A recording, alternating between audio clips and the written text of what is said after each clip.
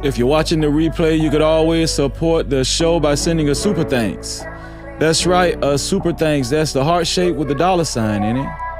Right below the video. Shout out to the early No Cap crew in the building. I appreciate you guys being here. Shout out to the mods, all the working mods. VIP crew, what up? Let's go. Special guest in the building. The Public Opinion Court is here. Ready to set the show on fire. We're going to talk about some very important things concerning Carmelo Anthony tonight. Make sure you stay tuned. We appreciate you.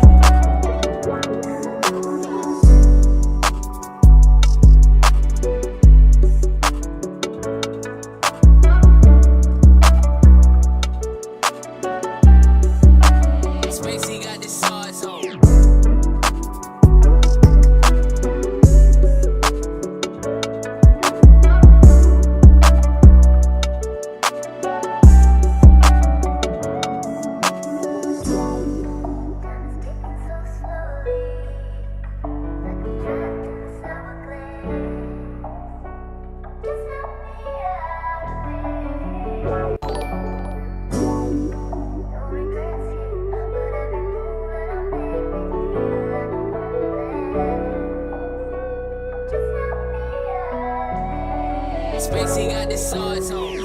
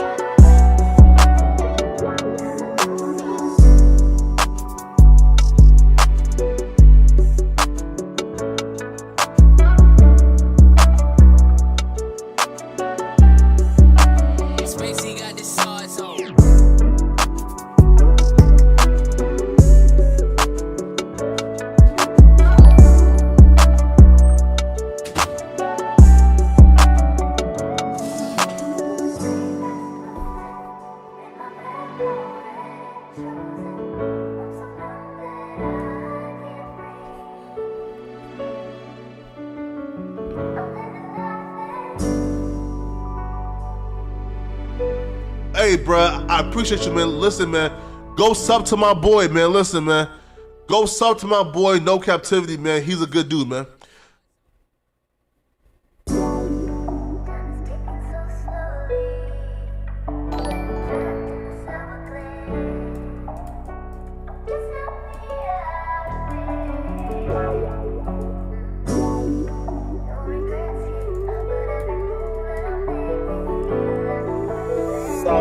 Shit, what you want me to prove? Spacey got the swords on.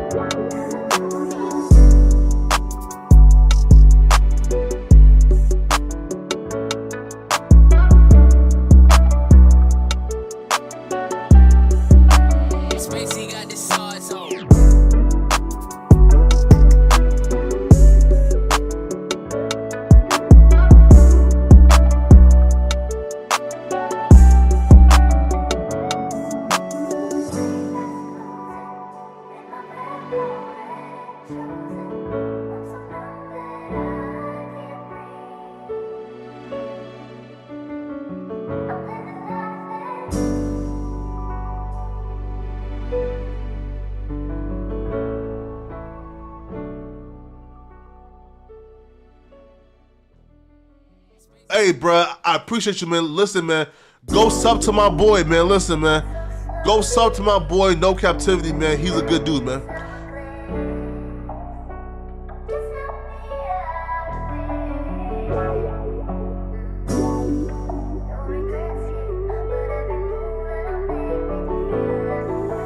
Sauce shit, what you want me to prove? Spacey got the sauce on.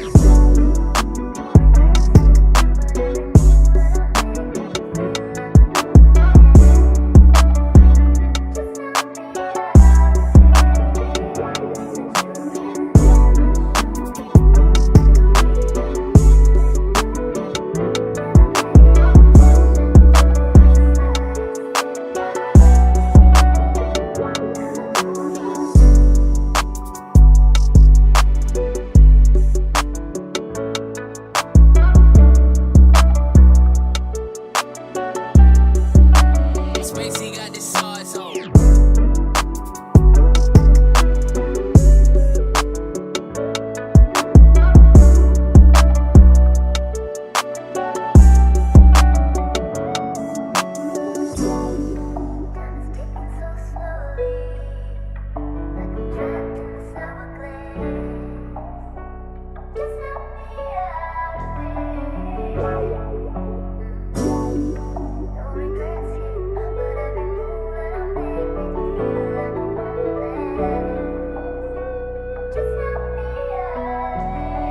Spacey got the sauce on.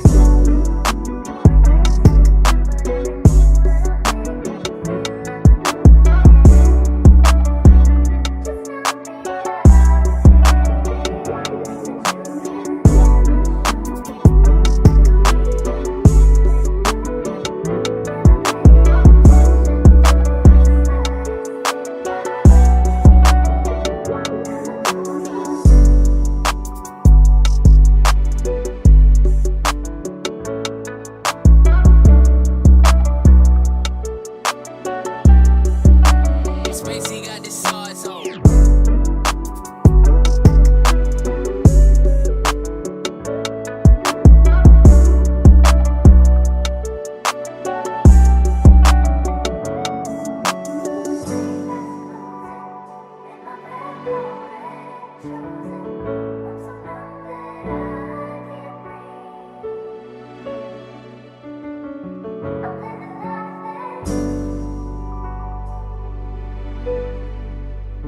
Just a little over a minute before showtime, we have a dynamic woman in the building tonight.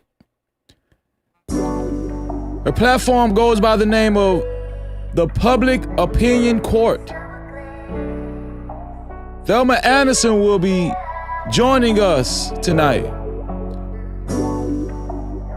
And she has a lot of important things to share. It's going to be a great conversation. Make sure you guys strap on your seatbelt. Shout out to the No Cap crew. Spacey got the sauce on.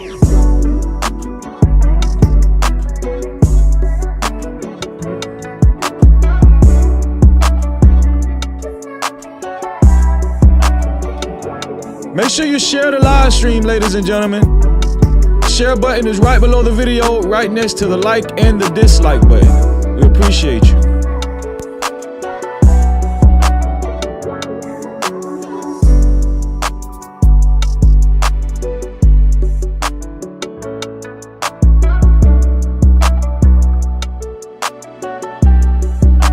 Spacey got the sauce on.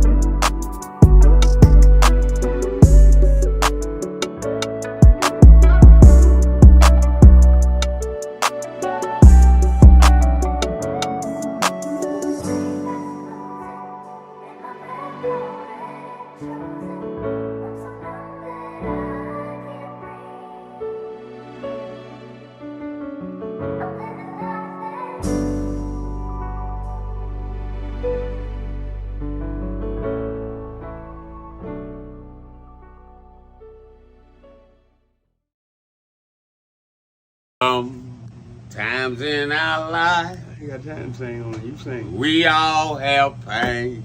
So then you gonna sing it. We all have sorrow. Then I look at Wayne and I know that he will be ugly tomorrow. Lean on me when you're my cousin and I'll be your friend. I help you carry on, for it won't be long till I'm gonna need my cousin to care.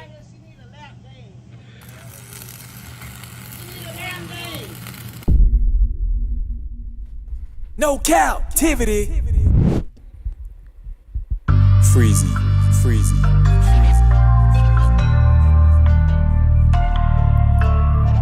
What up? You are officially locked into No Cap-tivity with Freezy, where we tackle issues that sometimes have us trapped in this thing that we call life. But if you know me, you know my motto. To free yourself, you must heal yourself. And if you rock with your dog, please hit that like and subscribe button hard right now. And also comment and share this live stream. And after you subscribe, make sure you hit that notification bell. That is if you rock with your boy, Freezy. No Cap-tivity. Let's go. Are y'all ready? Y'all acting like y'all nervous out there. It's Thursday, right? We got the public opinion court in the building. And she means business. Just like your boy Freezy. We're going to talk about the appellant legal team that Carmelo Anthony has just adopted. We're also going to talk about a lot of weak black men and how this whole ordeal has made a lot of these men surface. We're going to talk about a lot of things. I found something new in the video as well, so I got a surprise for y'all. I found something new. There's so many discrepancies in this damn video. It's a damn shame, you know. I don't even know why they gave us this video at this point. Why in the hell they gave us this damn video? I feel like wrapping this video up and putting a bow on it and walking it right back to Frisco ISD. Get this shit back. I don't want this. Where the real video at? Shit. Listen, we're about to, I don't want to keep my guests waiting. So we're going to do a little house cleaning. I'm not going to do roll call. It's too many of y'all in here. Listen, y'all flooding the chat. Shout out. This is how we going to do roll call. Shout out to the No Cap crew. No Cap-tivity. Shout out to the VIP crew. No Cap-tivity. And also shout out to the mods and the working mods, especially the working mods. Shout out to y'all. No Cap-tivity. Listen, if you have the spirit inside of you, share the live stream. Put a 1 in the chat if you're okay with sharing the live stream and becoming a part of the No Cap campaign. Put a 1 in the chat if you're okay with sharing the live stream and becoming a part of the No Cap campaign. And for those of you who are willing to share the live stream but don't know how to share the live stream, the share button is right below the video, right next to the like and the dislike button. And as soon as you hit that share button, it gives you an option to share it out to any one of your favorite social media platforms, or you can copy the link and share it out to any one of your close friends or family. Either way, to everybody that actually puts a 1 in the chat and shares the live stream, I wish all of y'all, and I do mean all of y'all, $11 million in your life. No Cap-tivity. Believe it and receive it. Listen, shout out to the 342 people that hit the like button. You guys are righteous. Listen, whoever else is watching this live stream, please hit that like button. It's free. The like button is right below the video, right next to the share button, and it don't cost you nothing, and it's very easy, and you will be contributing to a good cause. All right, you will be pushing this live stream up in the algorithm. We need as many live streams or videos concerning Carmelo Anthony to be pushed up in the algorithm as possible.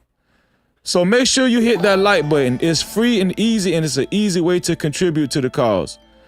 And everybody, and if you're sitting there with your arms folded like, man, Freezy live again, and you just don't like me, or you don't like something we're talking about tonight or whatever, hit the dislike button if you're still gonna watch. You know, come on now. If you hate watching, hit the dislike button.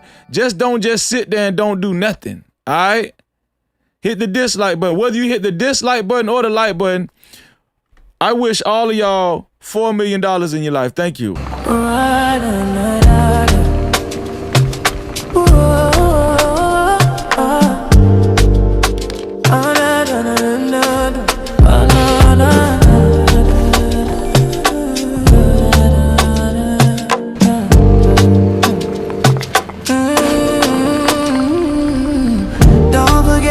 Subscribe, don't forget to hit that notification bell. Don't forget to hit the like and make sure you share.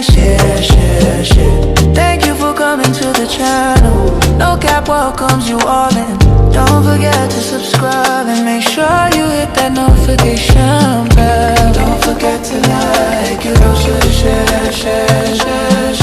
Don't forget to like and make sure you hit that notification bell. Don't forget to like and make sure you share. Hit the like button. It's for free. It's for free. Hit the like button. Free. It's for free. Hit the like button. Shout out to everybody that hit the like button so far. I appreciate you. Thank you so much. There's 3 ways to support the platform, especially if you would like to get your comments read and highlighted. Which I'm always eager to read your comments. The first way is by Super Cap, aka Super Chat. That's the rectangle box with the $sign in the middle of it, right down there where you type your chats. And that's also how you color up the chat, just like our brothers and sisters have already. Shout out to you. Shout out to Mimi White. I appreciate you, Mimi. Thank you for the $2 Super Cap. She said, hey, Freezy, I sent you an email. Okay, sis. No Cap-tivity. I appreciate that. Thank you so much. The People's Lounge, $20. People's Lounge said, begin with prayer, end with prayer. When God got us walking, the devil when God us working, the devil working harder. Blessings all. Exactly. I appreciate that. Shout out to you. No Cap-tivity. People's Lounge is the initial sponsor of tonight's show. I appreciate you, People's Lounge. Thank you. Hey, hold up, wait. Do I see 5s, 10s, 20s in the place? No cap. Appreciate cash out, cha-ching. Suka chat, cha-ching. Suka stickers, memberships, PayPal's in the building, let it rain like that. Don't forget them cities, don't forget them hundreds. Blessings coming fast, we ain't waiting on nothing. Appreciate everything that you spend. When you feel generous, run it back again. Hey. Money talk. Shout out to People's Lounge, the initial sponsor of tonight's show. To be a co-sponsor or official sponsor of tonight's show, it has to be $20 or more. Shout out to People's Lounge. Thank you. Mitra $2 said, hey, family.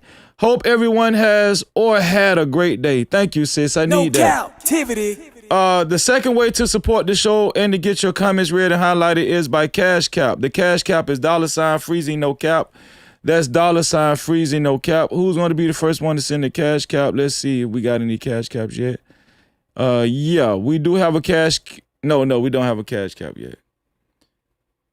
Let me see. Joanne sent a Cash Cap. She said, Freezy homie was in the money cut I said for Eve. I couldn't understand it, but shout out to you, Joanne. And The third way to support the show, or if you want your comments read and highlighted, is by PayPal. The PayPal is No Cap-tivity with Freeze. That's No Cap-tivity with Freeze without the Y. Thank y'all. I appreciate y'all. Let's get it, man. I appreciate y'all. Here for the thug. You guys know how to become sponsor of tonight's show. To become sponsor of tonight's show, it's only $20 or more. Thank you. Shout out to People's Lounge. Without further ado, we have an honorable guest tonight. Her platform goes by the name of the Public Opinion Court. I be feeling funny saying people's government name, but she got it plastered on the internet, so I don't feel bad. Thelma Anderson, legal analyst, attorney, a lot of experience in the legal field. And we're very fortunate to have her here.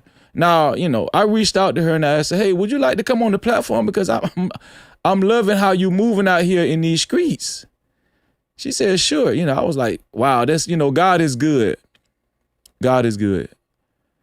We're going to have a great conversation. And without further ado, I want to introduce you guys to my sister, our sister, the Public Opinion Court, a.k.a. Thelma Anderson. Did you like my intro? Oh, it was great. Very tea, very tea. So, Thelma, we got a lot to talk about tonight. And I got questions for you, not just legal questions, but also morale questions centered around our community, the Black community, to be specific. Before we get started, though, Thelma, I would like for you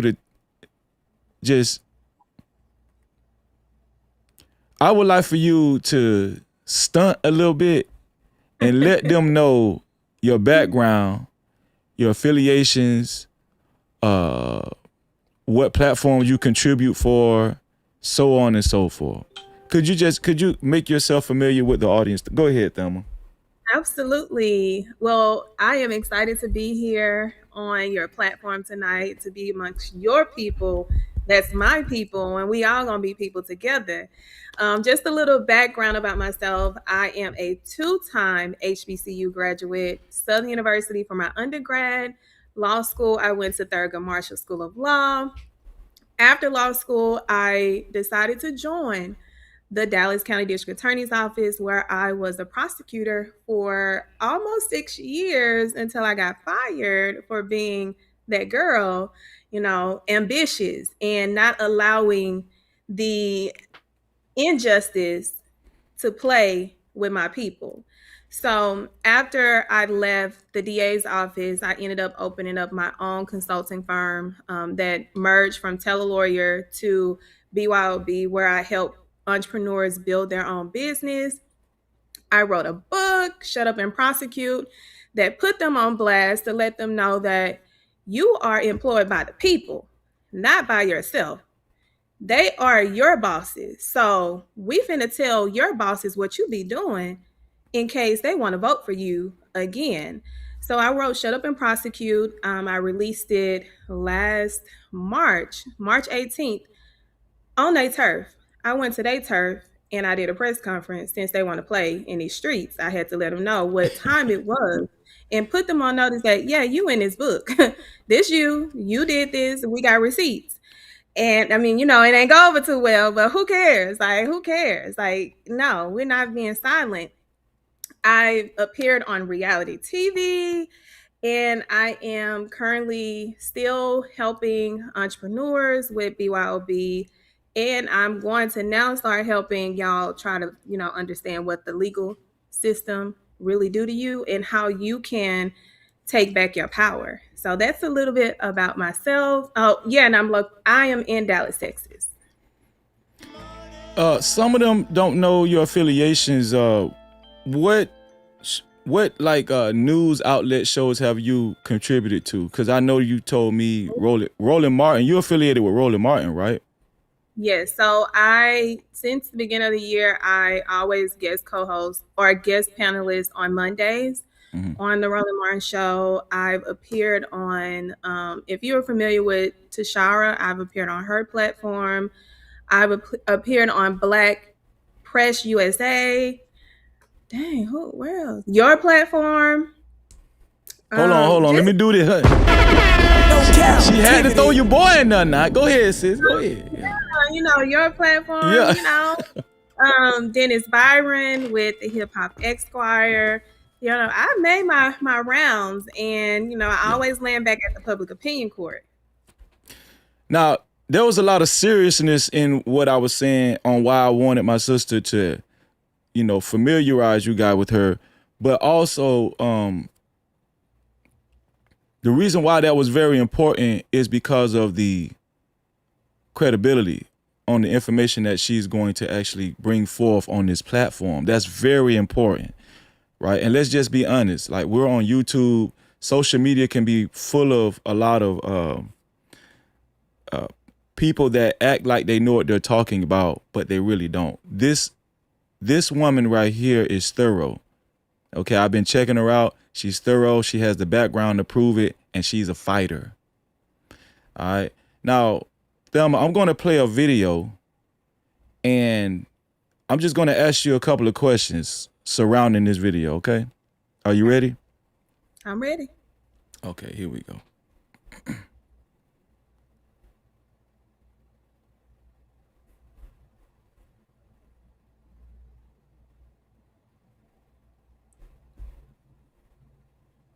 Noticed this, man. I gotta say this, and a lot of us have noticed this, man. A lot of you niggas got a lot to say now that that video is out. You know what's killing me? I see so many of you coward-ass black men, so-called black men at that. You niggas have been exhibiting nothing but treasonous, off-code behavior. During this whole process with Carmelo Anthony or Cyrus Belton, or even with the 1-year-old that was just killed in Sanatobia, Mississippi, you niggas is hush mouth, don't have anything to say. But tying that video out, y'all out here on the motherfucking soapbox and got the tap dancing shoes on, trying to let white America know that you do not agree what Carmelo Anthony did. See, these the niggas that sit at work and sit around their white co-workers or their bosses and kiki and ha-ha about every motherfucking thing, man. These the hoe-ass niggas that be dry snitching on the black co-workers, man. So it has to be some type of punishment mechanism put in place for these coward-ass niggas. These niggas won't speak out for injustices that's happening to black people, but they'll show every of them come out and say, I don't stand with Carmelo Anthony. Hell no, he shouldn't have done that shit. He know. Say, family, I want y'all to know something, man. People like this are very dangerous to us. And another thing, these people seem to be cool. These are family members. I've been shocked at a lot of people that I've been seeing making these type of videos. You niggas hurry up and rushed and made a video to let people know, Carmelo, he was wrong. He was wrong. I don't know how we defended this shit. You just a coward hoe ass nigga. See, if the purge was real for real, niggas like y'all would be high value targets. If something was to ever pop out for real, you might be a victim of friendly fire. And I really mean that at the bottom of my heart, man. Say, ladies, if you got a husband, a boyfriend, that's coming out and saying Carmelo Anthony wrong, that nigga ain't gonna kill nothing or let nothing die, man. A lot of y'all are really hoes, man. Y'all really are family. And this is despicable. I'm already tired of just seeing the sisters out here speaking about the injustices, man. No disrespect to a lot of these victims like Cyrus Belton that just recently passed away, or just many other our young black babies that passed away. It's the mothers that's speaking out, the fathers that be sitting up there at the podium quiet than a motherfucker. These will be the same type of hoe-ass niggas. If something happened to their kid, they'll just be sitting up there at the podium saying nothing. So, man, y'all don't pay these people no mind, because for real, when you hear a nigga come out and speak out and get off a code, that nigga really a hoe. Okay. Thelma, what's your definition of? We call them black coons over here, just for TSO purposes for YouTube. What's your definition of a black coon, Thelma? I can give you an example. And this example is someone that is in a public office that has our skin color, and he just got his beat by a black woman in the election. His name is John Crusoe. He is a black coon. He is someone that subscribes to the color of his skin, but he don't operate from the color and under the color of his skin. They are mute when it comes to what happens to us, and they also Sorry, go ahead. I'm sorry, go ahead. I played that by mistake. They're also mute when it comes to things that happen to us.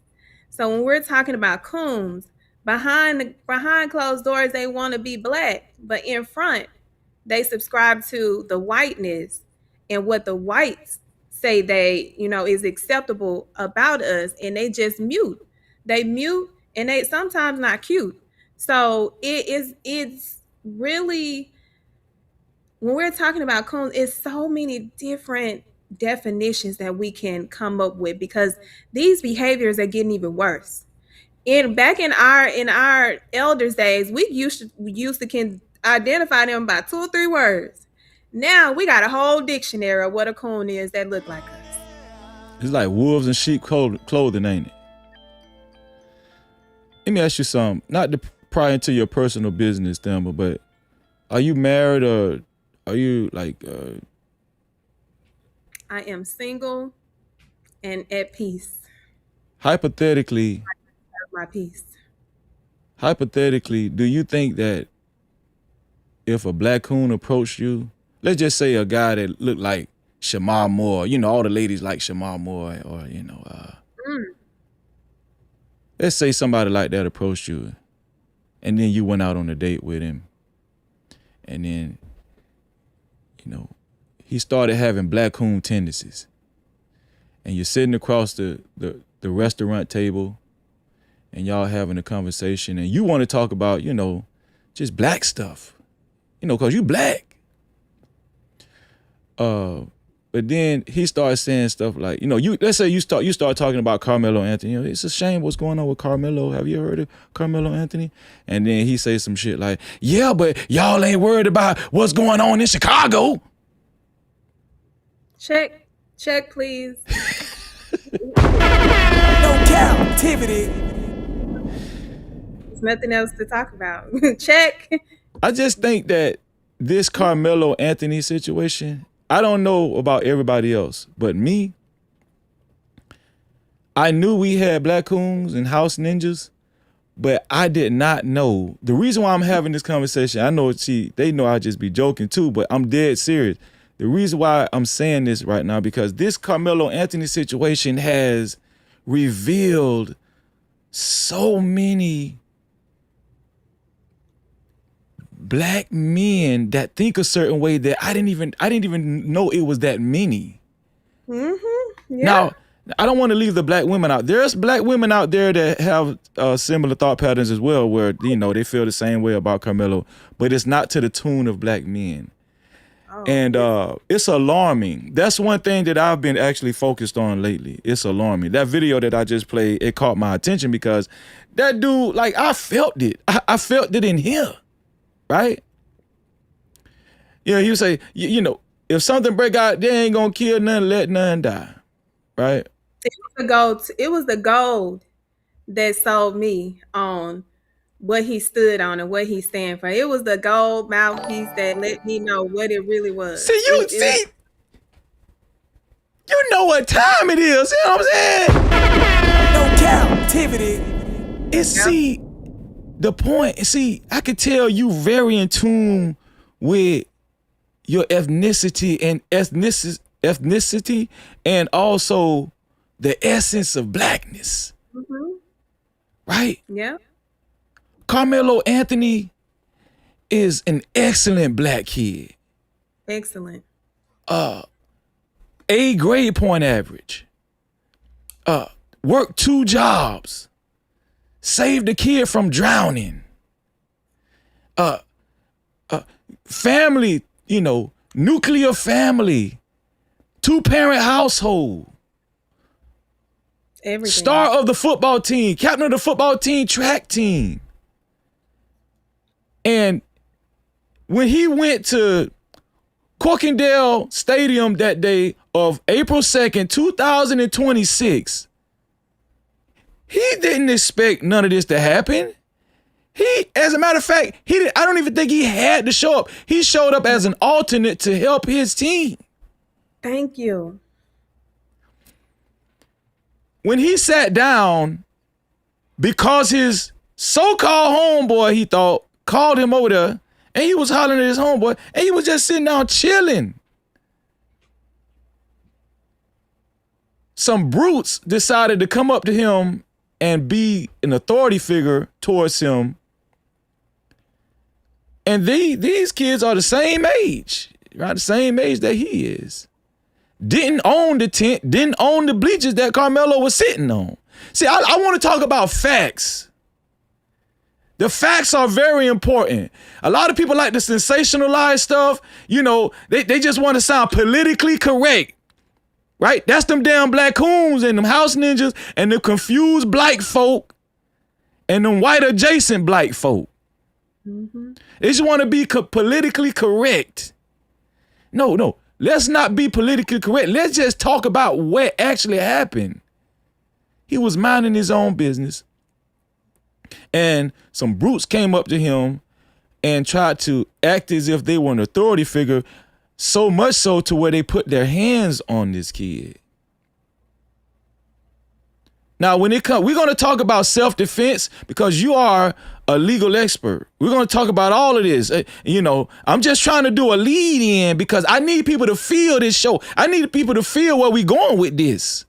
Mm-hmm.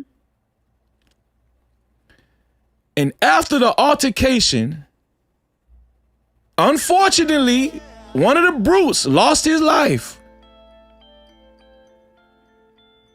Because of this, all of a sudden, let's not even mention the racist white folk, racist non-blacks.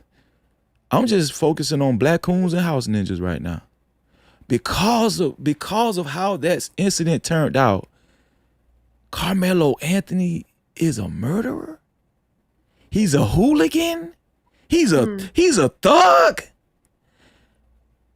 Sis, before I play this next video, how did they just snap into that all of a sudden about this kid?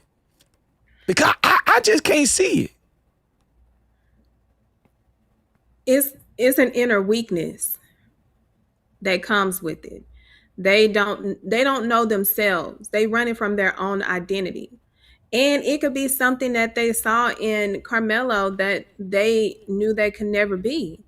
So some people subscribe to celebrating someone else's pain, someone else's downfall, because when they wake up and they look at themselves in a mirror, they see a reflection that they don't like. So instead of taking care of the reflection and figuring out why you don't like your own reflection, they go and attack other people. They talk about other people because that makes them feel good on a temporary basis. So when I see individuals who have that tendency and that propensity, that's why my circle does not operate from that kind of energy. My circle, we're not sitting around discrediting, diminishing, taking away from anyone. What we're doing is we are crediting, we are supporting, we are uplifting. Now, of course, we got tea every now and again, but we're going to, at the end of the day, show and have a space for our people. And we're not going to be the first ones that show up to attack. We're going to be the first ones to show up and, okay, now y'all going to have to show us something else. Because we didn't give me something else before we have to, come in and let you know what's going on. Right. So. Exactly. So, My sister, she formally introduced herself to y'all, but we're gonna introduce Thelma a little bit more to y'all. I want y'all to watch this right here. Shout out to the public opinion court in the building. Here we go. This is a slaughterhouse. This is not a courthouse. He had no chance. This courthouse is designed when you would come here and you look like us to slaughter you. Absolutely. That judge intentionally sealed us from being able to have a legal right to see what the fuck was going on in this case for a motherfucking reason. That's right. Because he know when we have access, we don't play about our people. So how do he silence us? He closed the fucking case so we can't see what the fuck is going on. Also the reason he shut down black media from coming, he only had these white motherfuckers up in that courthouse so that they could tell the wrong fucking story about Carmelo Anthony.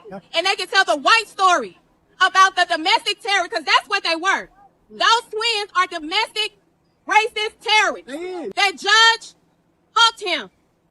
That prosecutor fucked him. They had them white dumb motherfuckers on their jury for a reason. When they pick their jury like that, that's designed because they know that their people are not smart as us. We can read through the bullshit. They follow their bullshit and believe what they say. So when we are out here discrediting ourselves, it's giving them an advantage. They know how to divide us, and that's through the court system. And they silenced us from the court system. When you see that motherfucking prosecutor, ask him, why do he have a settlement with a civil case for harassing 7 white women at this fucking office? Ask the DA how he was on that motherfucking case, and he still got a fucking job. That's because they vote for each other. So we gotta take our power back. Elections are coming. That's right. That's right. We gonna tell they ass what we want, or you gonna get the fuck out. We gotta show up for jury service. We gotta show up and participate. Stop trying to get the fuck off of a jury, because that's how they slaughter us. Those kids got up there and lied off of a relationship, and the prosecutors led it. They have an ethical duty to make sure witnesses testify truthfully, and they did, because it was a win for them. They cost one of ours their freedom. That judge was in there feeding the state objections because they were too dumb to know what the fuck to object to. Yes, he did. I ain't never seen no judge do no shit like that. He did. He got too much fucking experience, over 40 years as a fucking prosecutor, and you don't know how to fucking object? And you got this judge up there helping you? On such a big case? This is his life. We just came from South Carolina where they hunted their baby down and got off. They tried to hunt him down, and he protected himself so he could get home safe, and they convicted him. And one white juror had the motherfucking audacity to sit in that damn box and cry. It's too late for your tears. Your tears was needed when you was back there deciding within 30 fucking minutes of his life. This is a slaughterhouse. This is not a courthouse. No Cap-tivity. Woo, boy. Sis, we're going to read the super caps and cash apps a little later on. Thank y'all for your comments. We're going to read. If y'all got questions, put them in your super caps and your cash caps and stuff and PayPal. What was in your soul at that time? Because I felt every word you said. And I'm going to be honest with you. Black women have been very vocal about Carmelo Anthony. And you exemplified that in that clip. You know what you're talking about. You ain't just talking. You have a lot of experience in the legal field. What was going through you? What made you get that passionate about what you were saying in front of Collin County Courthouse? Go ahead, sis.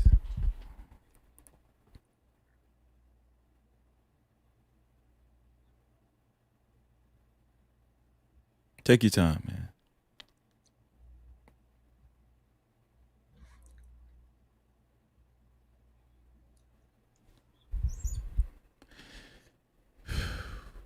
Hey, listen, in the chat, we're not allowing no disrespect.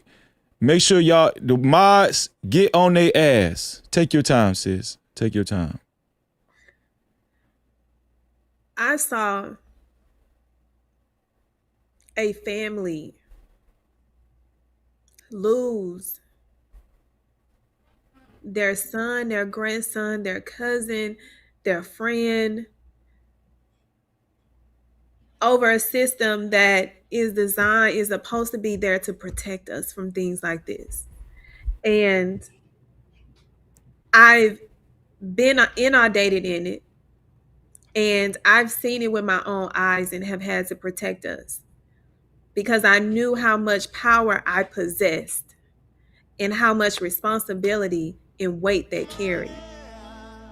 And when I saw it with my own eyes, I felt depleted, I felt defeated, and I felt like, okay,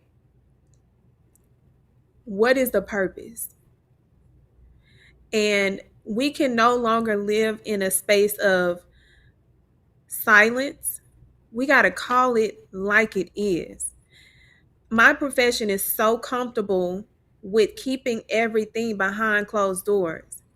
When you put it in the front, they can't take their reality. But I don't give a damn about their reality because I know what their family's reality is. I know how easy it is to convict, and I know how hard it is to unconvict of the mistakes that they made and was intentional about it.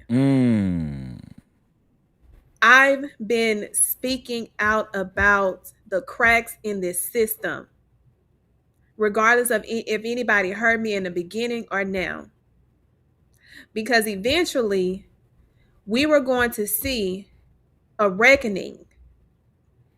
Carmelo Anthony's case is a reckoning in the justice system that is calling for not only change in how cases are prosecuted, but is calling for change to hold prosecutors and judges accountable when they use and abuse their oath of office that ultimately hurts and harms defendants, whether they are guilty or not. They have a constitutional right to have a fair and just trial. Absolutely. It doesn't matter what you feel and how you feel and whatever. Those emotions does not belong in the constitutional protections. And the day that you are a prosecutor and you cannot follow that oath and you cannot separate, you need to get the hell up out of there because now you are doing damage. And I saw the damage of these old, washed predators that got the audacity to sit and judge in my opinion, an innocent young man. Come on. When you have victimized so many individuals along the way and you have the audacity to sit in judgment and think that you do not deserve the same smoke that you tried to give and did give. No, since you want to play with people's freedom, I'm going to talk about what y'all really are, who y'all really are, what's in your DNA. Because let's be honest, they don't like the fact that we are who we are. We can walk in a room and automatically the attention gonna come to us just by our existence.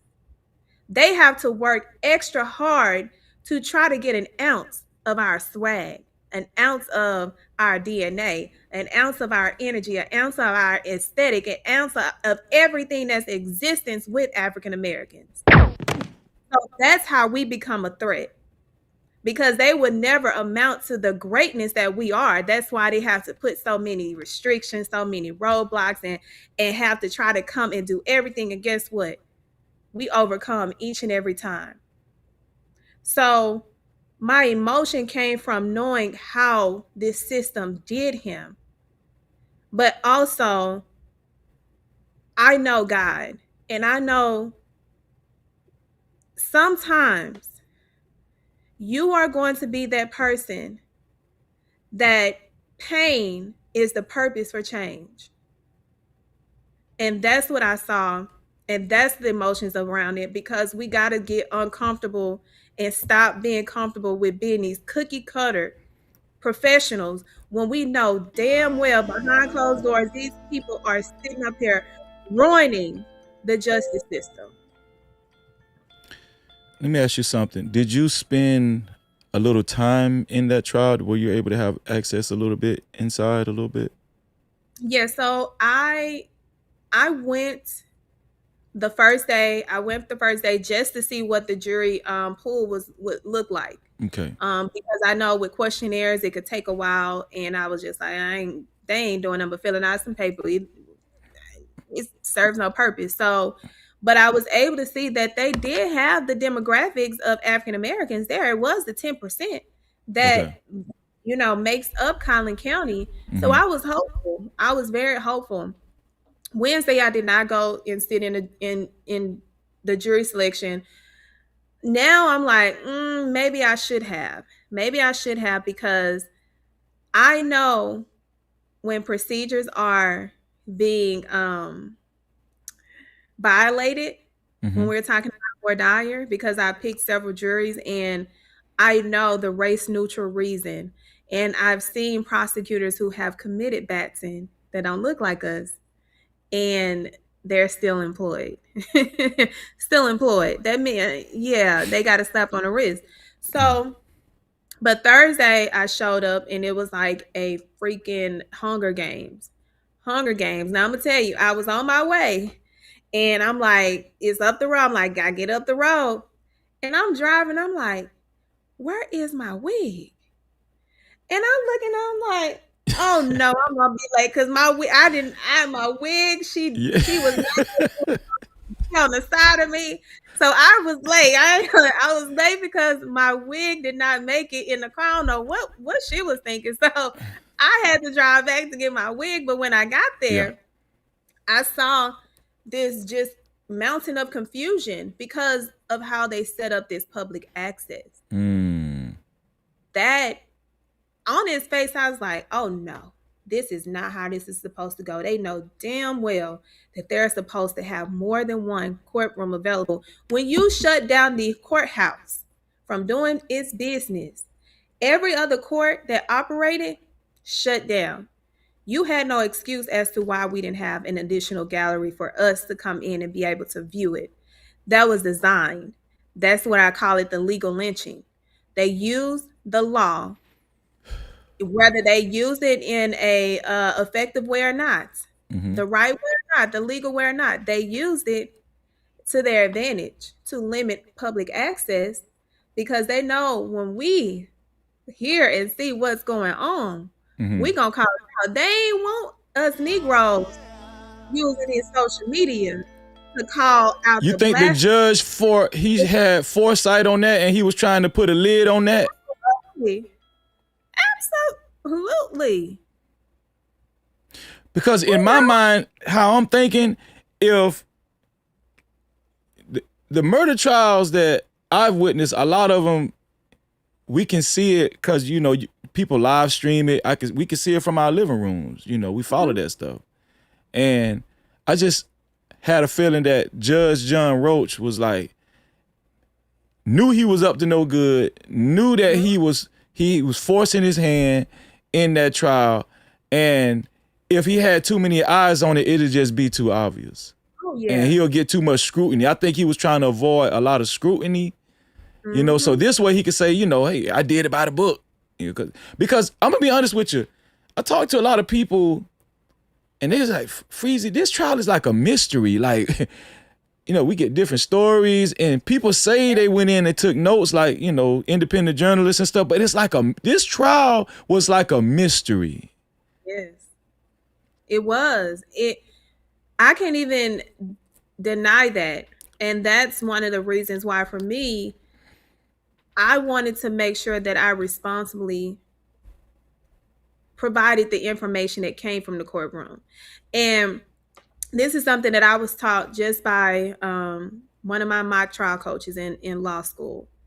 Write down everything, right? Because whoever you're going up against going to say something, and you are going to need it.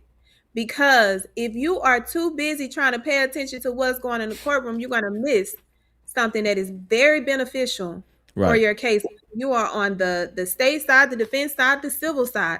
Write down everything. And I cannot tell you how beneficial that is to still have that, to practice that method, because it's things that were said that were inconsistent with the police report, inconsistent with the evidence and inconsistent with the standard in the law. So that's the reason why he didn't want that, wanted to be filmed, because guess what? Now we got receipts. We gonna play that back and we're gonna be like, oh, you said what? There you go. The video says otherwise. Right. Come to the front. Let us have a conversation. And I'm gonna tell you another thing, sis. I've interviewed a lot of people that actually signed off last year, July, to see the actual video. Mm-hmm. Not this bullshit that they gave us on Twitter, whatever or that Frisco ISD gave us. People that actually seen the video and say, Freezy, I'm telling you, several people. I've even had, shout out to Miss Daisy, a white woman that came on my platform. She signed off to see the video, had to give her ID and everything. She said, Freezy, that video that people are reviewing now, that's not the video. Oh. The video that we seen was much clearer, and the turn of events is, they're saying that there's a lot of misplaced turn of events in the video that they gave us. Mm-hmm. Oh my God. This is what pisses me off, because I know this did not happen. When you have a piece of evidence, mm-hmm. we have the ability to enhance, but guess what? We cannot enter the enhanced version without entering the original version as well. So just think, you got to walk, if you got two things that has to be admitted, this one is the original, this one is the altered one. Right. In order to get the altered or enhanced one, you have to have this one right along with it, mm-hmm. entering into evidence, because how the record, you are required by the federal rules of evidence is to properly authenticate this evidence. And the standard is it the original? If not, has there been any alterations or deletions? Just because it has been altered or deletions does not take away its ability to be admitted. You have to admit on the record what alterations and deletions, and you have to give opposing counsel the ability to object or not. They did not include any reference of an original. They only mentioned that this is an enhanced version, which means that where is the original? Which means that you are now violating not only Karmelo's constitutional rights, you are also invading the jury's ability to weigh the credibility of the evidence in order to make a proper decision. So here's how I'm thinking, right? If they would have actually opened that trial up to the public, the people that I interviewed, their voice would have been louder, because they would have said in real time, listen, whatever they talking about, listen, that, because we would have seen what they seen in court, the video that they showed. Mm-hmm. And the people would have said, the people that seen the video would have said, in real time, they probably would have got interviewed by media outlets and everything, and it would have been, their voice would have been louder. And I could hear them now. They probably would have been saying, listen, that video that we just seen on live stream, that is not the video. That's not the video. That's not the video. And it would have been in real time as we're watching the court case. Judge John Roach knew that, right? This video is very important. I think this video is very important. There are rumors and people are afraid that the original video is gone forever. What do you think about that? It's not. Because Frisco ISD, they only gave the police a copy, which means that they still have possession of the original. Mm-hmm. Also, I mean, this is the part of the corruption that I hate. I absolutely hate these white, they just get in my skin when they wake up every morning in their piss poor identity, and you go and you affect someone else's life. So Frisco ISD, there is some friction between the district and the police and the state. Now, Jeff Metcalf have even come out and said that they messed up by letting people view the video. I know why they Right. messed up. I saw that video. That's God. That is God. And I need people to pay attention to how he works. Because I would have never thought that they would have allowed anyone to go see the video because it's minors and they have the ability to restrict it. But Okay. for some reason, they opened that ability. And I'm glad people went to see it because I would have went to see it, but I had just had ACL surgery, ACL and meniscus surgery. So I was over here with my leg up, can't move nothing. But hindsight, thinking back, I could have just drugged that leg up in there. Like it ain't nothing to drag a leg now. I had crutches too. I should have just drugged it on up in there. But I'm thankful that some of us had the wherewithal to know that this is important. This is one of ours. This is our baby. We got to make sure that we put eyes on this because ain't no way. But what they were clever at doing is making them sign an NDA. But if they would have consulted with the actual attorney, a crime was committed. You can't make me sign an NDA talking about a crime, and it's a crime committed on this video. Good luck. I'm about to, attorney. Yeah, who told you that this denied? Go do your interviews. Go do your big one. Let the world know exactly what was on these videos. So, because they left that paper trail, now, depending on how the record looks, we all know if that record looks different from how they was performing in court, that comes into play. Because that record is supposed to say, are there any alterations or deletions? If so, what kind of alterations or deletions? If so, objection, do you object? If the defense didn't object, then that is problematic. Because the defense attorneys that I know would have dog walked those dogs all across that doggone courtroom. Everybody would not have had the ability to, it wouldn't be that courtroom. It would have been Black Lives Matter courtroom. How they would have rumbled in that jungle. Because see, the black lawyers that I know ain't afraid to go and get in a holdover and be held in contempt to protect their clients' rights. Right. So right. I believe that video is still with ISD. It has to be. That's the reason why Ken Paxton don't want anyone to get access to it. While you was there at the courthouse, Jeff Metcalf wants us to believe, and others on that side wants people to believe that, oh, this was never about race and blah blah blah. Could you feel the racial tones while you were there? Was it racially charged? What was it peaceful? Was it kumbaya between blacks and whites? What was you feeling while you was there at the courthouse? You know, we always show up in peace. We always show up and act according to the mission. And if the mission says show up in peace, but then if we got a nook because they bucked, we can show up however you want us to show up. Just don't show up and think you're gonna disrespect us. Right. So what I saw is we were acting according to our mission. We weren't there to appease or communicate or do anything with them. We wanted to make sure that one of ours knew that they had support.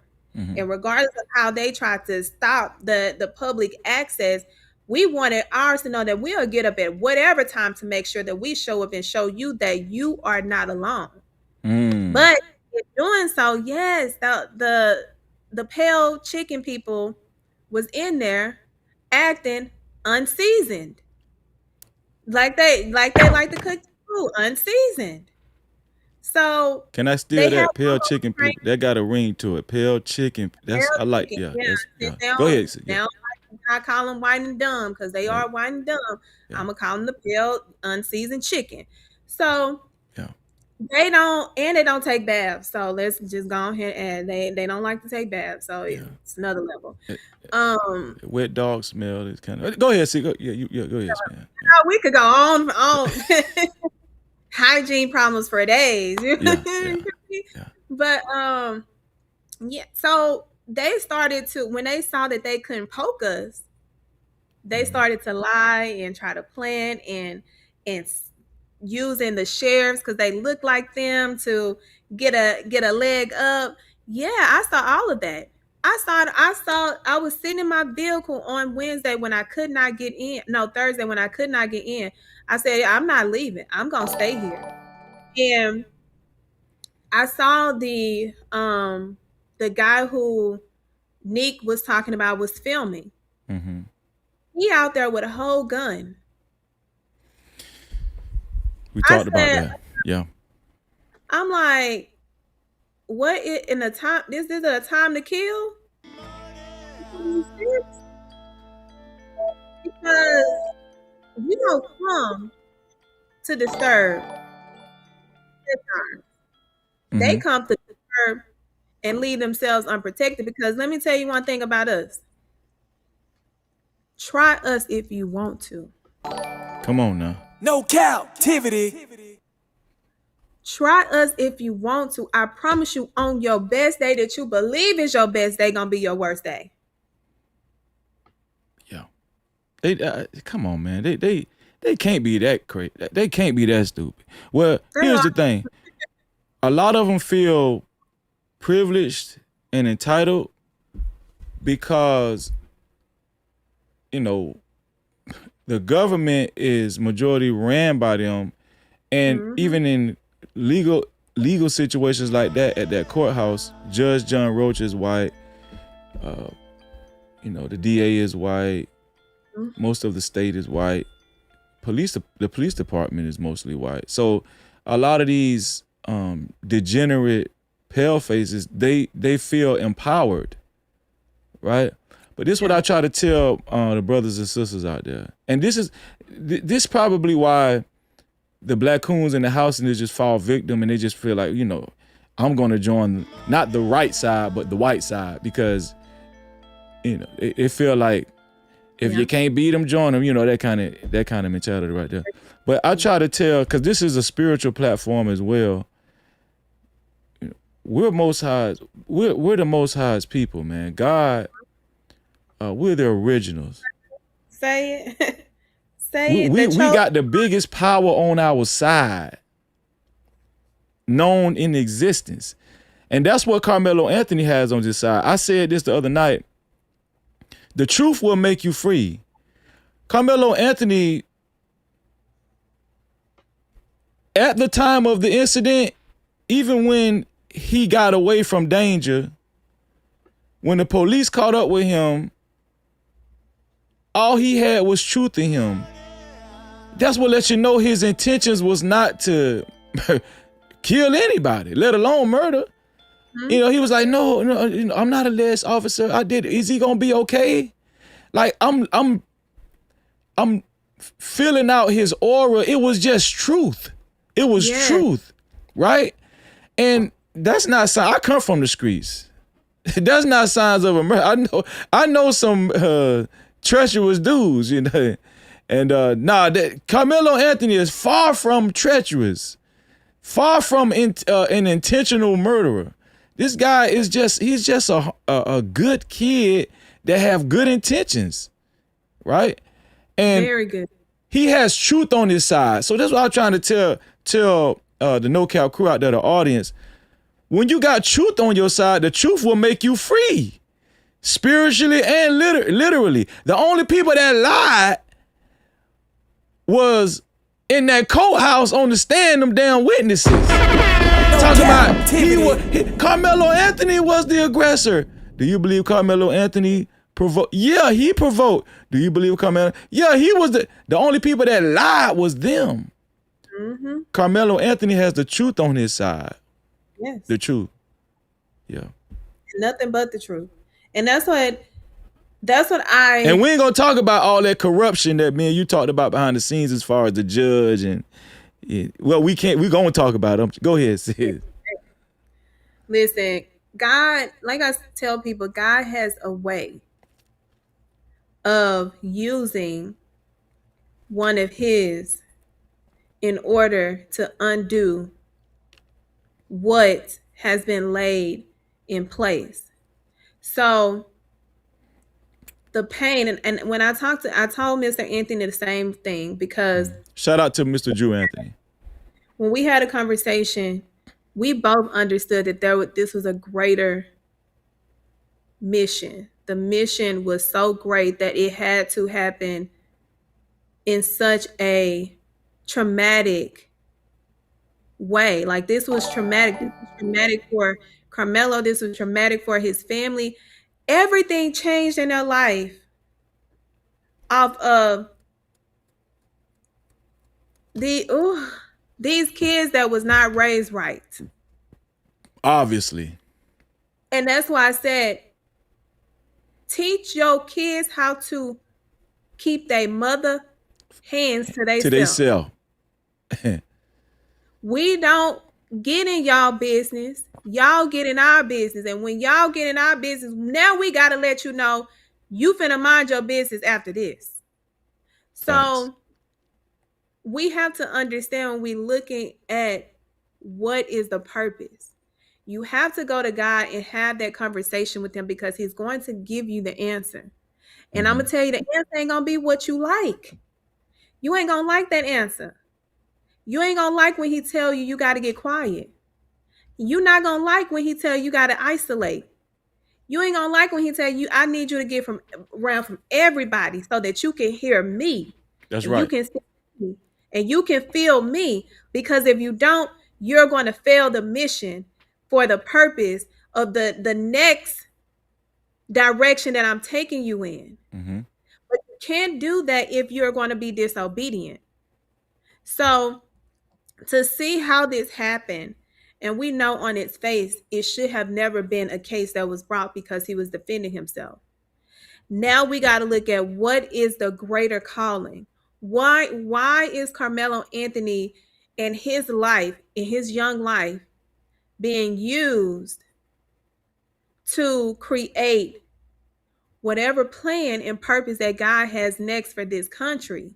Because this is not a local thing. This is a worldwide thing. This story has gone international.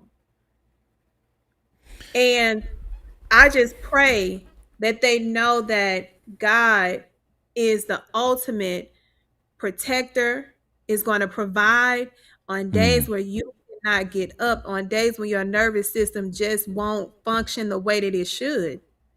And rightfully so. But understand that you got a whole army of us that is praying, that is holding you up. We just want you to focus, get quiet, don't care about what people are saying. We will fight that for you. See, God has sent a whole army to fight for them where they felt alone.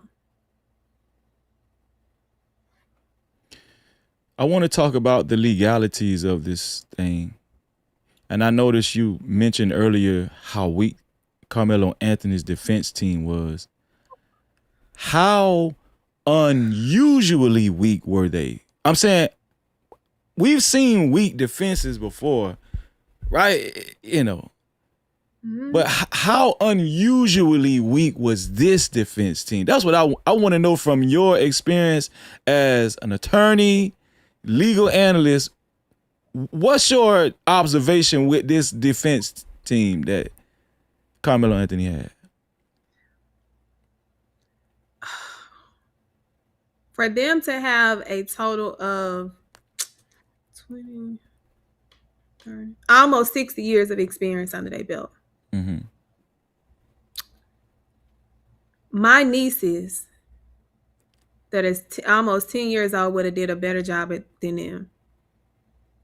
That's a damn shame. That's how bad it was. That's how insanely weak it was. And I will tell you this, the prosecutors were not strong. A new law student could have got out and what you just said was so significant. The prosecution was not strong. That's more important than the defense being how weak. Please touch on that, please, because that's very important. Go ahead, sis, because you hit me right here. Go ahead.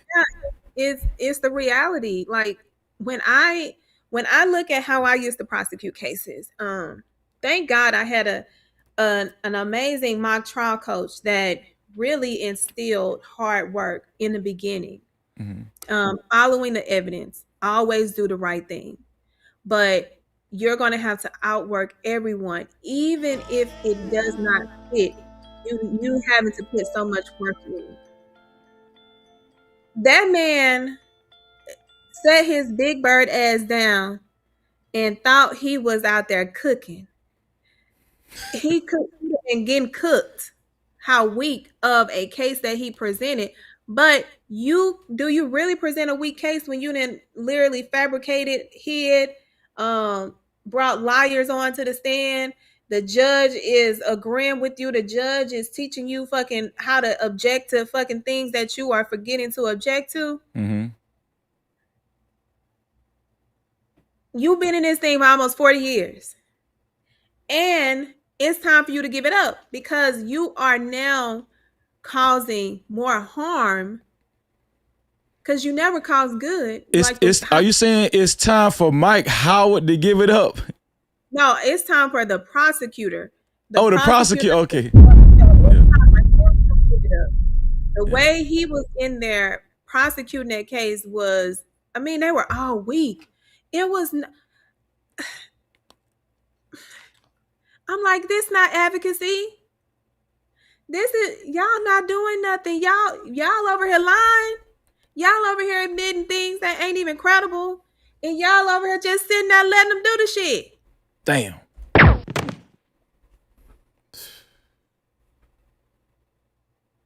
like, what the fuck is this? Very weak. Very weak. And here's the thing though, sis. It was so weak.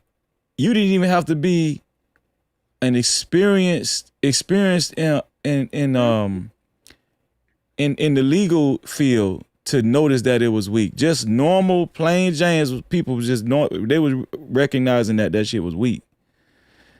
I want to ask you this, and I just want you to just be, well, you're gonna be, upfront anyway, but I want to ask you more about the legalities of what happened with Carmelo Anthony and the white boys.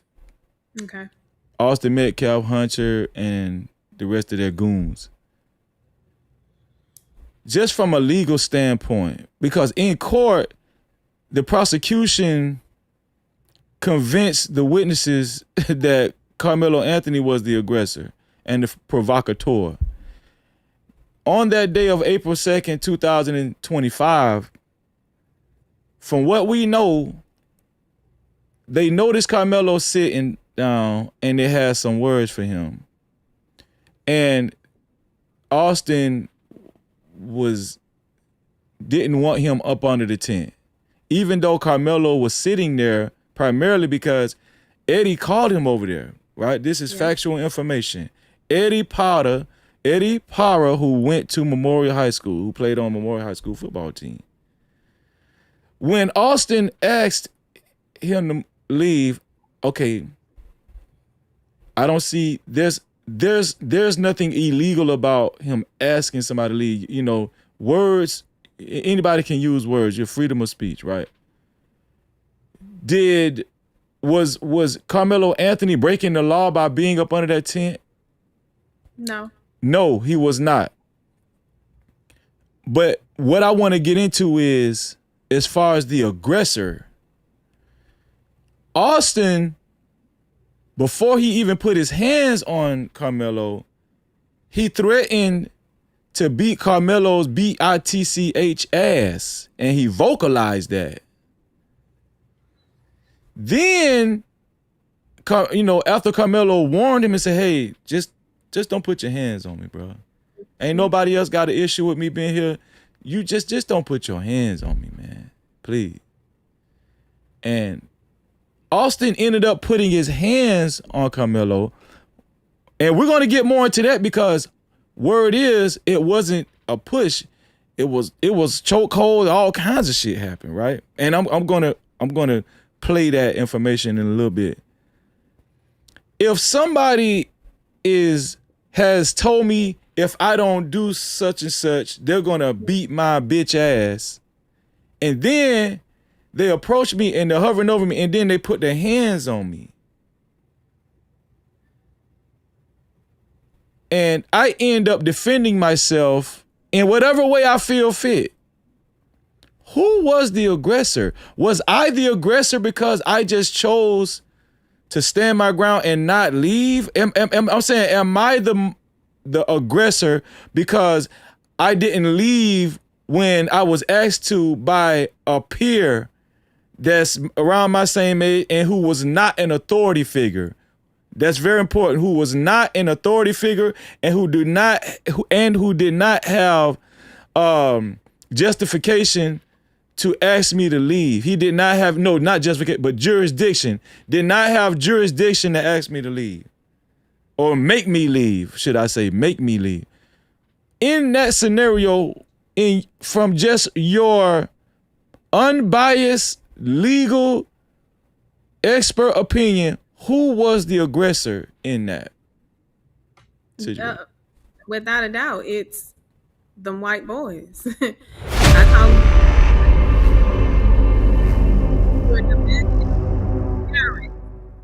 terrorizing everybody, and that's the issue. So let me bring something that no one is talking about because it's very important. Okay. There was evidence and testimony that came out that Karmelo, well, it was through one of his teammates who testified that him and Karmelo, when they arrived, they went to warm up, but it started raining.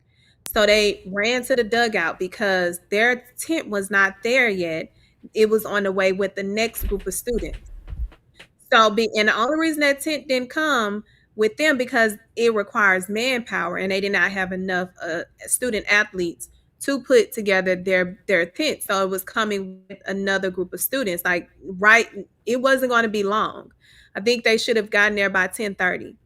So when it started raining the first time, they ran to the dugout and they stayed there for however long until someone who runs the facility or maybe maintenance or security came and was like, hey, y'all can't be here. They said, okay. And they left. Mm-hmm. That to me, that the defense should have used that to say, when it's a person of authority that has the power to tell someone where they can and cannot be, you see, he followed directions and he left. No argument, no issues, no none of that. That man should have been called as a witness to show compliance. Wow. When is an adult? So when we're talking about what he did when these underage thugs came and attacked him, they had no legal right to tell them to move. And that was one of the issues that his attorneys never honed in on. Y'all don't have the authority. You're not an adult. How old are you? Because those were the questions. I would have made them look so fucking dumb. Right. How old are you? Where do you live? Do you work? How many bills do you have? Do you work for the facility? Did they give you authority to tell people where they can and cannot be? Mm-hmm. Okay, how about school? Are you a coach? Are you certified? Where did you graduate college from? Where did you get your certification? What year? You don't have authority to tell anybody what they can and cannot do. So right. Where was your coach? Why you didn't use your self-control to go find that coach? Oh, because you wanted to show that you think that you run shit. But you couldn't run and get a coach. Oh yeah, none of that came. You see how easy that was? They didn't even scratch the surface with that. Yeah, they didn't even scratch the surface with that. Yeah. and that was a great point you brought out about the official that asked them to leave the dugout, and they left. He left. When an authority figure asked Karmelo to leave, he left. And just to actually correlate the two and understand how Karmelo responds to authority figures, actual authority figures, and another student that's the same age that has no authority, right? Yeah. That was so genius. You needed to be his damn lawyer, his defense attorney, you know. So also I wanted to ask you, let's see. We talked about evidence. You're saying evidence wasn't collected. Mm-hmm. Let's talk about that. What do you mean by evidence wasn't collected, sis? So when you look at the video, whatever version we got, because it may be some more stuff out there. When there's a crime, when police arrive, their big job, where their job is to contain, control, secure, so that they can collect evidence. When you look at that video, they should have had more questions. They should have went back to that scene, because I want to know, when did y'all actually review that video? Because was it close in time? How long did it take? Did the garbage man come out? Because when you saw this dude running to throw something in the trash can, and then you see someone hightailing out, you ain't think to follow up to say, hey, by the way, I saw you threw something away. Care to explain what it was? Oh, you don't? Okay, well, let's get a drug test. Let's see if something was in your system that you threw away that was illegal. And you are underage and you're not supposed to be doing any controlled substance. At this point, now we need to call CPS on your parents, because how did you get some drugs in your system? It's so many things, sis. It's just so many things they could have done. Keep going, because we need you here. We need people like you to point out these things, because the average person is not thinking about this. Like, I'm pretty sure in your mind, it's so many things that was missed, and it's frustrating for you. I can imagine as a legal person, as an attorney, how frustrated it is for you that how many things was missed. Go ahead, sis. I didn't want to interrupt you, but you cooking. Yeah. So when you have that kind of question, that calls into the credibility, because what a lot of people don't know about who's in charge, who's responsible for collecting evidence. The state is. Even if law enforcement had gotten it, and you watching the video, you realize, oh shit, y'all didn't even. You got to now go and collect that statement from that witness, and now it becomes exculpatory and mitigating to the defense, and you got to turn that over, because they got to know what was you doing at that trash can, because now we get to utilize that in our defense. We get to raise doubt in our defense, because how we know that was not a poker, not some drugs. Y'all hands wasn't even tested. They didn't swab for hand. They didn't do a lot of shit that normally gets done, in the audacity for them to move the so-called weapon. And this is another thing. Law enforcement told us that Karmelo ran and dropped it in grass. Now it was in the stadium the whole time. You a whole time lie. That's a. Because ain't no way you cannot move evidence that is tainting the crime scene. You cannot move evidence, because now it lacks the authenticity of where this evidence was purported to be. So now you done moved it. You done put it back on a bench where it don't belong. Oh, I would have Luigi they asked because that's how Luigi Laurie's like, oh, y'all want to play? We finna show y'all better than we can tell you. Okay. Oh, y'all want to act like y'all got all the sense. You want to play around, huh? Okay, don't worry about it. Yeah, I got something for your ass. Go ahead, sis. I got number time.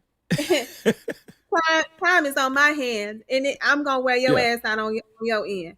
So when we're talking about, sis, you would have had their ass up there sweating, getting nervous, and all kinds of shit. I would have been in a holdover by the time. They would have held me in control. They would have cut me from the hands to the legs. And now my hands would have been in my back. They would have had me on my belly by the time I got done, because they'd been like, no, she can't come back out. So, and I would have been back there still asking questions. Yeah, and you ain't do this. They would have on me at that point. So, but when we're talking about the parameters wasn't secured, we see stuff being thrown away. Then, somebody came and picked something back up at that same trash can. So what did you come back and collect? Can I play something right quick, because you're landing on what I was about to play. Yeah. Okay, here we go.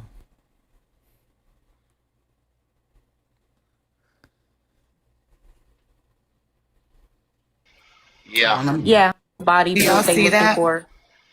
Yeah. Let me blow him up. Okay, y'all see him? Yes. Oh, wow.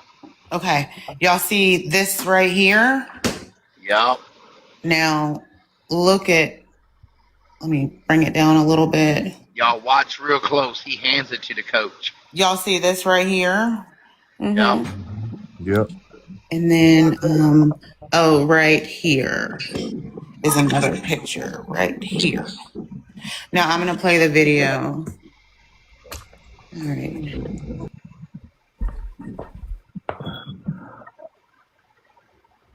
Watch real close, y'all. See what he did? He put it in his right pocket. I'll play it again. Let me. That's what I did. X all this stuff out. Let me brighten it up a little He bit. handed it over to him. His left hand gave it to the coach.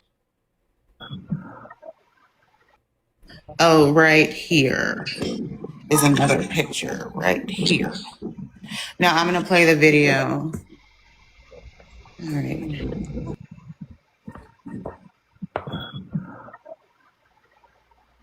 Watch real close, y'all. See what he did? He put it in his right pocket. I'll play it again.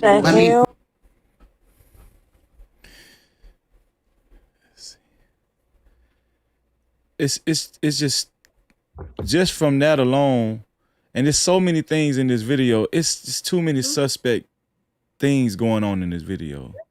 Too much credit. It's so a reasonable prosecutor, because I worked in intake also. And intake is where cases come to get reviewed in order to get set for grand jury. If that would have came to me, there is no way I would not have utilized that time in grand jury proceedings to cook his ass. I would have created a record, because when you don't create a record, what happens is when you have these overzealous domestic terrorists, they get mad when you have to let them know that these cases have to go away. But if you create that record, and the record in making the officer come in, and then what I would have done is I would have told his attorney, you need to have an examining trial. Examining trial puts their ass on blast too, at the hands of the defense, and that can at that point cause a case to get no billed. So I would have worked that angle through and through if I had a boss that refused to follow the law. Well, okay, you're refusing. I'm just gonna have to force you to follow the law.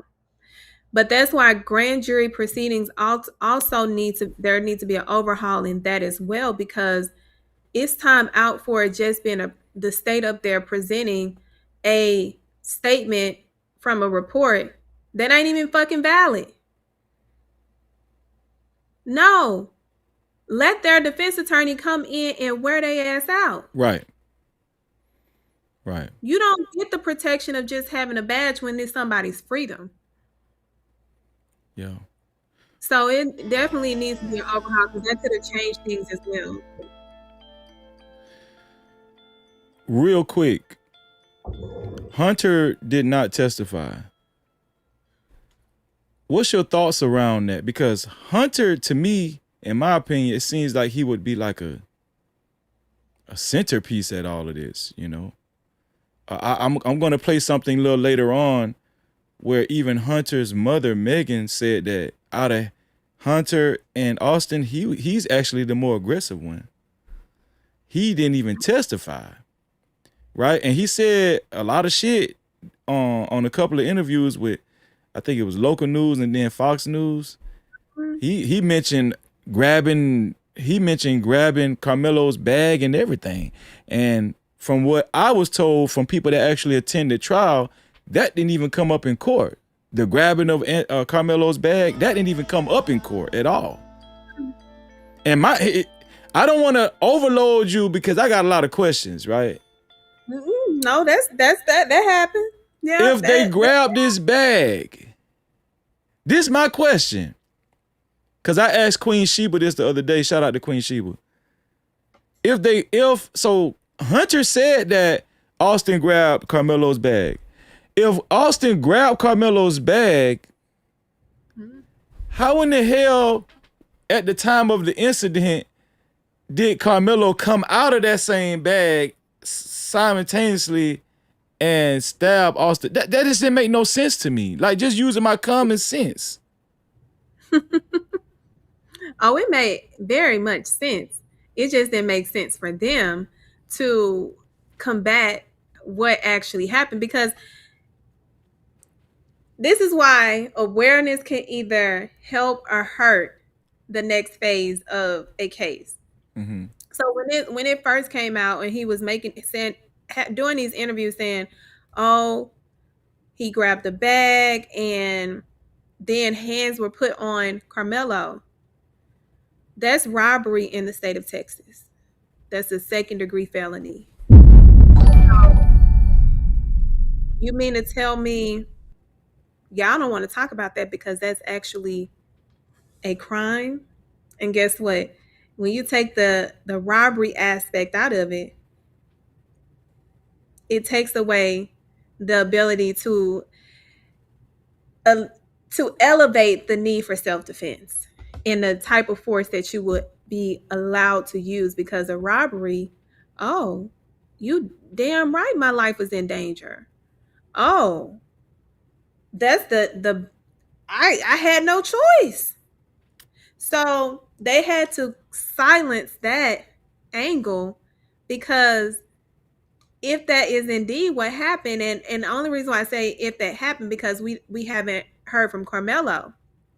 If that is indeed what happened, that's the second-degree felony, because it elevates from a theft because you use force to take someone's property. That's a whole nother. Wow. That's a whole nother outlook. You took that's robbery. Mm-hmm. That's robbery. You took my bag, then you got your goons surrounding me. Man, I don't know what y'all finna do. If you have enough, let's speak to mindset. If you have enough nerve to grab my possessions unlawfully, ain't no telling what else you willing to do. Man, y'all, listen, you taking my shit? Man, y'all ready to beat my ass to a coma, possibly kill me. Let me I forgot. Because they white boys. Oh, Freezy. No, you taking it too far. You just exaggerate because they white boys. Them white violent boys. That's a fact. Yeah. Make no mistake. They have a propensity, a history, and they have a tendency. That's their DNA. Carmelo should have got completely off of this. Yeah. No time, no nothing. And if this case would have actually been tried right, there could have been a possibility where it was so many questions asked to where, you know, another case developed from this, as far as like, you know, what these other kids had done to him. You know what I'm saying? They just couldn't afford for their hometown hero, who was a part of a 0-9 record team, sorry ass, with his sorry damn, you know, trying to make him a damn hero and just being so noble. And then Jeff Metcalf was on Fox News talking about, you know, I could see him going Division 1. Man, that man wasn't going no down Division 1. That man was sorry as hell. Just like their daddy. Just like their damn daddy. That's the mediocre. They mediocre. White people are mediocre. They are mediocre at everything. They do the bare minimum and think they the greatest. Please. Right. That's why they steal from us. That's why they what? Say it again. That's why they steal from us. Yeah, they've been doing that for centuries. They said, "No, 1 and 9 Freezy." Oh, well, I took one from them. I short-changed them. That's what I did. Man, damn them sorry ass motherfucker. But boy, you can't tell me run out on that damn field like they about to get to work and got work. Hell. So let's talk about at trial how they didn't bring no experts. You and I talked about that, right? The investigation. No experts. What do you think about that? This is a murder trial. This is a murder case. You would think that they would have, you know, several experts testify or just speak in court. What's your outlook on, what's your observation on no experts being involved in this? They better hope that judge calls the exclusion of experts. Because if their record doesn't say that they were prohibited, a lot of ass whoopings need to be going on. A lot of ass whoopings, because ain't no way you know this is what you need to do. Now, Toby Sugar, this is why I was so pissed at Toby. Let me make something. Ass whoopings as in your profession, not physically. I ain't trying, no, not putting hands. But Toby Shook knows that experts are needed. He's tried several self-defense cases. And Amber Geiger, y'all had a expert. On her case, y'all had an appellate mitigation expert sitting in the courtroom, crossing their T's and dotting their I's, getting ready for the next phase that they know they cooked. You got to appeal. You have a person that is from the appeal side that is in the courtroom listening, writing everything, jotting everything down, so that even while they're waiting on the record to get the record, they already know the record because they've been sitting there this whole time. They didn't have a use of force expert that could have came in and basically told them, based off of that piss po ass video for sure, why the force was necessary. And it matches the level that is needed to contain a threat. So they didn't have that. They could have brought in an ME that could have countered the ME's findings of the cause of death. They did not have a detective, a retired detective that could have come in and talked about how they tainted that damn entire crime scene and nothing should have been admitted. Everything should have been washed and thrown out, because now it's no longer a crime scene of integrity. It's a crime scene of issue after issue after issue after issue. So also, they should have brought in a specialist that specializes in Carmelo's um, condition. He has epilepsy. And what a lot of people don't know, that there are different forms of epilepsy. And epilepsy comes on at the onset of stress as well. And it doesn't tell you how soon, it just shows up. I know because my sister had it.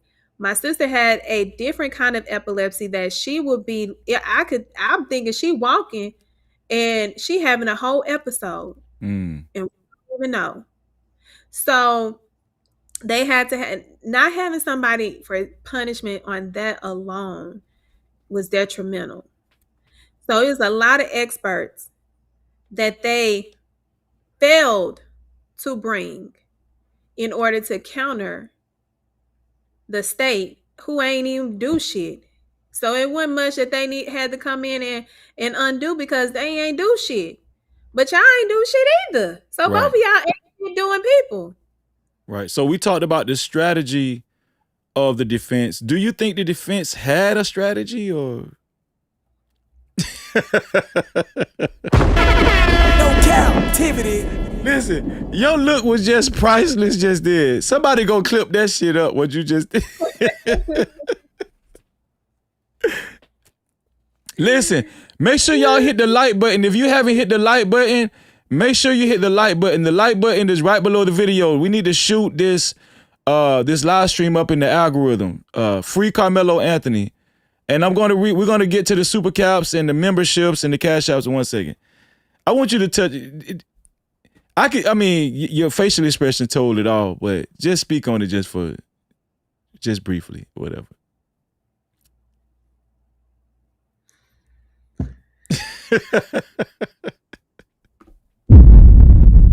I don't know what the hell they was attempting to do, because even with the prosecutors being horrible, they was still walking their ass throughout the whole trial, and you got the audacity to be on social media talking about something. I don't try from a standpoint of aggression, because that's not how I get what I want. Well, you ain't get shit.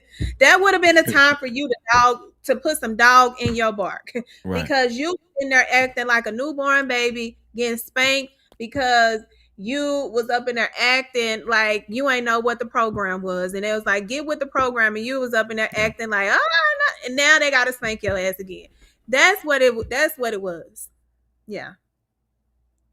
I've never seen anything like it. Even the most mediocre lawyers have at least got some aggression, some bass in their damn voice.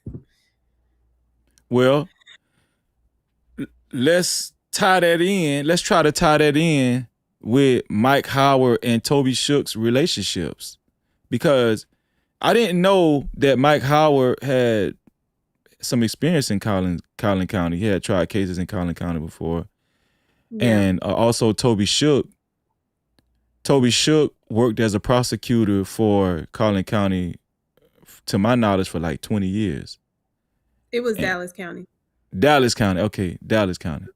But he's very familiar with the judge and, the prosecution. And I think also Toby Shook had a law firm. He actually had a law firm with Bill Worski, downtown Dallas or whatever, right? And I think it was Shook, Brand, and Worski. I think that's the law firm that they had. Yeah. How significant is that? Why is that important to point out? It's important to point out in this case because a lot of shit that was unethical happened. Mm-hmm. And you mean to tell me you ain't blow the whistle, you ain't sound the alarm? Oh, is it because y'all got a relationship? Okay. Because ain't no way that a defense attorney is going to sit there and allow you to do the things that they were doing. Because a lot of people don't understand, is like, yes, we have relationships, friendships outside of being advocates, But when it comes to coming in a courtroom and you on that other side, I don't know you. Right. We not friends. My client, that's who I know. I don't know you. So ain't no kumbaya. Ain't no, hey, can you give me? I ain't got no copies for you. You should have got your own copies. That's the type of energy that I exude.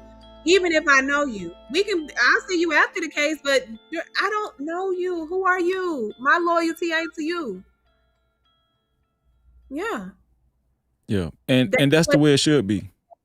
Yeah, but that's what it gave the total opposite. It was like their loyalty was to whatever brotherhood and whatever agenda and plan and whatever cover up that was going on, because that was a cover up. Yeah. That was a textbook cover up. They realized that, oh shit, we didn't really do our fucking job on this investigation. Now we gotta continue with the cover up, because if we don't, we are all fucked. If my life on the line and I paid my attorney, I need my attorney. I want my attorney to act like the prosecution is his enemy.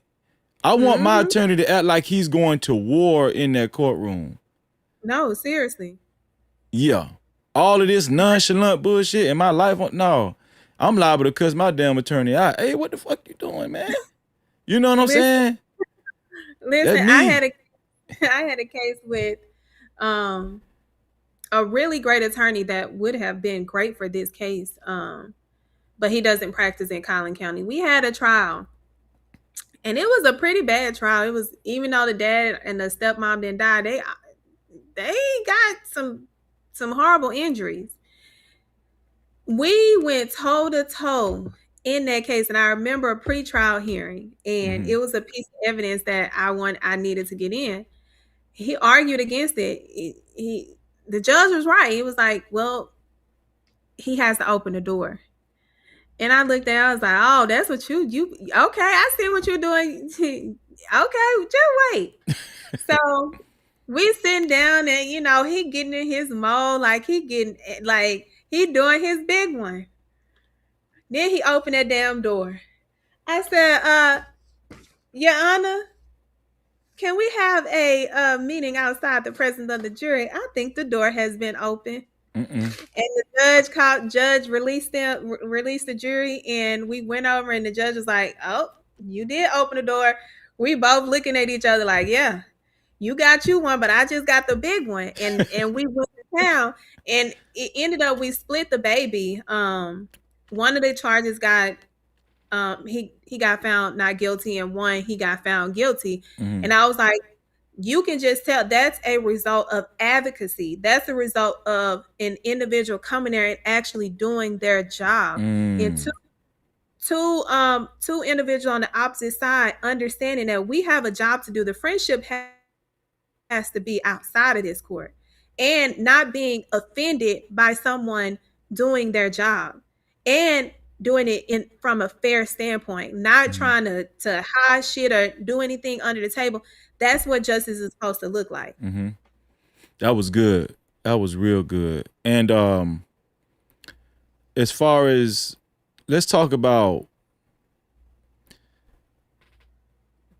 yesterday when I had, and shout out to Nick at Night, I had her on the show last night. She interviewed Dominique Alexander, and in one part of that interview, Dominique Alexander was asked, did it look like Carmelo Anthony was jumped?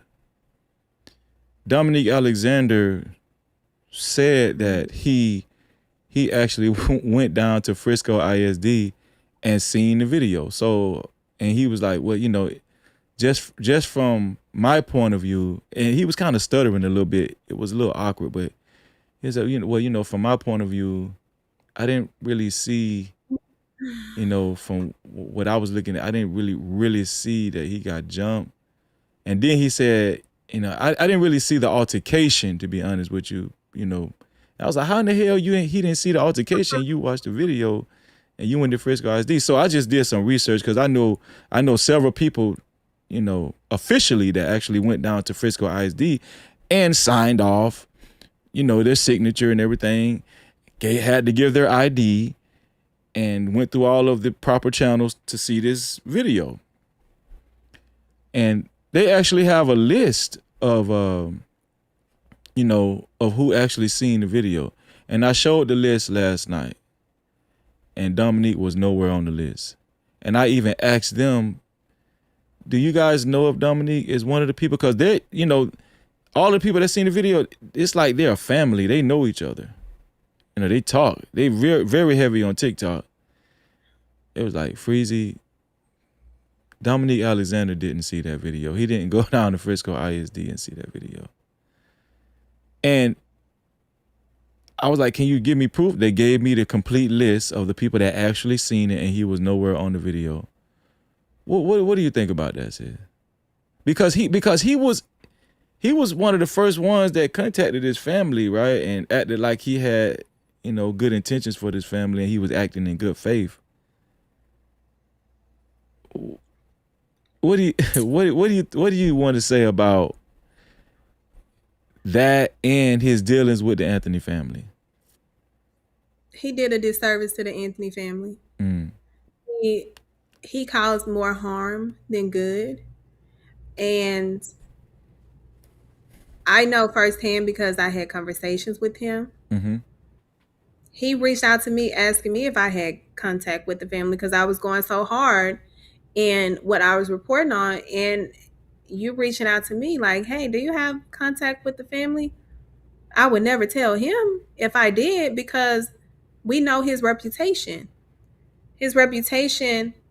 And speaking of his reputation, I had friends who had a family law case in Denton County, one of the counties you don't fuck around in.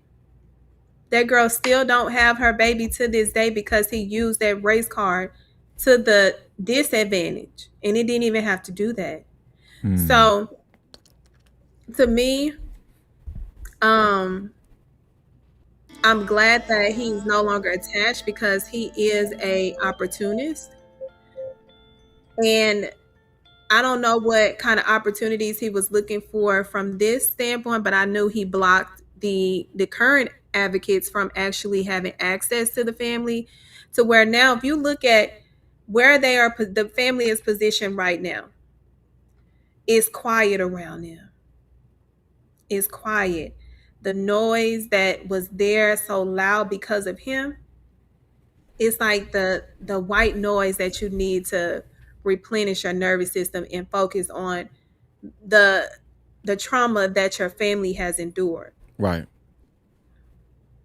What he did was the total opposite. Put them in the lion's den and they were getting ate because of his ineffectiveness, his lack of experience in this area, and the fact that he tried to block everyone.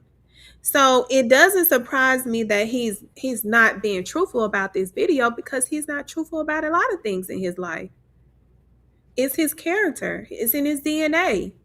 He will deny, but the receipts will never be denied. Like, the one thing that eats him up that I know about is those conversations that we had when you are now throwing the original people that you put into place under the bus. Let's talk about it because you put them in place. Them people was minding their business. You talking about, well, he had to have a bond here. Guess what? I can call an attorney right now and say, hey, my folks got locked up. They got a bond hearing on Thursday. What's your fee? And guess what? It takes nothing. So not about that. Carmelo Anthony was sitting in jail for 2 weeks and could have gotten a bond hearing within the first couple of days if he would have had the right to get on there. Wow, that's crazy. So that is what pissed me off a lot about him. I was like, what the hell are y'all doing? Then y'all on the background fighting about they sending invoices for $30,000 and they ain't did nothing. They sending invoices based off of the amount of money that was poured into this family. And then you go up there and you do a circus and a mockery of him being released that puts him even more in danger. And then you continue with a freaking press conference where you are talking about yourself. that they would, a real advocate would have never had that press conference. That's what they would have done, made a statement and said, we are going to allow this to work itself out in the criminal justice system. But we send our deepest condolences to the Metcalf family for this, for the loss of their son. We do not take this lightly because it's a tragedy and no one deserves to lose their child. And we're going to stand steadfast in allowing this to work out in the criminal justice system and not in the court of public opinion. You think he went about it the wrong way at that press conference? The way he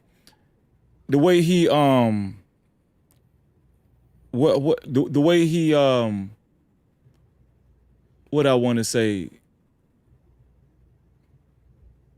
how he handled Jeff Metcalf, the way he talked about Jeff Metcalf, it was almost in like that was disrespectful. That shouldn't have never happened. And if I'm looking at it from a real advocate standpoint, because I just think he said too much extra shit. I think he put too much sauce on it. He wasn't supposed to be there, granted, but he's here. Guess what? We're going to use this opportunity because we shouldn't have been doing this anyway. We're going to take this opportunity to acknowledge that this man is here. He's here and he's lost a son. And we're not going to take away any pain that he is experiencing right now. And we understand that we don't have the answers that he is probably looking for. But what we do have is a God that sees both sides and understands that he's going through pain and we're going through pain. But no pain is greater. And we're not going to take that away, and we're going to stand in solidarity, and we're going to pray for him. Yeah. Because we don't understand. I can't go to bed at night knowing your pain, just like he would never go to bed and understand my pain, even with my son being alive. He did too much. He made it look like a war at that damn press conference, you know. Yeah, Sarah, what the hell? Why are you up there acknowledging Sarah Fields? Why are you putting her? Why are you up there freaking doing that to a father that just lost their son? And yeah, he's not supposed to be there. Whoop-de-fucking-do, he here. If you would have taken time out to humanize that situation, that would have changed the energy for the targets that you put on the Anthony family from the rhetoric and the irresponsibility that you carried in those spaces as a fake advocate. You know what you're making me think about? Maybe if they would have let him stay long enough, he would have went off. He would have showed his aggressive side, you know, like at the press conference. You know what I'm saying? Yeah. They victimized him. Let me tell you what, that in that span, that time frame, when the Proud Boys came down, that was his first opportunity to show that, oh, I don't want this to be about race. I do not support this. This is not okay. Then he shows up to the press conference and you kick him out in that stamp. Oh, the world is now looking like, damn, this not right. The world is now humanizing Carmelo Anthony after the fact. And guess what? You are not attached. That says a lot. What he did was royally screw this family. So I'm pretty sure he probably gonna see this, and he hates when I say things that are true about the reality of what I know is going on, because he likes to attack women. So I'm used to how he responds when he sees the truth being told about him. And also, another liar that said that they seen the video, being that we're talking about her, Sarah Fields, she made it seem like she seen the video, but it came out her name is nowhere on this list at all. Her name is nowhere on the list, man. So to me, it just seems like it's just a bunch of fabrication going on. You know, they are the same people on different sides of the field. The same. Opportunists. Yeah, that's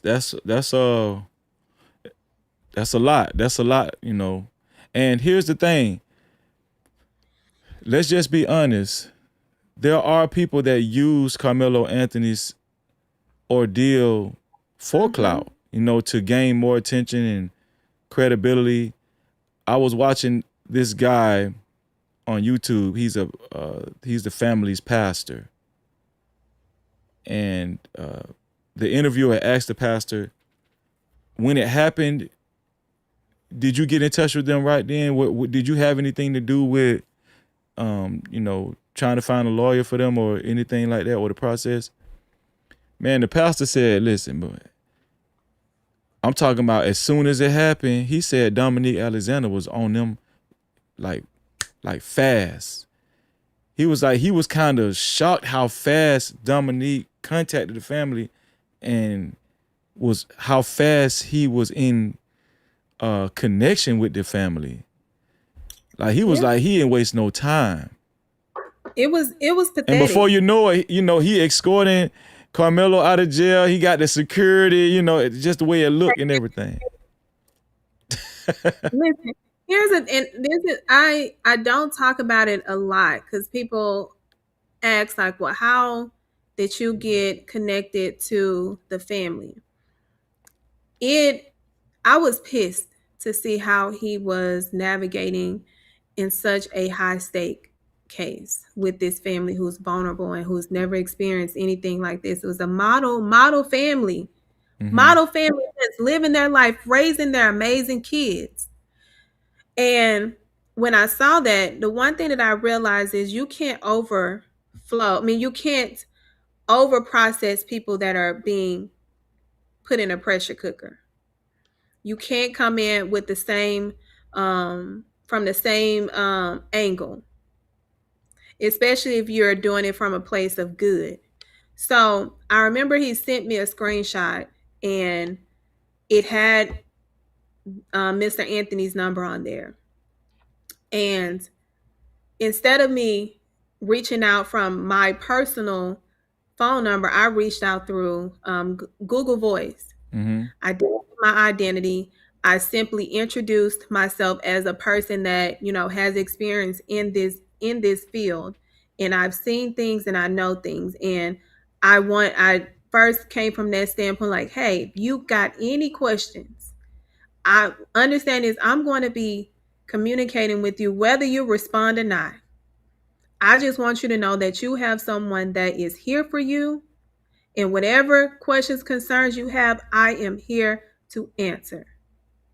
And I think after the first or second one, he ended up responding.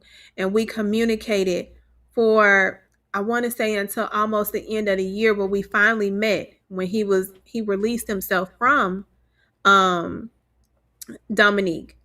But he would send messages. I would send messages, just letting him know that you got people that care about you and fighting for you and making sure to protect your family's names in rooms that do not deserve to disrespect you. So during the trial, when Dominique was doing the press conferences outside the courthouse and everything, and he had the microphones in his face, because I heard this, but I don't know if you could actually confirm this too, because it seemed like you just did confirm it.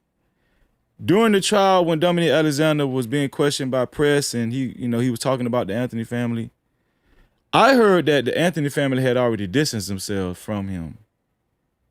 Yeah. But he was speaking on the family's, like, I don't know. It's like, it was weird, It's like everybody that knows the truth knew what he was out there doing. It is not a surprise. Here's the thing. So support should be provided in whatever capacity that you can bring the support. But we know where that kind of support was coming from. Do I doubt that there's an inclination that this person cares about this family? No, I don't doubt it. I don't know the capacity. I don't know the range. I don't know in what way. But there's something there that if you meet this family, you couldn't deny caring about this family. So I can give him that. The false narrative that he's putting out, even when they made the announcement of the legal team, he made it seem like he did it. He made it seem like he put the thing together. I said, yeah, and then later, he separated himself from that process. Yeah.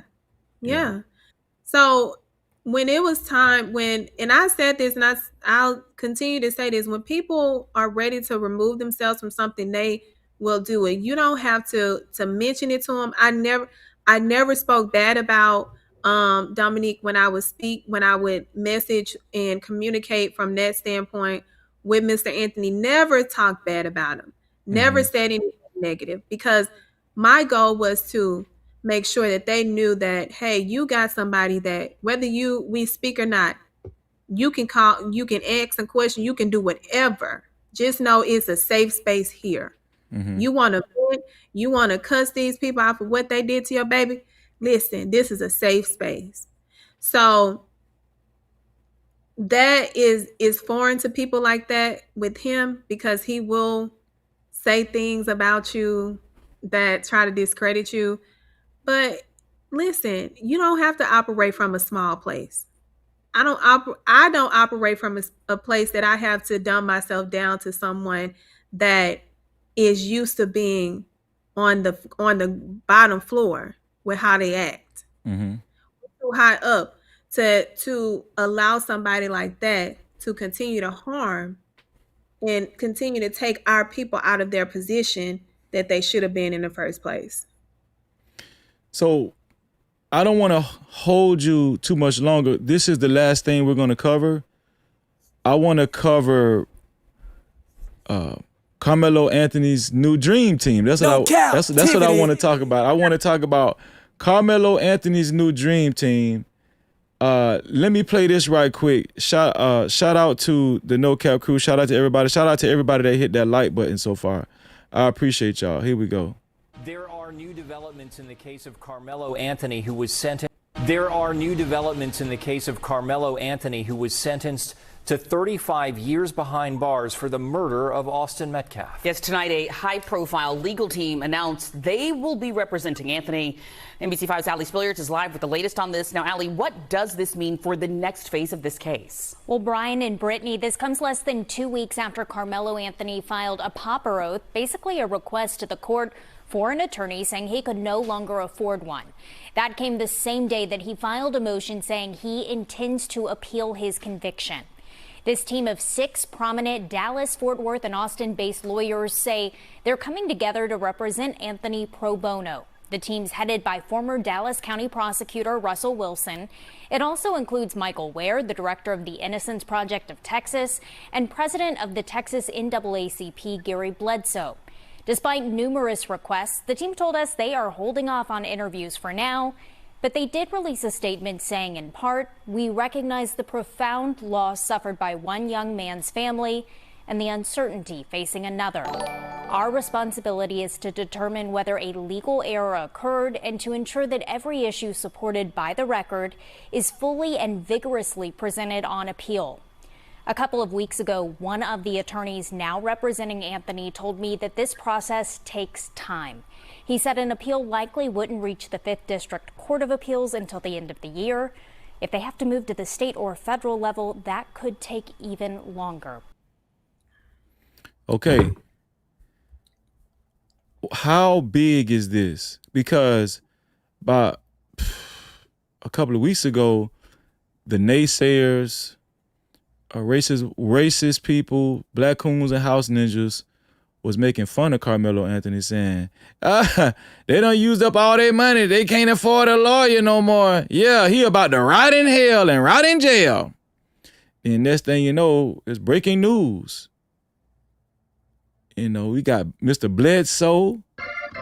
You know, you know what I'm saying? We got a dream team. Yeah. And they calling this the Dream Team .0. Now, I've seen documentaries with Mr. Bledsoe, and I think the white guy from the Innocence Project. Yes. These guys ain't nothing to be messed up with. So let me just give a few nuggets about the three, especially the two that I'm familiar with. Mm-hmm. Craig Watkins, who was the first Black district attorney in Dallas County in 2007 when he was elected, he, along with Mr. Ware, no, is it Mike Ware? Mm-hmm. Is it Ware, right? Not Wade. It's Ware. Yeah. Okay. Mike Ware, he was one of the founding prosecutors who created the Conviction Integrity Unit in Dallas County. First of its kind. First to start it, first to do it, just really change the game, because Craig Watkins, that he ran on that agenda. He ran on taking second looks at cases that needed and deserved because of wrongful convictions, and understanding that the system wasn't designed to keep us out, but it was designed to put us in by any means necessary. Mm-hmm. So they created the Conviction Integrity Unit. What they did was they would go in and look at cases, and whether they needed to retest DNA, look at statements, reevaluate the case as a whole, break it down to the bones, and put it back together to see if it stuck the same way. Dallas County became the leading district attorney's office in the country for exonerations. That's because they developed and created this Conviction Integrity Unit with the mindset of exonerating as many innocent individuals as they can, and they got the power to, because that's when you got power like this, you can do that. And that's what Craig Watkins did. And in 2011, Mike, he left the DA's office, but now you have Russell Wilson, who is the lead counsel. He gets promoted to take over that division, the Conviction Integrity Division. Mm-hmm. Now that he's a prosecutor, meaning he's a defense attorney, but at that time they were still leading the country for the most exonerations. Wow. Being recognized. And when you think about that from that context, you can see what kind of team he has, because even when they were a part of the state, they understood their power, how to use it, how to integrate it, and how to protect and serve the way that they're required to do. Mm-hmm. And then when they came out after utilizing the resources and the funding of the district attorney's office to learn and grow and excel, now you're out here able to do it on your own from an independent standpoint with the same force, the same power, the same experience, the same knowledge and resources. So bringing them together was necessary, because you have two of the top that have done it at that level. And now you have Bledsoe, who has the same, if not experience that they've had from the independent side of just being a defense attorney. Mm-hmm. And all of the accolades and the knowledge and the skill and the game planning that is going into this was needed. And guess what? They mad because it's pro bono. See, God don't tell you when. No Cap-tivity. It's possible. That's right. He just said it's gonna happen. He don't tell you when or how. He just said, "Do you trust me?" Come on now. And guess what? Shows up every time. It shows up at the right time. You can't tell right. God when to show up. You That's better right. let God show up when it's time and when it's according to the purpose and the promise.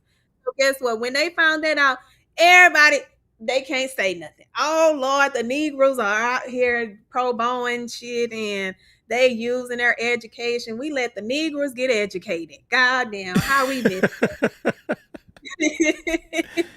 And it came right after Charleston White tried to shit on that family, right? Fuck him. And guess what? God ended up shitting on him. Then come on now. God made Charleston White look stupid. Made him look stupid. And, you know, like he really was going to donate $75,000. We know that was a lie. You ain't even got $75,000 liquid, I don't believe. And then he just switched out on the family and even kind of leaned more towards Jeff Metcalf. And I just felt like that was so treasonous and it was just bad on his part. And I tell my audience to, I promote counsel Charles Dwight over here, But the way the dream team came on time, it was so it was just at the right time. It just seemed like it was divine intervention. Go ahead, sis. Yeah, it's when you have the right advocate. And that's what advocacy is. You are able to come in and you're able to silence the noise in order for the plan to be formulated and executed. Not only did it come at the right time, it came at a time where I know the Anthony family may have felt alone. Oh, man. Had felt that the world had closed in on them and everybody forgot who they were. No, we amplified it. We put belt to ass in order to make sure that the story was going to be told, whether it's told from the standpoint of the wrong. Just know that we get to write his story. We get to amplify his story. And now his lawyers get to amplify the wrong that was done so that we can undo and redo in order for him to come home and be the successful Carmelo Anthony that he's destined. Regardless of what they did, he's going to be just fine.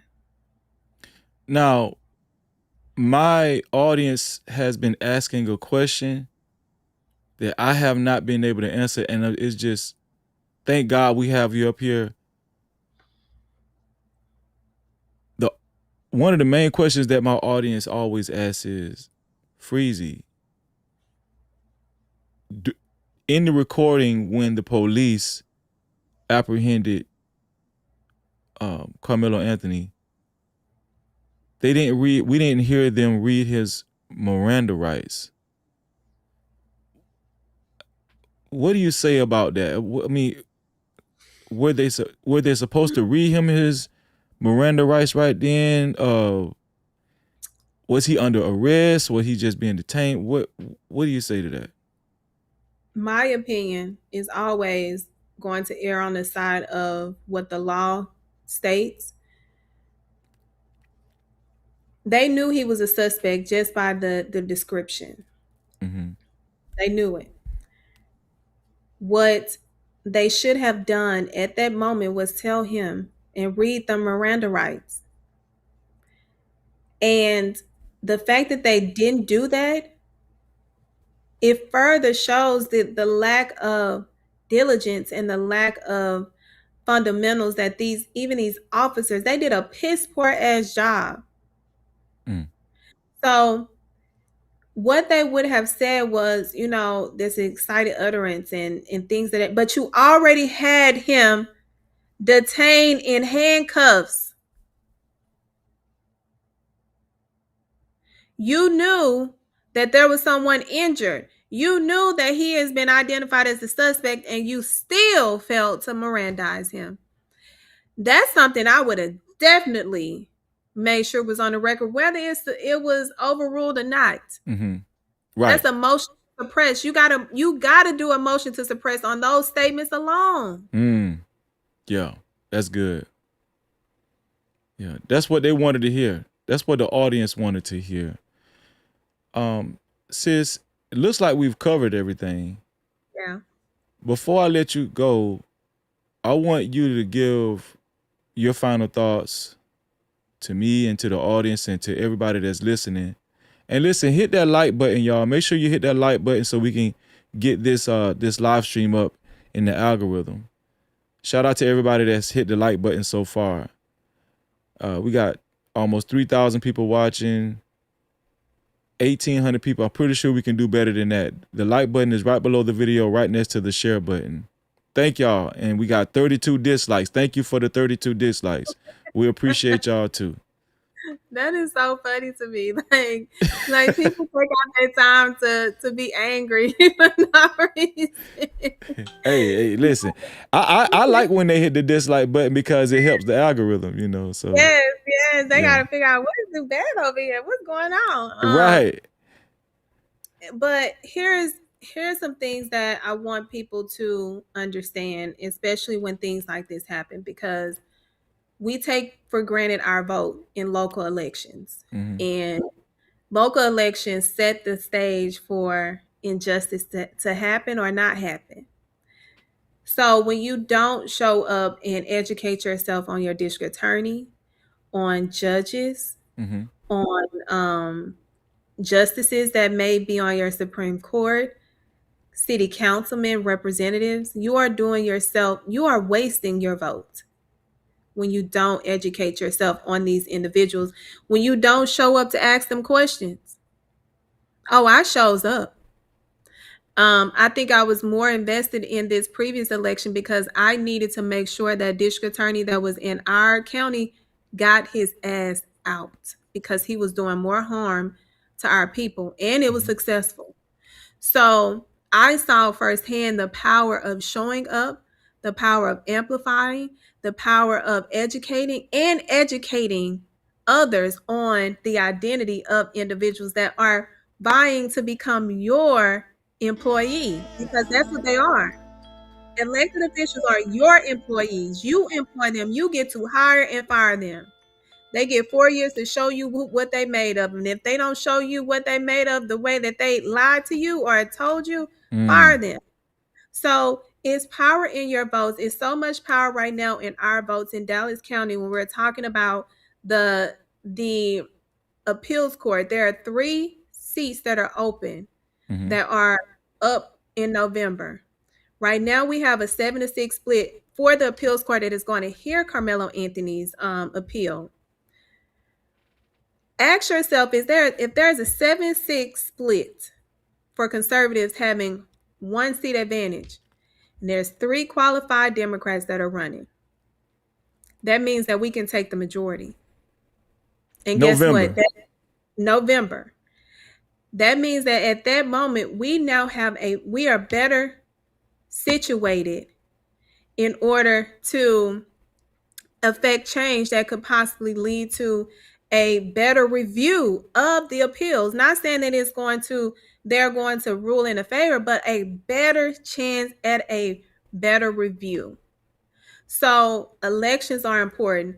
Speaking out is important. Do not be afraid and let your voice be reduced out of fear.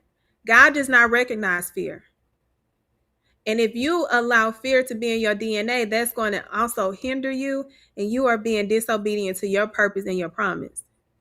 So no matter how uncomfortable it is, no matter how much smoke you may think you're going to get, that smoke is so light compared to the glory that God is going to receive for you being obedient. So always remember, when you see something that is not right, call it out. It's not time. We cannot continue to protect people that prey on our freedom, that prey on our livelihoods, that prey on us as individuals, that try to divide us instead of amplifying us, elevating us in rooms that we deserve to be in together. So the time now is to continue to be observant. And when you are observant, learn.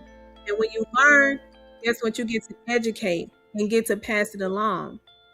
What Carmelo Anthony is experiencing is something that we never thought would happen in 2026.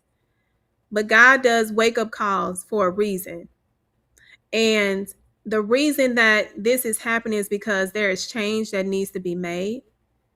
And that change starts with us. We have to hold our city councils accountable. We have to hold everyone that asks us for our vote. And the next thing that we need to be talking about with our local officials is getting prosecutorial misconduct and judicial misconduct reform on the ballot, on legislation, because it's time to hold these unethical, ineffective as lawyers who sit on qualified immunity and is getting paid with the taxpayers' money to get up and fuck us, it's time for them to see what it feels like to be on the other side when you intentionally use your power for harm. So those are the conversations that we need to start having. Those are the conversations we need to start calling people out. And once we start doing that, especially as a community, we're going to see some things that are going to change, whether it's slow, steady, or fast. That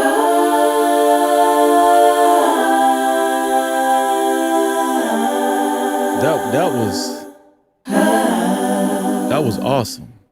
And when you talked about the appellant elections and stuff, were you specifically talking to people in Texas or? Oh yeah, so it's Texas, but every city, every state, every county has those elections, and it's never talked about. Hey, Keisha. Shout out to Lakeisha. Keisha in the building. No Cap-tivity. So it's never talked about, but those are seats that are often just won by the conservatives, and they get to run amok. But if we amplify even those seats, and I think this case amplifies the why and the urgency, we got to utilize that time to make sure that people are educated that those seats are also important. It's really important as we see now. So, but every city and state has it, or county. Georgia just had theirs a couple of weeks ago, and it was stolen from some qualified African Americans with false narratives and lies that were put out. So, yeah, it is there. And when they feel that heat, they try to turn on their heat of fixing. They're fixing the heat because they know the heat gonna overtake them and burn their ass and probably tan their ass and make them look like they're kind of season on their ass. Is that classified as okay? That's included in midterms, right? Or is that is that class? Some primary and some midterm. So if they have an opponent in primary, yeah, even if you still have to vote for them in a primary, even if they don't have an opponent. Okay. So we're gonna look for the appellant court elections, y'all. That's where our sister is stressing, right? That's very important. And that will assist Carmelo Anthony in his process and also the Dream Team as well. So there is something. This is what the public opinion court brought out, right? There are things we can do to help the process as far as politically. Let's use our voting power and get the right people on the appellate courts, right? So we're going to continue to talk about that. And especially as November rolls around, gets closer, we're going to continue to talk about that too. Sis, listen, your contribution has been stellar tonight. I mean, you went off and you took me on an emotional roller coaster. I'm telling you, this was an awesome show. And I appreciate you, sis. I felt like I held you hostage, held you to, No, you did. Okay. No, it was a pleasure. It was a pleasure. And I appreciate you utilizing your platform to amplify our stories, because if we don't have you, we lose another seat at the table when we have issues that come up, because you have viewers that trust you. And you have the integrity and character that they require in order for them to rely on anything that you say. So the fact that you utilize and you have grown your platform in order to amplify, educate, and also bring awareness, we appreciate you from the Black women standpoint, because it's few far in between. So when we find one, we got to make sure that we celebrate that one, because we know with that one, we're going to have more that is going to follow the one. So thank you for what you do, what you continue to do. And we appreciate you. We see you, and we will stand on business behind you as well. You hear me? That was beautiful. Thank you, sis. I appreciate you. The public opinion court, ladies and gentlemen. Mods, make sure y'all flood the chat with her platform, especially IG. She does have a YouTube channel as well. We're going to make sure we put all of that in the chat. And when y'all see the link, make sure y'all click that link and join the public opinion court. Please, please do that. Thelma Anderson, ladies and gentlemen. Let's get it, man. No Cap-tivity. I will be talking to you later, sis. All right, y'all have a good one. All right. Shout out to Thelma, man. That was awesome. Show's not over. I got some new things to show y'all. I got something new in the video, in the editing process. Thank you, sis. Shout out to Lakeisha Keisha. Thank you, sis. Listen. Shout out to Grape News in the building, too. Listen. The show is not over. The show is not over. Make sure y'all hit that like button, all right? Hit that like button if you haven't hit the like button. And if you don't like something so far, just hit, if you don't like the show so far, but you still like the show, hit the dislike button, okay? We're going to read some super chats and cash apps and memberships and PayPals. So if you want your comments read and highlighted, this is the section of the show where we read all of the super chats, cash apps and PayPals and memberships. Thank you, Lakeisha Keisha. Shout out to Luna Wolf. Thank you to all the mods. Shout out to Red Scholar, aka Kimberly Johnson from Temecula, California. Shout out to all the mods, man, that's been working in the chat. I appreciate y'all, man. Thank you, thank you, thank you, thank you, thank you. And shout out to Elite Ballet Zo too. We're going to read the memberships as well. Listen. That was a powerful message and a powerful showing that our sister Thelma Anderson gave of the public opinion court. If you guys like what you saw tonight, you're going to even like what you see more on her Instagram and her YouTube channel. And she's on fire. And as you can tell, she loves her people. She loves the community. She loves black people, right? And what makes her powerful is she worked in the law field and is still working in the law field, right? Also, she's a legal analyst. She's shown up on several accredited platforms, Roland Martin, just to name a few. And we're just fortunate to have her presence, to have had her presence tonight, right? But the show is not over, y'all. I still got some more stuff to show y'all. I know y'all thought it was over. No, the show is not over. I want to show y'all some stuff. There's some new information that I actually, there's some new information that I came across, and there's something new that I noticed in the video. Y'all, Forensic Freezy is on the job and is lurking. I'm telling you, Forensic Freezy is on the prowl. And I just been noticing new things in this video, and I'm going to show y'all what I noticed. And I'm going to let you guys be the judges as always. But we're going to read some super caps right now, and we're going to read the cash caps. As a matter of fact, let me read the cash caps first and PayPals, and then we'll go from there. How about we do that? Let me see. Shout out to, I think this is the King of Swag, man. Shout out to the King of Swag for his $50 cash cap. Thank you, my brother. $50 cash cap. Check the cash out, bitch. He said, show sponsor for the night. And shout out to the new Black Panther Party in the building too, man. No Cap-tivity. Yeah. And shout out to the new Black Panther Party in the building. Let me see. King of the Swag, $50 cash cap. He is the new official sponsor of tonight's show. Let's go ahead and put him on the sponsorship board below. King of Swag. Here we go. $50, man. To be a co-sponsor or official sponsor of tonight's show, it has to be $50 or more. Shout out to the King of Swag, man. Appreciate y'all, man. Y'all been showing up and showing out. Listen, it's not over. This your boy No Cap-tivity with Freezy. All right, if you're new here, make sure you subscribe and hit that notification bell. It's very important. That's how you become a part of the No Cap crew. Let's get it. Do as he fast. 10s, 20s in the place. No cap. Appreciate. Cash app. Super chat. Super stickers. Memberships. PayPal's in the building later. I ain't like that. Don't forget the 50s. Don't forget them hundreds.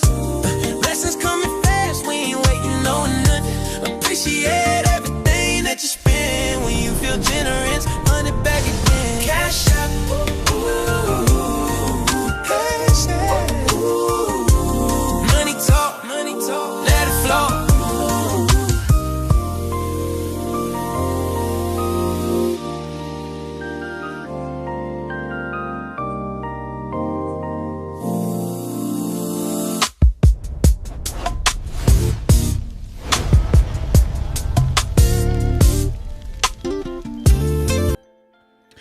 Shout out to Queen 88 in the building too. I was in the middle of talking when she came through, but shout out to Queen 88 as well. Shout out to my sister Queen 88. Let me see. Let's go to the memberships. Let's see the memberships. Shout out to Scarlett gifting 1 new membership. Appreciate you, Scarlett. Thank you for gifting 1 new membership. Who was the lucky recipient? Rebecca Belton. She said, thank you, Scarlett. Thank you for the membership. She received the membership. Also, shout out to Uncle Granddaddy, Too Bad Getter, for just becoming a member. I appreciate you, bro. That means a lot. Also, shout out to, is it Lil Kim? Shout out to Lil Kim for becoming a member. Is this which Lil Kim is this? Huh? Also, shout out to Luna Wolf for gifting 1 membership. Thank you, sis. I appreciate you. Congratulations to Genovia J for receiving the membership from Luna Wolf as well. And who else? Who else got memberships? Let me see. Our brother, our Art, Red Bull, Shalom Art, gifting 5 new memberships. Thank you, bro. Congratulations to Tiggy Killer Kitty. I be thinking you already have a membership, Tiggy Killer. You know. Also, shout out to Nova Kane. Ask Dr. Keisha. Welcome, Ask Dr. Keisha. Great to see you. From A to B, received the membership as well. And Rose A Day received a membership. Congratulations to you guys. And thank you to my Art, Red Bull. Red Bull came back again with another 5 memberships, which that makes him on the sponsorship billboard as well, on the sponsorship ticker below. 5 new memberships. Shout out to our Art, Red Bull. Shalom, Art. JP Money, not JT Money, but JP Money. JT Money is a rap out of South Florida. Congratulations for receiving your membership. Tessa B, congratulations. Let me see. Arbiter class. I'm pretty sure I said that wrong, but congratulations. And Yahuda, his name, congratulations for receiving your membership. Once again, shout out to all of the gifted memberships. I appreciate y'all. And make sure y'all maintain your membership every month so y'all can join us on Wednesday nights, which is our VIP Wednesday, right? And our VIP Wednesdays, which is our membership-only live streams, are uniquely different from our public live streams. We hang out, we let our hair down, and we're very transparent in the VIP Wednesday live streams. Once again, welcome to the VIP crew.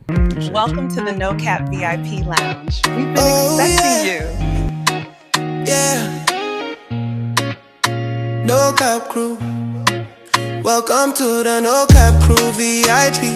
We welcome you, we welcome you. Thank you for the love, for the loyalty. VIP, it is here for you.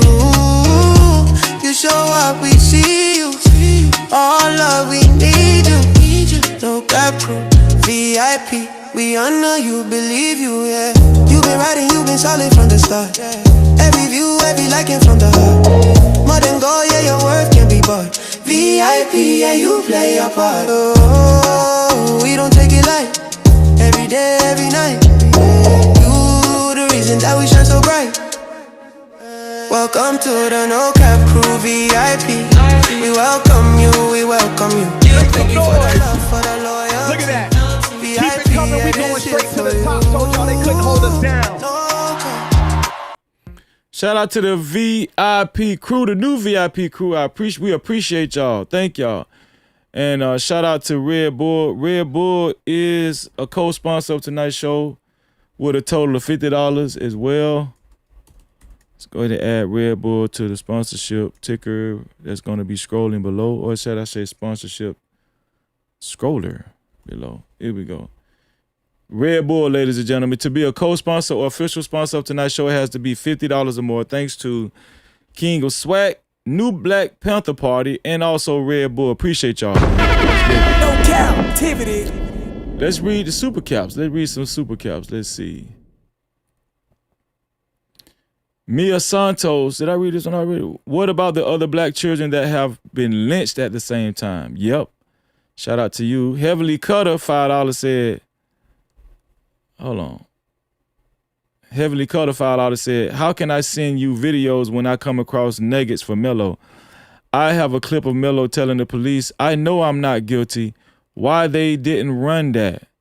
I know I'm not guilty. Okay, my email is freezy76@gmail.com. Mods, could y'all put my email in the chat? Freezy76@gmail.com for Heavenly Cutter and anybody else. My email is flooded, so I'm just have to take out a day to just look at everything. Also, let's see. And shout out to the People's Lounge. They were the initial sponsor of tonight's show. Mitra, $2 said, hey family, hope everyone has or had a great day. Shout out to Mitra. Scarlett, $5 said, welcome, Thelma. We're excited to hear your truth tonight. Free Karmelo. Shout out to you, Scarlett. Trail Mix, for the $2 said, ooh wee, she is the definition of gorgeous.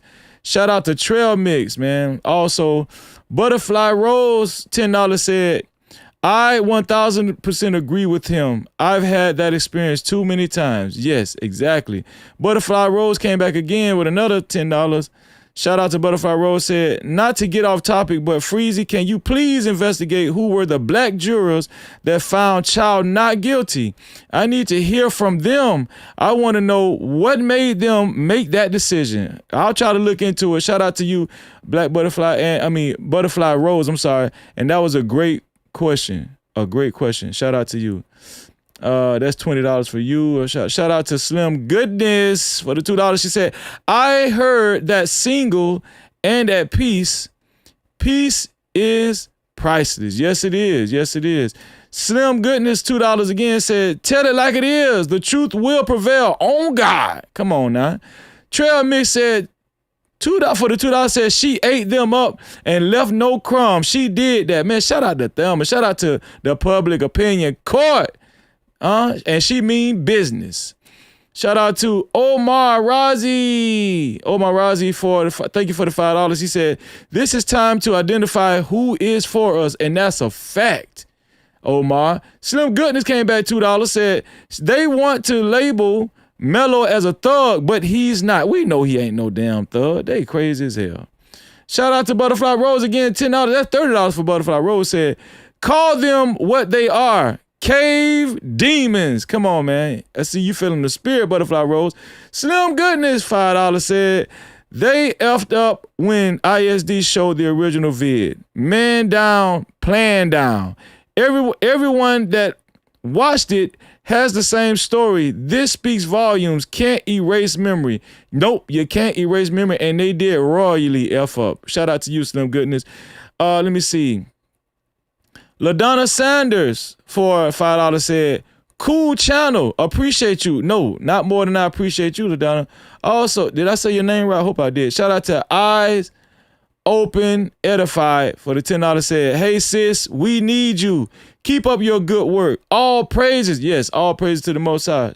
Shalom, sis. Shout out to Delana Williams for the $10 said, we better stop playing and open our eyes. Sis, listen. Don't tell them nothing. Don't tell them nothing, sis. Fantasy Island, $2 said, no cap. You know I said that coach put them up to. You know, no cap. You know I said that coach put them up to it. Yeah. Them coach put him up to it. Yeah, and he need to be fired. Coach Starr need to be fired. Shout out to Cynthia Hargett for $2 said, why was the trial so short? We already know why the trial was short. Because they had some up their sleeve, and that's what they actually executed. Shout out to Alpha J for the $5 said, that same snake in the gray short pants walked to Carmelo Anthony and his coach to gain custody of Carmelo Anthony to maybe taint Carmelo Anthony with guilt and blood. Trash can kid ran. Man, it's a lot of foul play going on, man, especially in that video. And we know that video, in my humble opinion, was spliced up anyway. Sneakers Chick for the $2 said, Freezy, did you see the autopsy report? No, we have not seen the autopsy report. We're protesting for the autopsy report to come out, right? We're protesting for the autopsy report to come out. We're sending in declarations and also denial requests and everything. So we're on it. Shout out to you, Sneaker Chick. Also, shout out to Successful MD for the $5 said, let's not forget touching and hitting is assault in Texas. Also, hands are weapons and are able to complete a deletion. Those from certain places know. That's common sense, though, Successful. Do you know what I'm saying? I don't understand why people act like they don't know that. But, because Austin Metcalf is a white boy and, unfortunately, he died because of his actions. They're just going to sweep that up under the rug. Shout out to Successful MD. Butterfly Rose again, $10. What does that make for you, Butterfly Rose? Is that $40 for you? $40, I think. I think that's $40 for Butterfly Rose, yeah. I think that is. 1, 2, 3. Yeah, that's $40 for you, Butterfly Rose. Butterfly Rose said,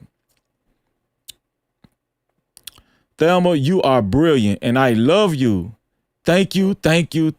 Yes, shout out to Thelma and Anderson. No Cap-tivity. Big shout out to the Public Opinion Court. Sandman Creeper for the $2 said, strong arm robbery. We see how he snatched. Bro, come on, man. And he knew jujitsu. These people just can't do no wrong for some reason, man. JHDTX for the $5 said, Queen Sheba said that a reliable source told her that Karmelo communicated to his lawyer that Austin had him in a headlock. We're going to go over that. Shout out to my sister, Queen Sheba. Also, shout out to King of Swag. King of Swag came back with another $20, which makes $70 for King of Swag. No King of Swag said, bruh, this queen that you have on the show has Panther Power vibes. P.S. Don't show his cash app or mention his name. He doesn't deserve to be mentioned on your powerful platform, Black Power. What cash app you talking about? What you talking about, King of Swag? I hope you want to talk about you because you already, sponsor of tonight's show. But shout out to you. Shout out to King of Swag. He is the official sponsor of tonight's show. Hey, hold up, wait. Do I see 5s, 10s, 20s in the place? No cap, appreciate it. Cash app, super chat, super stickers, memberships, PayPal's in the building, let it rain like that. Don't forget them 50s, don't forget them 100s. Blessings coming fast, we ain't waiting on nothing. Appreciate everything that you spend. When you feel generous, run it back again. Ay. Money talk, let it flow. King of Swag took over the sponsorship. $70 in total to be a co-sponsor, official sponsor of tonight's show. It has to be $70 or more, thanks to King of Swag. My sister Lou Park baby, in the building for the $5. She said, Freezy, ask her what she feels about that body cam footage and also the wrong date on it. Dang, my bad, sis. My bad. But I'll ask her anyway offline, and I'll tell you what she said. Shout out to Mia Santos for the $10. Said, what about the other black children that have been lynched at the same time? Great comment. Great comment. Heavenly Cutter, $5. He said, okay, I read that one already. Shout out to my sister, LaKeisha Keisha. No Cap-tivity. $20 super cap in the building. Make sure y'all put LaKeisha Keisha's channel in the chat. You know we gotta show love to that's my sister channel. Right? That's our sister channel. That's the sister channel. She said, yes, for Karmelo supporter, we gotta help Texas get those Democrat seats filled. And that is a big fact, my sister. Hey, hey, hey, hey.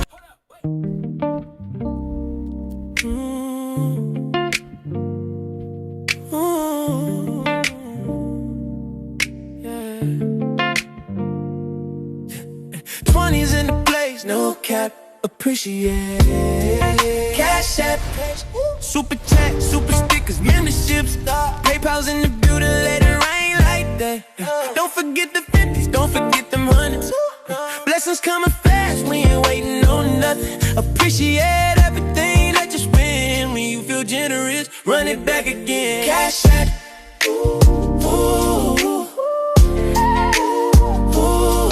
Cash app. Money talk, let it flow. Thank you, LaKeisha Keisha. I appreciate you. Shout out to LaKeisha Keisha. And make sure y'all subscribe to her channel at LaKeisha Keisha. Excellent content creator, and that's my sister. Shout out to the realest. $5 said, thank you, Thelma Anderson and Freezy. Powerful. I appreciate you, my brother. Heavenly Cutter, $2 said, click my video, Karmelo saying he not guilty. Okay, you send it to my email? Okay, I'll check it out. Shout out to Heavenly Cutter again, $2 said, I DM'd you a video clip. Okay, gotcha, bro. The realest came back, $50. That makes $55 for the realest, $55 for the realest. I appreciate you, my brother. Thank you, my brother. No Cap-tivity. You're almost close to the sponsorship. He said, Freezy and No Cap crew is becoming a nation. I'm appreciative of the truth and love in unity, standing on business and holding the wicked ones accountable. I wholeheartedly appreciate all the up vibes on this channel. That light will reveal the liars. No cap. And you better believe it, man. Do as he fast. 10s, 20s in the place. No cap. Appreciate. Cash app. Super chat. Super stickers. Memberships. PayPal's in the building. Later rain like that. Don't forget the 50s. Don't forget them hundreds. Blessings coming fast. We ain't waiting on nothing. Appreciate everything that you spend. When you feel generous, run it back again. Cash app. Cash app. Money talk, let it flow.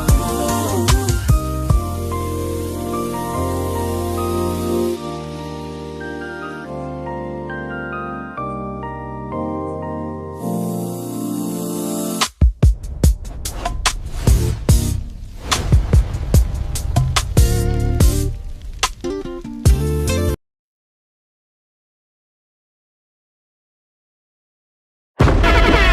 Cap-tivity.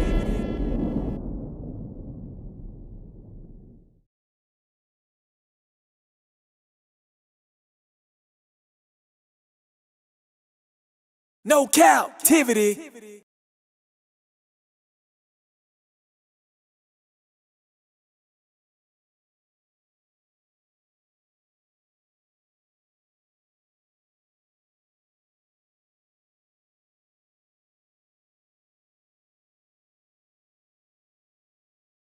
No Cap-tivity.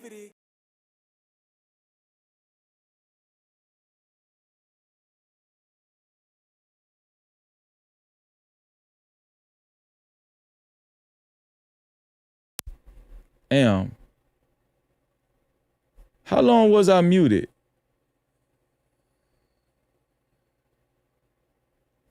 How long was I muted, y'all?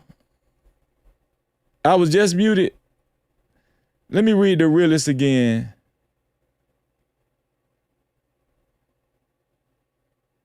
Let me see. Did y'all hear the realist? What's the last super cap y'all heard? The realist? Did I read this one here? Is that the last one y'all heard? Freezy and No Cap Crew is becoming a nation.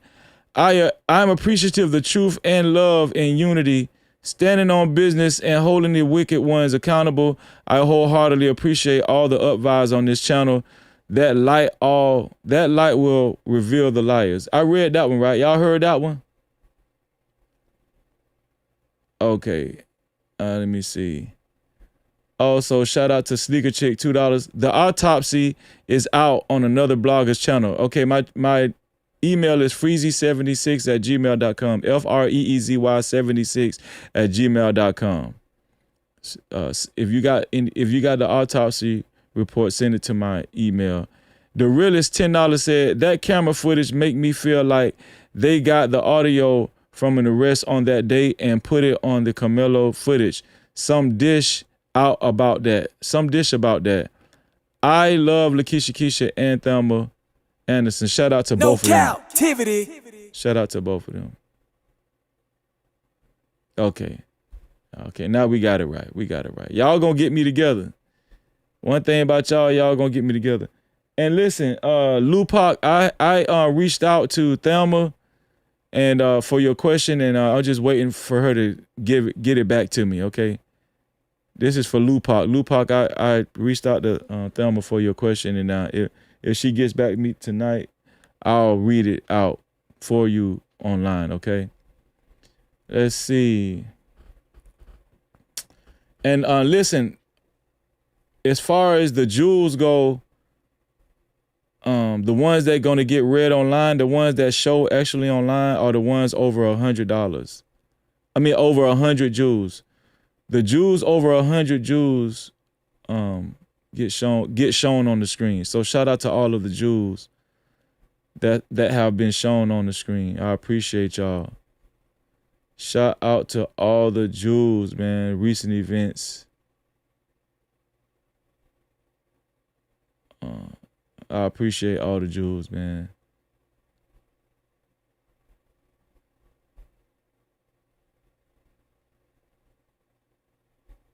Let me see. Read some more jewels.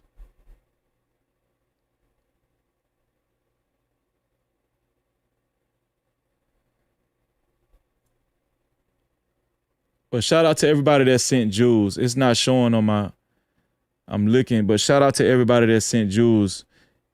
If it's over 100 jewels, it'll show on my screen. Yeah, just like that. Shout out to Heavily Cutter. Yeah, exactly. Just like just like that. Yeah. Shout out to Heavily Cutter, man. Yeah. But shout out to the other jewels too that show in the chat. But yeah, that's how we kind of keep it more organized. So listen, this is what we're gonna do. I'm gonna show you. I got a couple more things to show y'all on video, and I want y'all to check out what I seen and what came to my attention. Okay. Let's see.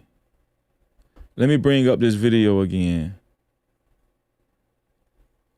Let me bring up the video again.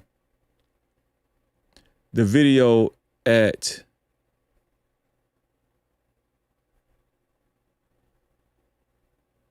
the track meet. The video that they tried to give us at the track meet. Y'all know the video. That video. Yeah, that one that they tried to give us at the track meet. Let me pull it up. Here we go. You said drop the link for Queen 8. Is Queen 88 in the chat?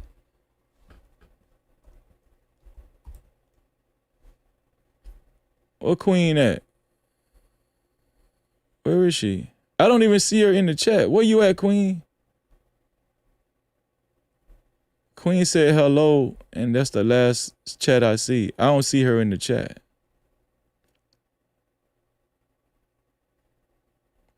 Yeah, that's my sister, man. Shout out to Queen 88. Yeah. But Queen can join me if she want to, but I don't see her in the chat. I'm gonna have to wait till she actually tell me she want to come up. Okay, so let me show y'all this right here. You know what? I'm gonna just keep it on this. I'm gonna just keep it on this screen right here. Yeah.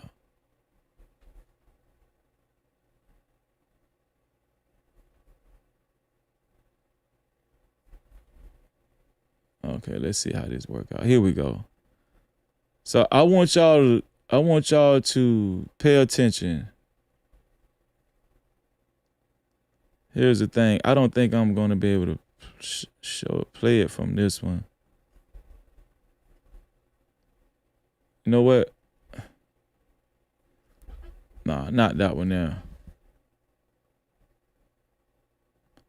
Not that video. How about this video? Let's get the close-up one.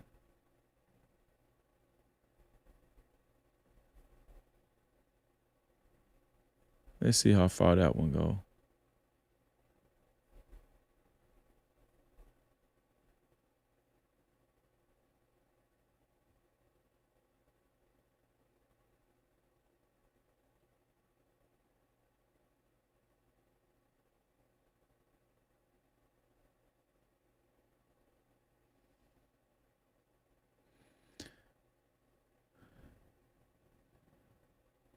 I think I showed y'all this already. You know what? I think I showed y'all this. Thank you, Butterfly. Let's see.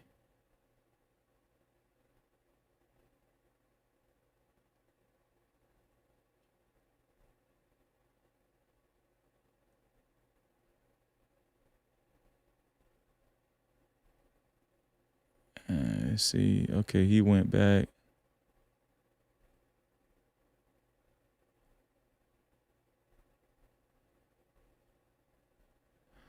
Okay, let me show y'all this.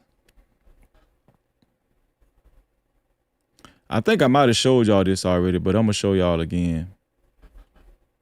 Here we go. I'm going to show y'all again. So this is supposed to be Austin right here. This is supposed to be Austin right here, right? But for some reason on the close-up, Austin just disappears. After the altercation, Austin just disappears. Thank you for putting Queen 88's link in the chat, Luna. Thank you for putting Queen 88's link in the chat.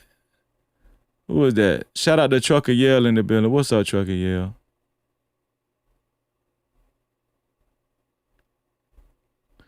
Yeah. So I want y'all to see this. I want y'all to see this. So this is supposed to be Austin. Watch how this just disappears. I think I showed y'all this already, but he just disappears. Watch this.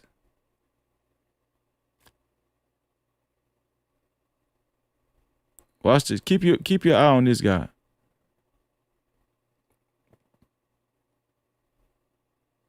Watch this.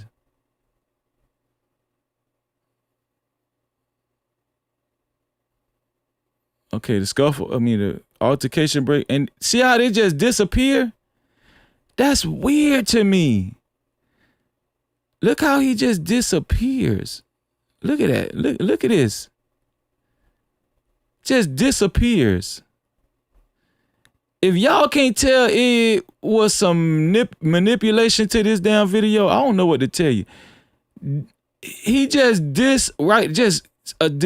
Did I tell y'all this already? Look how they just break apart. They just Do y'all see this? This person is still there. It's just a bunch of invisible men. It's just some invisible men.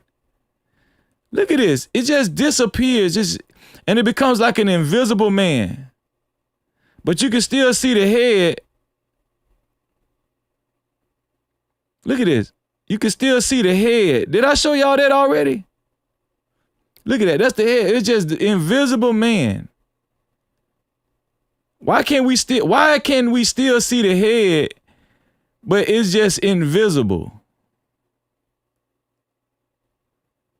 If y'all can't tell it's editing going on this damn video, man, that's come on. No Cap-tivity. Look at this. Disappear. I'm talking about just break apart. Break apart. Look, it's almost like it's a mutant. It's like a mutant right there. It's just the. What is that? What is that? What is it doing? What is it doing?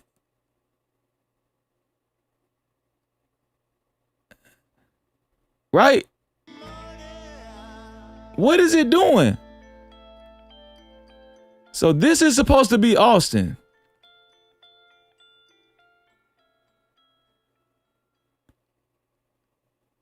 Do you see? Do y'all see this? It's just nothing there, and it's still a head right there. It's a body, arms. All of this is just a lot of commotion. It just looks like nothing. Yo, this is crazy to me.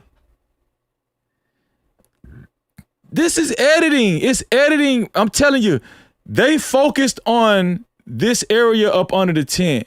Whoever edited this video focused on everything up under this tent. They messed this up royally. They messed this. When I tell y'all they messed this up royally, they messed it up royally.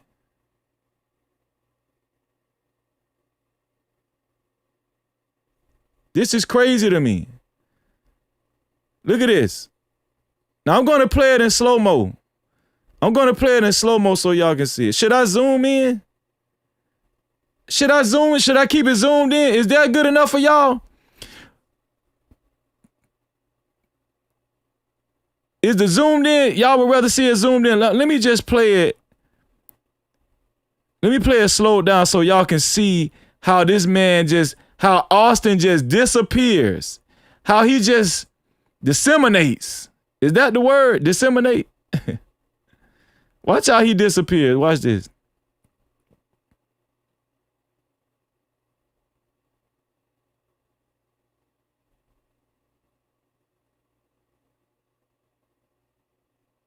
Okay, the altercation is about to happen. This video is weird as hell.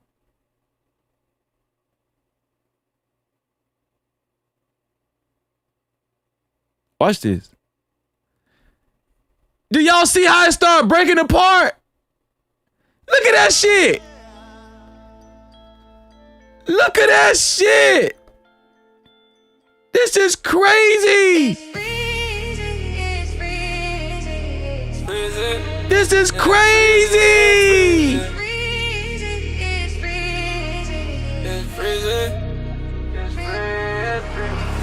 Came from the curb with a nice day 10. Graduated from the streets, no bars, no fence. I said it wrong, Reese. It's disintegrate. Not disseminate. Disintegrate, my bad. I'm so damn ghetto. Do y'all see this? Let me bring it back. Let me, so y'all can see how the body just break up. Watch this. Look how it just break up. And it's going to break up even more. Watch this. It's already breaking up. You see how it just disappeared right there? Do y'all see that? Like, it started breaking up even before the altercation, right? When the altercation happened, it started breaking up. This is right when the altercation happened, it started look. Look at this. It just disappeared.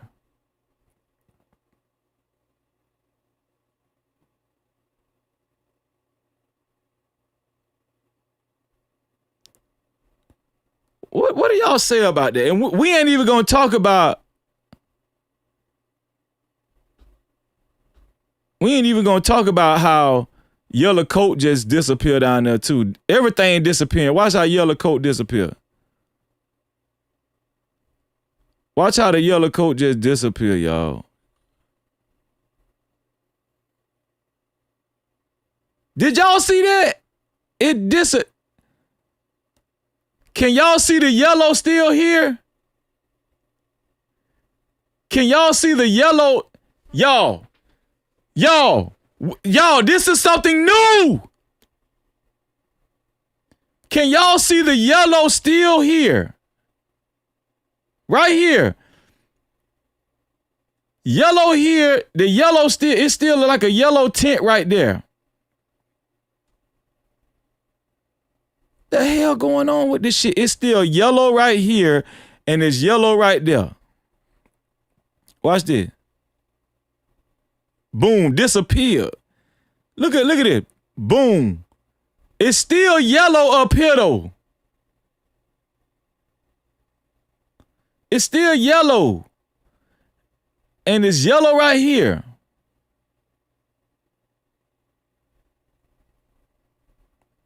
And then what? She just disappeared. Watch it. Boom. Boom. Boom. Boom. Disappear. Even if it disappears right there, we still should see some yellow down here. Do y'all understand what I'm saying? It still should be yellow down here.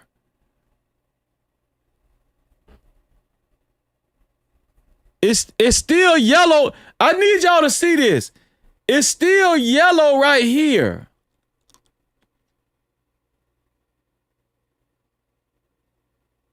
It's still yellow right here. I don't think y'all following me, man. Look at this.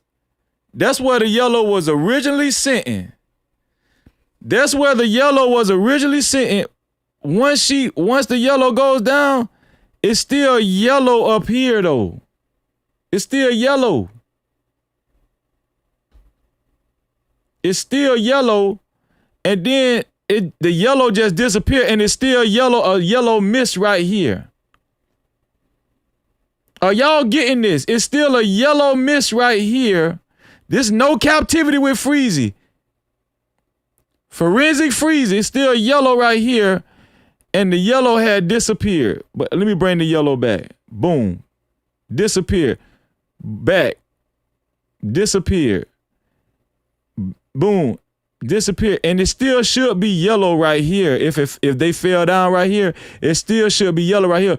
But why we still got yellow up here? Why do we still have yellow up here? Why do we still have yellow?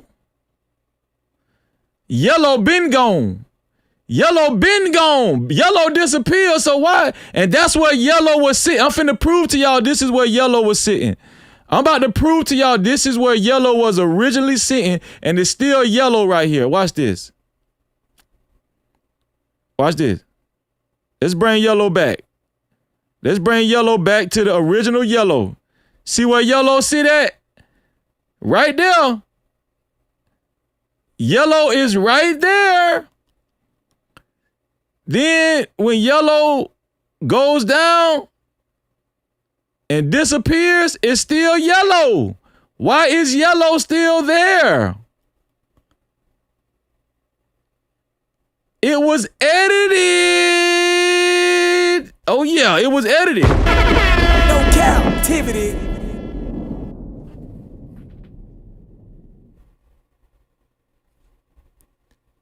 It don't take a rocket scientist. It don't take no rocket scientist.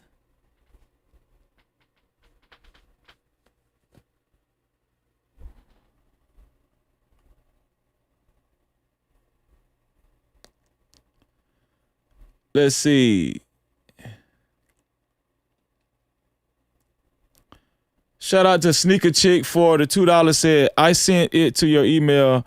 You have to check it out. Okay. Lace, $5 said, one who gets stabbed is to the left of who you say is Austin. Watch him. Is to the left of Austin. Watch him. Okay. And Sandman Creeper, $5 said, if that was Austin, then who snatched the bag? Exactly. The guy that snatched the bag froze. Bring it back. Okay, let's bring it back. Let's see what y'all talking about. It ain't nothing. It ain't nothing but a thing.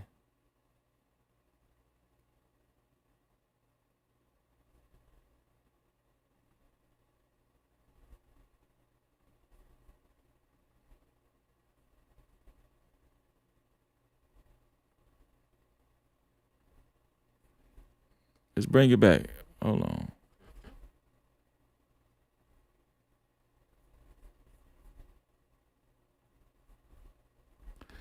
Let's bring this back over here and let's do this. Here we go. Okay, so what are y'all saying again? So Lace said, let me put Lace right here. Lace said, one who gets stabbed is to the left of who you say is Austin. Watch him. Okay, so this is Austin. And it's gonna be a guy to the left. Let me bring you down here, bro. We don't need to see Karmelo right now. You say one who gets stabbed. So you're saying this guy, he gets stabbed? You're saying he gets stabbed. We're working through this. Okay, this guy breaks up again. You saying this guy got stabbed? You saying this guy? I don't know what the hell happened just then.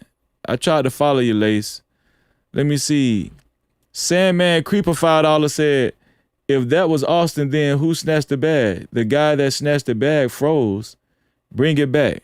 Who froze? Man, I don't know what the hell going on. I know that yellow still there.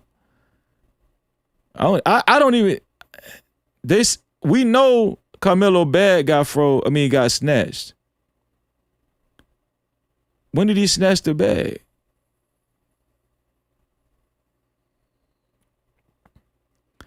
But I'm gonna tell y'all, it looked like this guy right here that pop out snatched something. Right, watch this. Boom, he just snatched something right there. Did you see his arm go up? That guy did something. Watch this. Boom. One more time. Boom, look at his arm. Then he kind of kneeled down. He kind of looked down a little bit. And it's like he looking in something. Don't it look like he looking in something?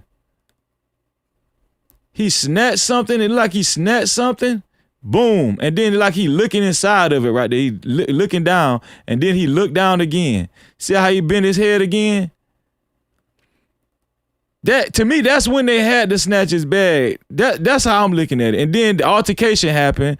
The scuffle. This guy disappeared. We don't know where Austin is. This guy still right there. That y'all yellow.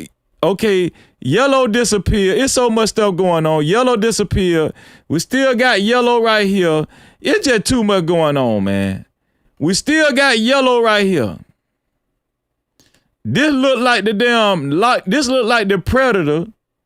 This look like the Predator homeboy. You know what I'm saying?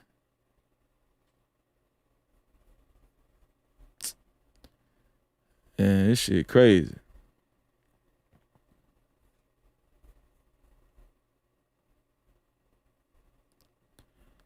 Okay, Sneaker, you telling me that?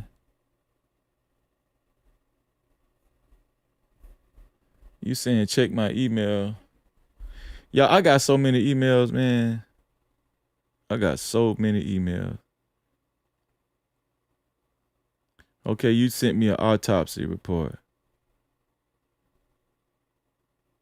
Is this the autopsy report? This video is 53 minutes long, sis. I'm gonna have to look at this on my spare time. I can't look at this stuff in the middle of the live stream, y'all.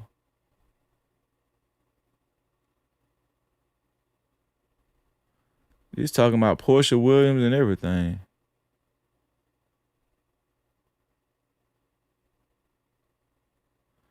Okay, I don't know if this is an autopsy report.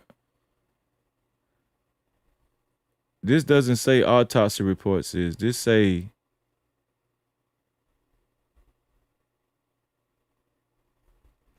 I think this is Google AI. I don't think this is autopsy report, sis. I think they just Googled this. Let's just look at it though.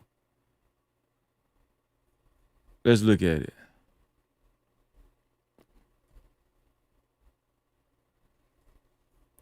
Okay, here we go. Okay, that's a beautiful home. All right, so yeah, girl, of course you get out of that house, child. Okay, they say Collin County.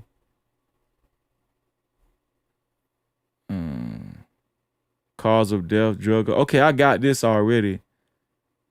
Collin County. But I don't know how accurate this is. I actually got this. I showed this already, sis. All right, let's get into this last piece of news that I hope y'all can use. Was that hold on, was that really the last thing?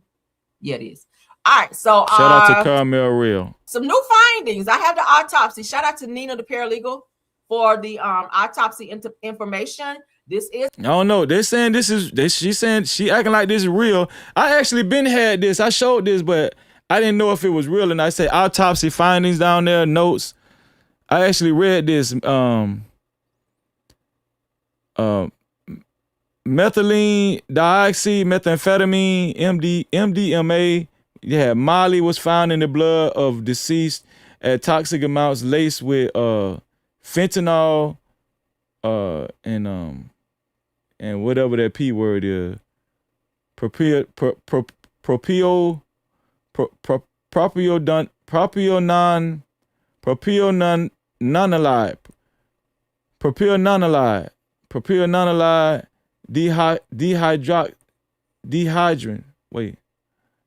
Dehydrogen. Propiononylate dehydrogen citrate. They saying allegedly they found all of this in Austin Metcalf's system. But I don't know how true. I don't know. Because they be having so many things. Is that real? Do y'all know if that's real? Okay, Hello Barbara say that's not real. That's what I'm saying. I don't like to show shit. I don't think that's. Y'all got to be careful what y'all send me because I don't want to put no false information out there. Reese say that's not fentanyl. I don't know, sis. Not fentanyl. What that say? Phenyl. My bad. Y'all know I'm ghetto. Yeah, y'all be just sending me. Y'all got to be careful with y'all sending me anything, man. Yeah, we all about the truth over here, man. There's no cap, man. No Cap-tivity. We ain't capping over here.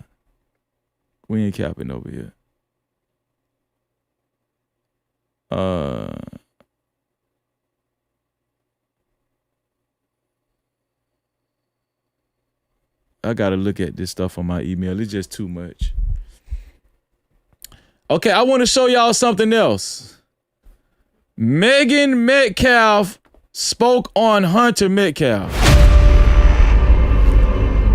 I know one thing wasn't fake. That damn video that I showed y'all with that damn yellow mist. No, none of that fake. That forensic Freezy. And how the guys breaking apart and disintegrating. Shout out to Reezy. Yeah, that ain't fake. Well, the video fake, but what we seen wasn't fake. I'm gonna show y'all this. Megan Metcalf spoke out on Hunter Metcalf and the cheerleader incident. Do y'all remember the cheerleader incident? Remember I showed y'all on a live stream before that a cheerleader actually spoke out against the Metcalf twins. Do y'all remember that?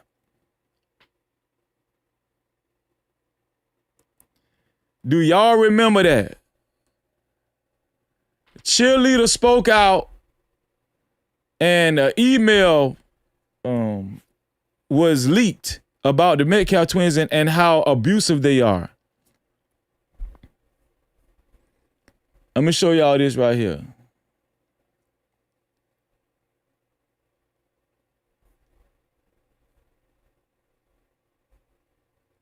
Nah, you okay, Reese? I don't care about that. I don't care about that because I know here shit. I be trying to pronounce shit, especially that pharmaceutical shit. I don't know about that stuff. Let me see. Well, I'm gonna go. I gotta go back to TikTok. Hey guys, so let me go to my profile. So let's revisit what was said about the Metcalf twins and with the cheerleader and everything. I think Secret Service Sam said something about it. Secret Service.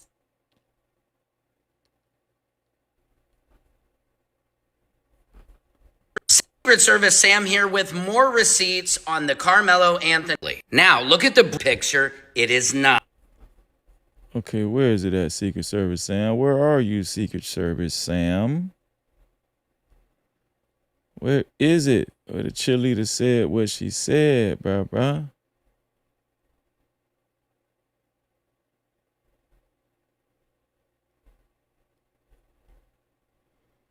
Damn.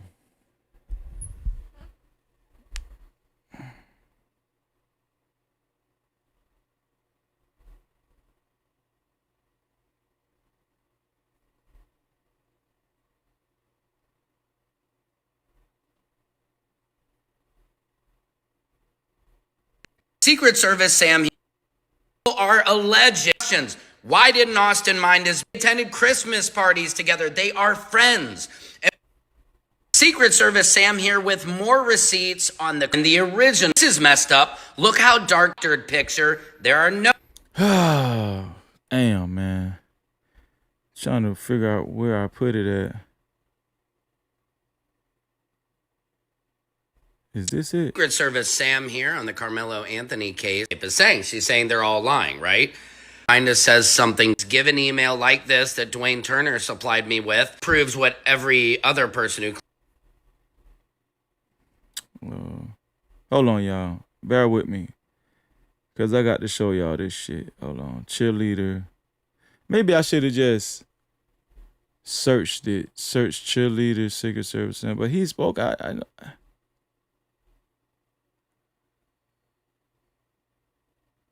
Oh, was it Secret Service Sam? Or was it somebody else that actually spoke on it? Oh, you know what? It probably was in my Instagram folder. Not TikTok. Hold on, y'all.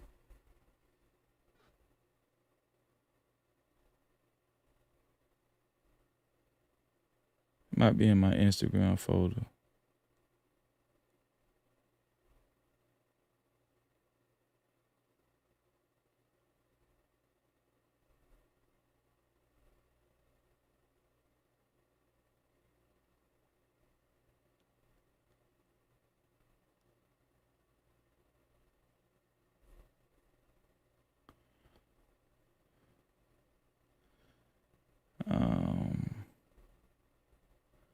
An update on the Carmelo Anthony trial. There has been a temporary special notice to potential requesters. It says all. Was it him? Y'all, I am so pissed. Like, I can't find this shit. Hold on. Let's go back to TikTok. Let me just put Carmelo Anthony, because I want to show y'all, this is the ghetto part of the show. Sorry. Carmelo Anthony cheerleader. Okay, here we go. Liberty, some of us cheerleaders in uniform went to Canes. Liberty, some of us cheerleaders in uniform went to Canes. While talking amongst ourselves about the loss, Hunter Metcalf stood up and yelled that my friend and fellow varsity cheerleader is a fat bitch. I don't understand what triggers his rages, but to yell this unprovoked made us all really upset and was incredibly embarrassing for my friend, as everyone is in Canes. Now, it's a cheerleader that spoke ill about the Metcalf twins when after another football game that Memorial High School lost, and then they ended up going to Canes, a restaurant, a little fast food restaurant, and the cheerleader actually spoke out about that experience at Canes and the abuse of the Metcalf twins, right? That's what he's going over right here. Looked at her and started laughing. We see the Metcalfs act out time and time again, but we trust that there is no repercussions or some sort of consequence, so we stay out of it. But for it now to be directed towards one of the people that shows up to every game to support and cheer them on is astounding to me.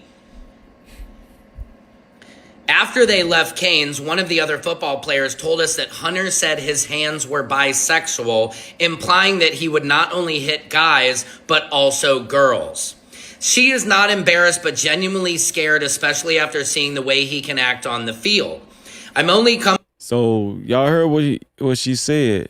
Listen to this. Other football players told us that she said that Hunter said his hands are bisexual. His hands just don't hit guys. They hit girls too. They hit girls too. That's what the cheerleader said. Now I'm gonna play. Megan Metcalf just came out recently on TikTok and she spoke on this. And guess what? She didn't deny it. She didn't deny it. I'm gonna play y'all this new footage I got of Megan Metcalf speaking on TikTok. She actually joined the live stream. Megan Metcalf did. I need y'all to stick around. Yeah, it's getting a little hot in here. Listen up. Hunter said his hands were bisexual, implying that he would not only hit guys, but also girls. She is not embarrassed, but genuinely scared, especially after seeing the way he can act on the field. I'm only coming to you because I feel that you should be aware that he is acting like this in public spaces, which is not good for our school's representation and is discouraging us from keeping to cheerleading them on.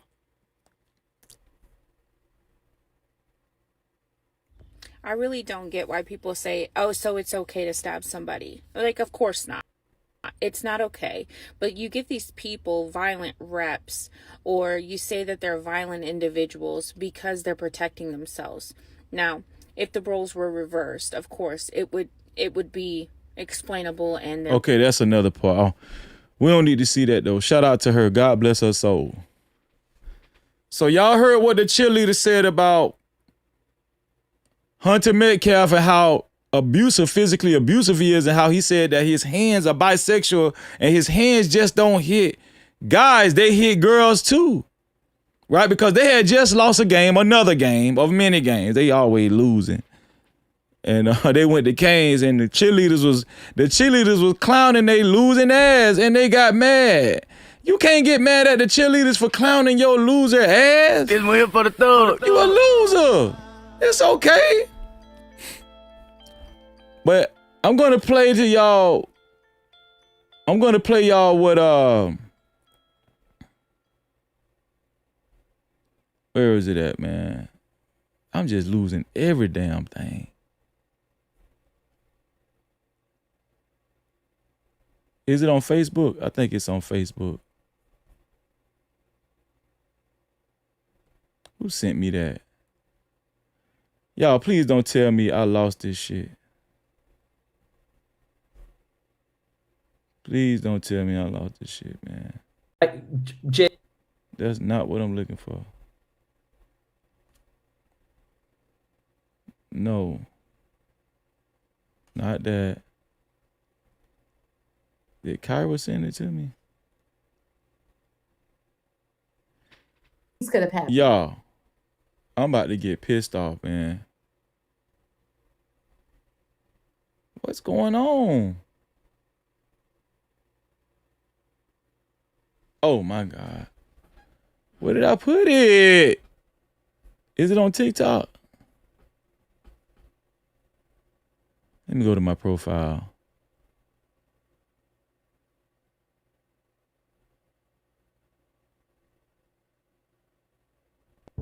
Let me back it up one more. They got me all on TikTok, y'all. That shit crazy. They got me all on TikTok, man. Dang, I thought I saved it. Y'all, I'm sorry. I thought I saved this shit. I thought I saved it. Sorry.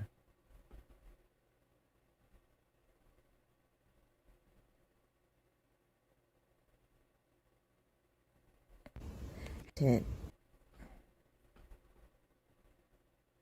the hell going on? I thought I saved it. Hold on. Megan Metcalf, cheerleader. Is this it? I think about the cheerleader email. We kind of talked to Brandon about it a little bit. He didn't go into too much detail because of his Let me back it up. thing about This the cheerleader. So somebody's about to ask Megan about the cheerleader thing and what happened with the cheerleader thing. Now, this is the Metcalf twins' mother about to speak on what the cheerleader wrote. Now, Megan Metcalf is about to speak on what the cheerleaders wrote.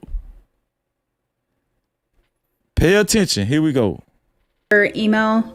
We kind of talked to Brandon about it a little bit. He didn't go into too much detail because of his, and he just said like kids were disciplined, and that's So the incident was that we had played Frisco Liberty that night and lost. So she's going over the incident where they lost the game and they went to Canes. The lady asked her about it on the panel, and this dumb lady is about to go into it. Hey, listen, but we like when they talk. Keep talking, Jeff and Megan.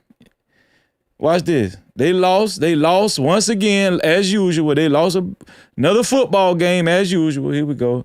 Let me back it up a little bit. So let me back it all the way. Let me back it all the way up to the beginning and not even talk. So thing about the cheerleader email. We kind of thing about the cheerleader email. We kind of talked to Brandon about it a little bit. He didn't go into too much detail because of his, and he just said like kids were disciplined, and that So the incident was that we had played Frisco Liberty that night and lost, and we should have beat them because they hadn't won a game in like 3 years. So the whole football team was frustrated and upset. And my bad, I had to stop it. She said we should have beat them. Man, y'all lost to a team that hadn't won a game in 3 years. No Cap-tivity. You know y'all sorry as hell. They lost to a team that hadn't won a game in 3 years. Man, y'all more sorry than the Bad News Bears. Austin and Hunter were physically upset even at the game. Like they got in trouble from the coaches because like Austin threw his helmet. Hunter was the one who's kind of more of like he would get more upset about things. He went back out on the field and finished the game. Austin was like, I'm done. He was just, there was only like 2 minutes left and he was just pissed. He was just in one of those moods. But after the game was over, him and Hunter and I know for sure one other kid who was an offensive lineman went to Canes to eat. And I'm going to be honest with you, the cheerleaders, I loved the girls. I wasn't a fan of the coach because as a coach myself, I was a volleyball coach for a long time. You want to encourage your kids to encourage the other teams and all those kind of things. And I felt like now y'all know this is their mother, so she gonna sugarcoat it a little bit, but pay attention. Our cheerleaders just were like, She is a cheer coach. She's a cheer what's coach. the point? Yeah. They were just like, what's the point? This is, our team's trash, this kind of thing. And the girls apparently were talking about the game and making comments about how crappy our team was. And Hunter, more than likely said something nasty to one of them because that's how he approaches things. And Austin, he said something way more than nasty. See how she trying to water it down? That man said his hands are bisexual and he won't just beat a dude as he will hit a woman too. He will beat a girl ass too with his hands. That's what the cheerleader said he said. See how she just tried to sugarcoat it? Here we go.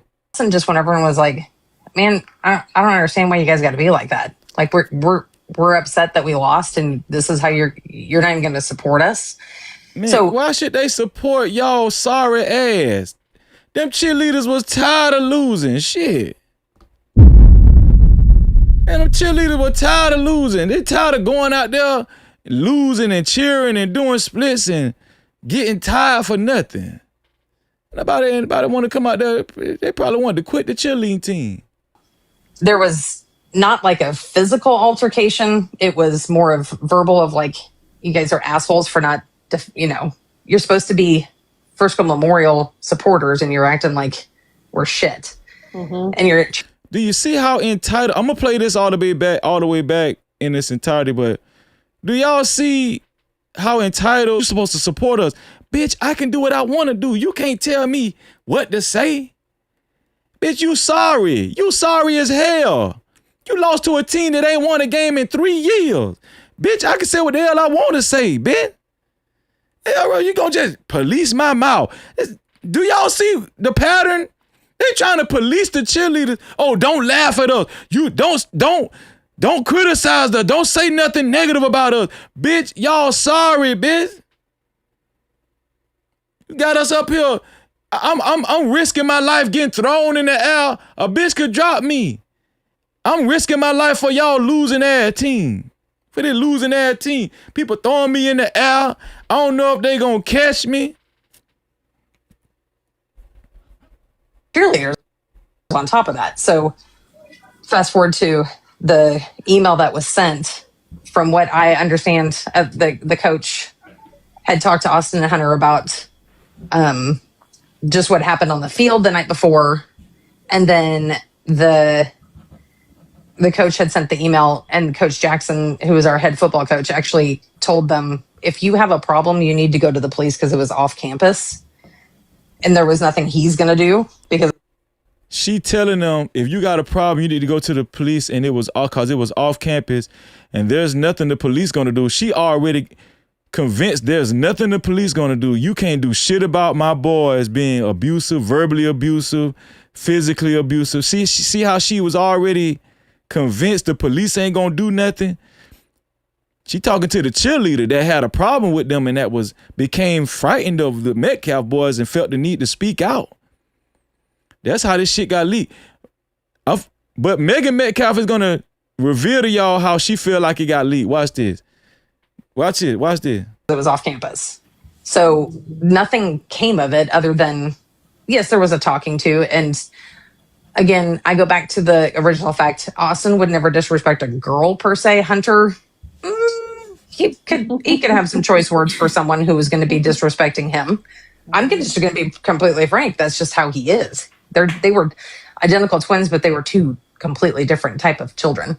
But the end result, nothing happened in that regard. And then I actually asked someone here. In what regard? He didn't actually put his hands on their ass to where they could call the police. Do y'all see how she's like taking up and defending this type of behavior?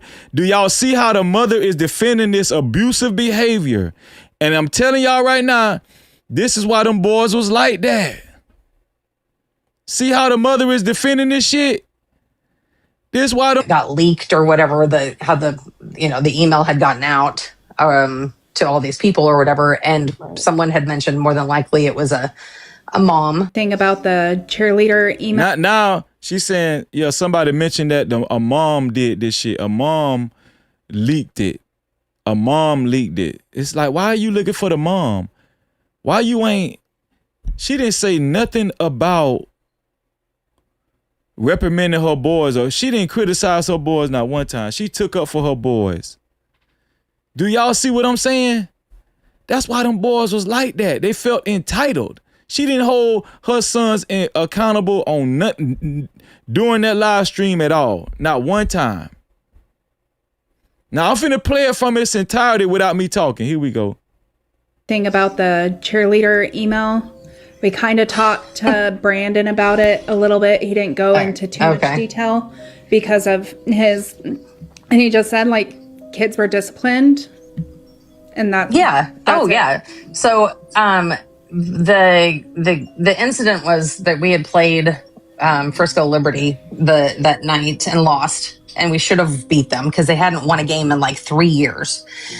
So the whole football team was frustrated and upset, and Austin and Hunter were physically upset even at the game. Like they got in trouble from the coaches because like Austin threw his helmet. Hunter was the one who's kind of more of like he would get more upset about things. He went back out on the field and finished the game. Austin was like, I'm done. He was just, there was only like 2 minutes left and he was just pissed. He was just in one of those moods. But after the game was over, him and Hunter and I know for sure one other kid who was an offensive lineman went to Canes to eat. And I'm going to be honest with you, the cheerleaders, I loved the girls. I wasn't a fan of the coach because as a coach myself, I was a volleyball coach for a long time. You want to encourage your kids to encourage the other teams and all those kind of things. And I felt like our cheerleaders just were like, T. Diddy is a cheer coach. She's a cheer what's coach. the point? Yeah. They were just like, what's the point? This is, our team's trash, this kind of thing. And the girls apparently were talking about the game and making comments about how crappy our team was. And Hunter, more than likely said something nasty to one of them because that's how he approaches things. And Austin just went over and was like, man, I don't understand why you guys got to be like that. Like we're upset that we lost and this is how you're not even going to support us. So there was not like a physical altercation. It was more of verbal of like, you guys are assholes for not, you're supposed to be First School Memorial supporters and you're acting like we're shit. Mm-hmm. And you're cheerleaders on top of that. So fast forward to the email that was sent. From what I understand, the coach had talked to Austin and Hunter about just what happened on the field the night before. And then the coach had sent the email, and Coach Jackson, who was our head football coach, actually told them, if you have a problem, you need to go to the police because it was off campus. And there was nothing he's going to do because it was off campus. So nothing came of it other than, yes, there was a talking to. And again, I go back to the original fact. Austin would never disrespect a girl per se. Hunter, he could have some choice words for someone who was going to be disrespecting him. I'm just going to be completely frank. That's just how he is. They were identical twins, but they were two completely different type of children. But the end result, nothing happened in that regard. And then I actually asked someone here recently, how it got leaked or whatever, how the email had gotten out to all these people or whatever. And someone had mentioned more than likely it was a mom. Thing about the cheerleader email, we kind of talked to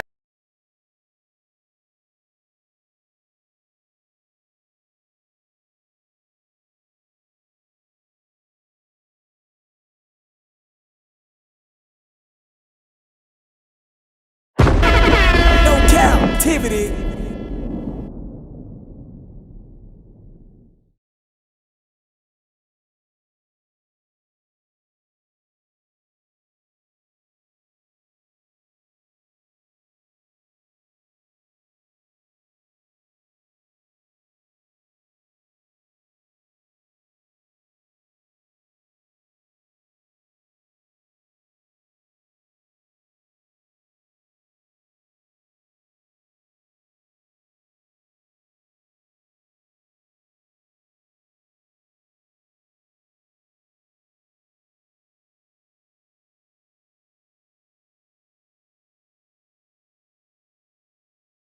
Yeah, my bad.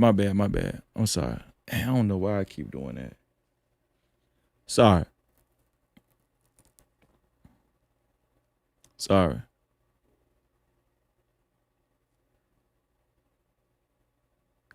In the beginning, when this email first came out, do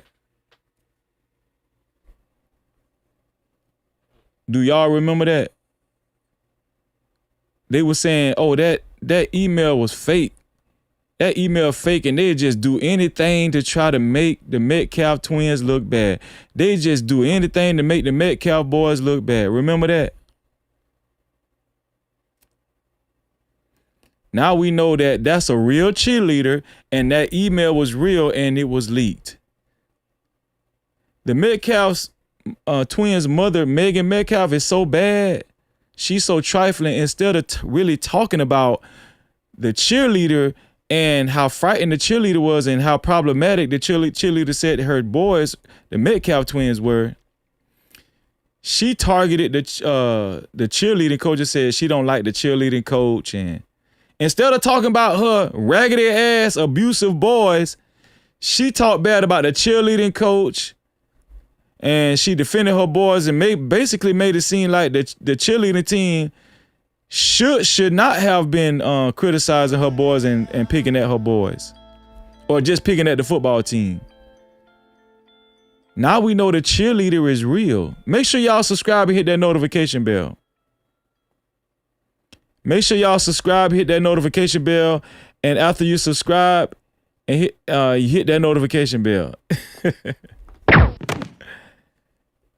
Now that we know the cheerleader is real, what now? Now we know her boys are abusive. Now we know that Hunter Metcalf really did say his hands are bisexual and they won't just hit men. They won't just hit boys, they'll hit girls too. We know he said that. Now that we know from the mother, Megan Metcalf, that Hunter is more abusive than Austin, do you really believe Hunter just sat there while Austin did what he did to Karmelo? Do you really believe Hunter just sat there? When they said Hunter was the first one said something to Karmelo. So y'all really believe Hunter, being that Hunter is the most abusive one and he's more of a live wire than his brother Austin, you really believe that Hunter just sat there? Now I'm finna show y'all what Queen Sheba said about what she heard off the record. This is what our sister Queen Sheba said she heard off the record. Here we go. Mentioned by the medical examiner. I'll just give you a quick 10 to 15 second. An angle that was not specifically vertical and or horizontal. She testified that the penetration wound was 2.5 inches in length and the knife was 3.5 inches in length. And that the vascular access lines present, the stab wound, the external stab wound to the chest on the left side, it perforated the pericardial sac, the heart. It penetrated the right ventricle of the heart. So what does that mean? She said basically the reason Austin had his wound was classified as gaping is because there was a breakage in the lining of the fiber tissue that causes stress and tension of the skin. And when that happens with the stab wound, it's pulled apart, and which is why the kids and the teachers and the coaches were able to see the gaping wound. Okay. So the knife went through the heart wall, but she did not give a specific degree of measurement regarding the angle. She said it was an awkward angle. That's on the record. Now, let me tell you off the record what I have been told by a very reliable source. Hold on. Listen. Listen to what she's about to say. She's about to tell y'all that was on the record. That was on the record what Queen Sheba just told y'all about, the stab wound and everything. Now she's about to go off the record and she's about to tell y'all that her source is very reliable. Her source is very reliable and she's going to tell y'all what she heard off the record about that altercation. Here we go. What I've been told is that Karmelo did communicate to his defense team that when he stabbed Austin Metcalf, Austin had him in a headlock. And that's why that could explain the angle of the wound. No Cap-tivity. She said Karmelo said that man had me in a headlock. And when Karmelo said that, he jugged him, and that could explain the angle of the wound because he had him in the headlock, which explains what I've been saying this whole time, the momentum. You squeezing him into you. You squeezing him into you. You squeezing him into you. You squeezing it. You basically squeezing the knife into you. You got this man in the headlock allegedly. I've been saying this. Karmelo ain't lied yet.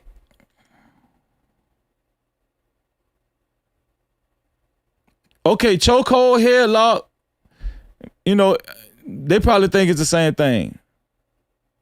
To me, a chokehold is a damn headlock, right? But I know it's technical terms when it comes to fighting and stuff, but do y'all see what I'm saying? Now, Karmelo ain't lied yet, so I'm gonna be honest with y'all. Whatever come out of Karmelo's mouth, I'm believe it because he told the police the truth. Why would he lie? Come on. No Cap-tivity. Austin had that man in the headlock. He knows jujitsu. A headlock is a jujitsu move, a chokehold. Chokehold, headlock. This man knows lethal moves and almost 100 pounds heavier. If that was presented in court, you don't think this man would have self-defense all damn day long? This one here for the thug.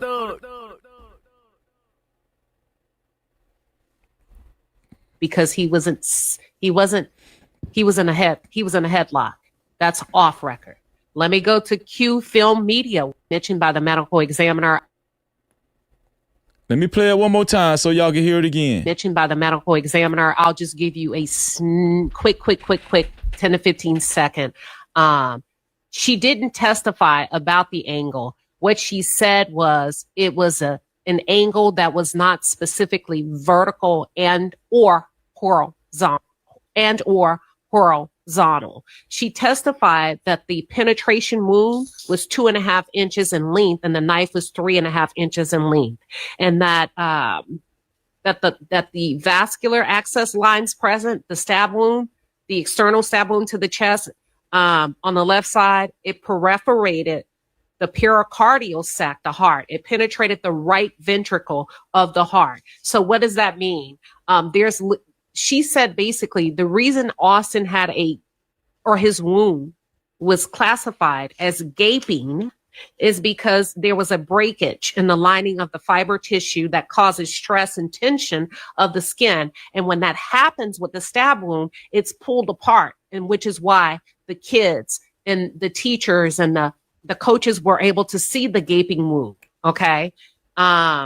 So the knife went through the heart wall, but she did not give a specific degree of measurement regarding the angle. She said it was an awkward angle. That's on the record. Now, let me tell you off the record what I have been told by a very reliable source.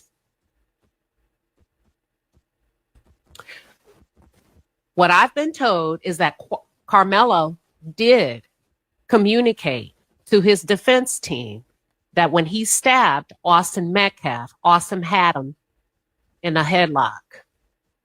And that's why that could explain the angle of the wound, because he was in a headlock.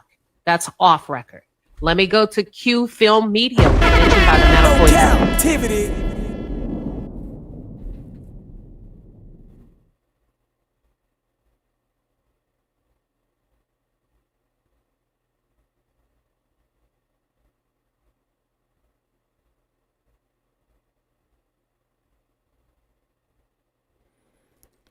All Austin did was push him. That's all he did, was just push Karmelo. That's all he did.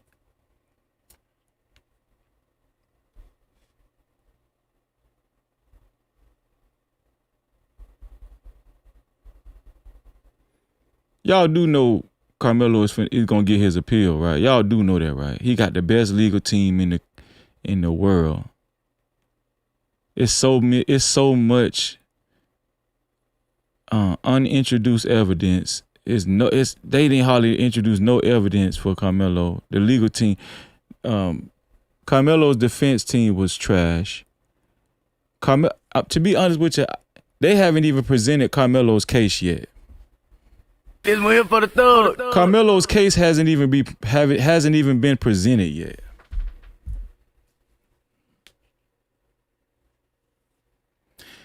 We know the video has been altered.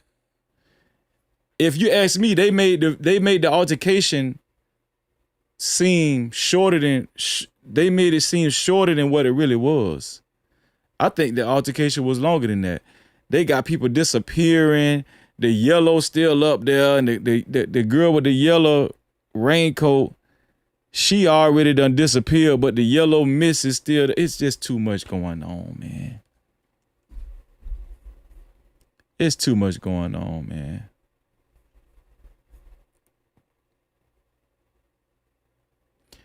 When Karmelo get his appeal, them racist white folk and them black coons, man, they might have an anxiety attack. Even if Karmelo get like criminal negligence, they might have an anxiety attack. If Karmelo get criminally negligent, well, I think he's gonna get off. But even if he get criminally negligent, let's just say his time go from 35 years to 5 years, and then he get out in 2 years. That time served down there probably. Them people gonna have a damn anxiety attack, man.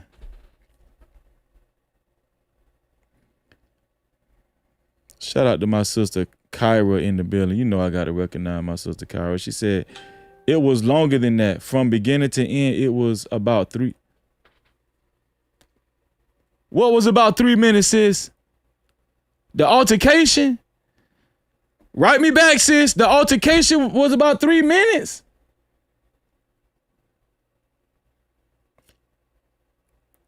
My sister said it was longer than that. From beginning to end, it was about 3 minutes. No Cap-tivity. Y'all see what my sister just wrote, man? Shout out to Kyra in the building, man.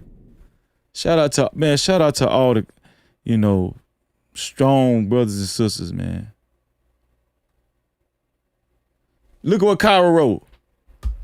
Look at what Kyra wrote now. Yes, sir.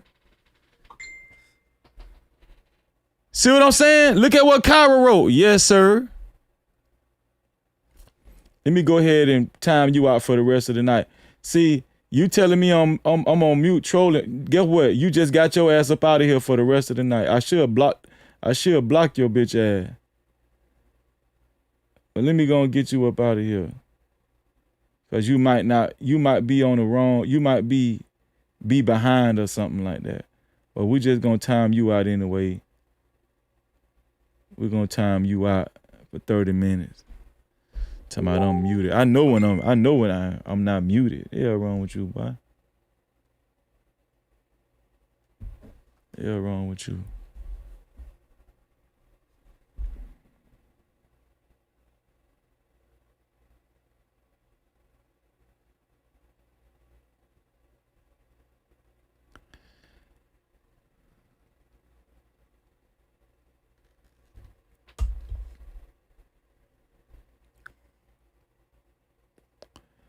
Listen, I'm gonna be honest with y'all, man. It's a lot of foul play in this video. It's a lot of foul play in the courts. It's a lot of foul play. And guess who know that? Guess who know this already? I'm gonna show y'all who know this already.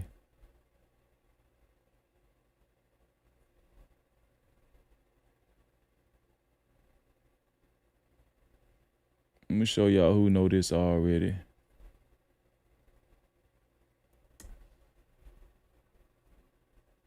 Let's see if I can find a picture.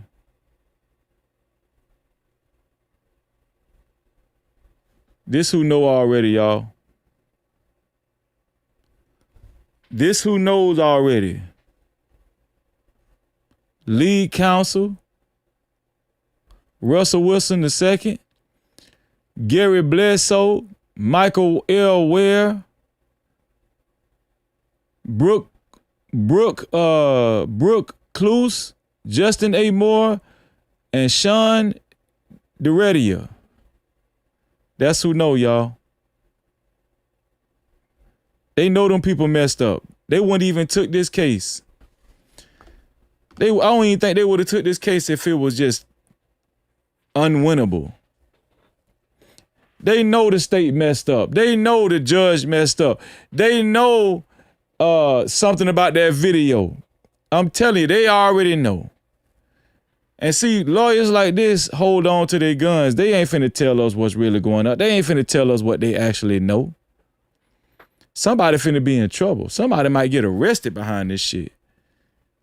You know what I'm saying? Kids committed perjury. Police officers have foul play. I'm telling you, man, it's they didn't read him his Miranda rights.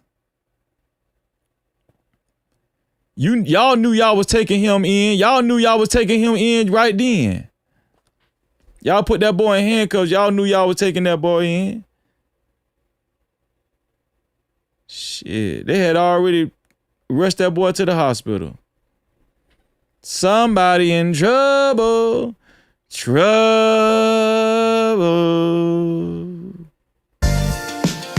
Hey. Hey. Hey.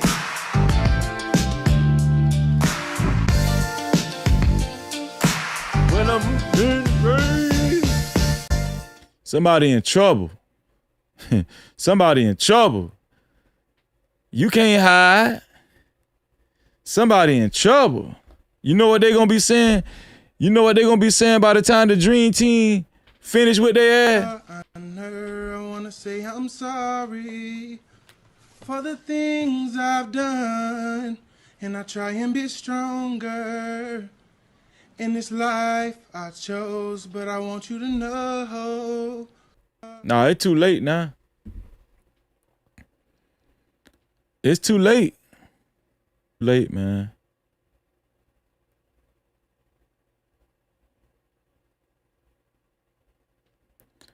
Listen, I appreciate y'all. Let's read the benediction right quick. Hold on, we got a couple more. Couple more cash out. Super caps. Let me see. Shout out to Lulu.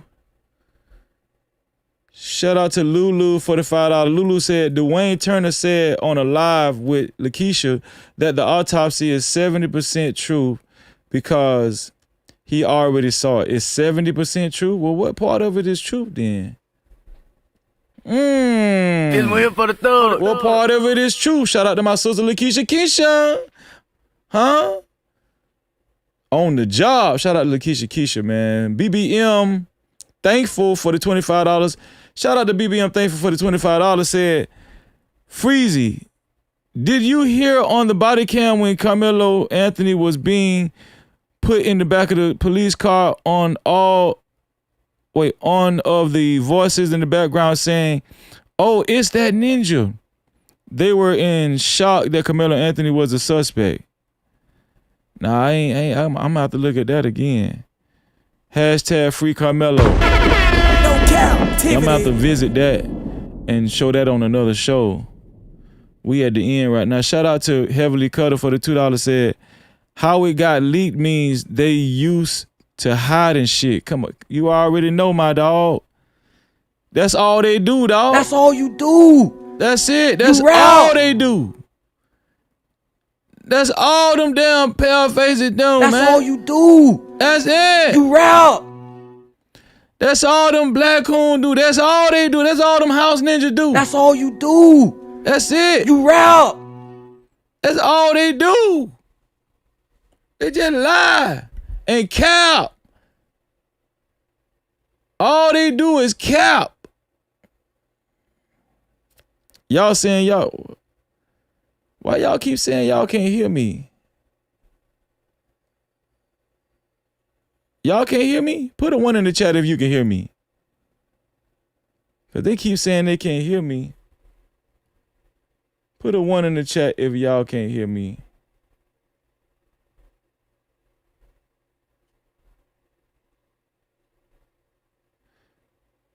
What does that mean, Reese? You can hear me or you can't hear me, Reese?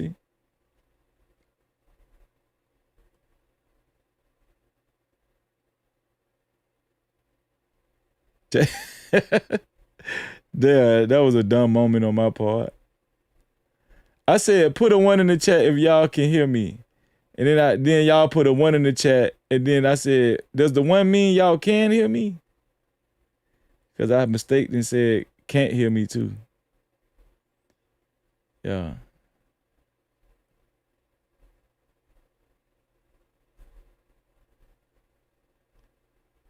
Hold on, let me see.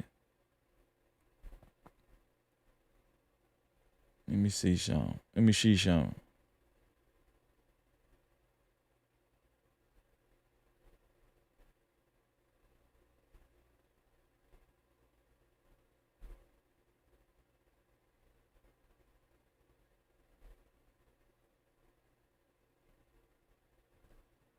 You know what?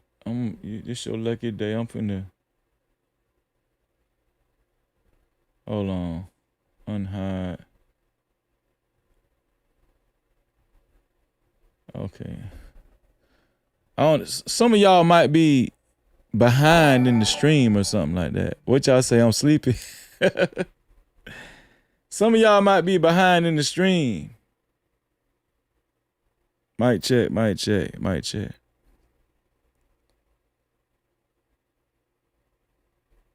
All right. So I want y'all to take in everything that we introduced this evening. All right. And we're gonna stay on this, man. Hold on, let me see something.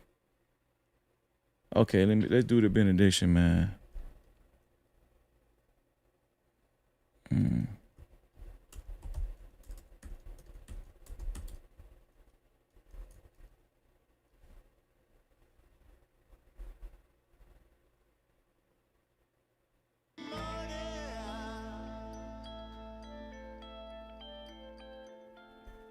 I'm gonna read it, Mia, in 1 second. Hold on 1 second, Mia. Oh, I'll read it right now. Shout out to Mia Santos for the $5. Said, hold on, swole up. F them, Karmelo. F them. Karmelo is free. Counting down. Hold on. Hold up. I usually mean say, hold up, swole up. F them. Karmelo is free. Counting down. Shout out to Mia, man. No Cap-tivity. Hold up, swole up.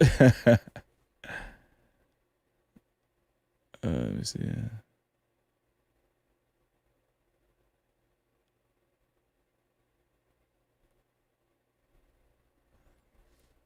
This one here is in the house ninjas to listen up. This is specifically for the black coons and the house ninjas. Listen up, y'all. This is Matthew 22. It's a Matthew 5th chapter and 22nd verse. It say, but I say to you that everyone who is angry with his brother will be liable to judgment. Whoever insults his brother will be liable to the council. And whoever says, you fool, will be liable to the hell of fire.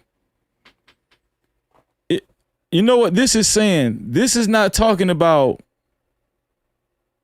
criticizing traitors.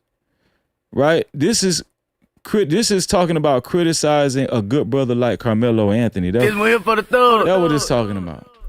And all we're doing is, we're talking in response of our good brother. We're in defense of Carmelo Anthony.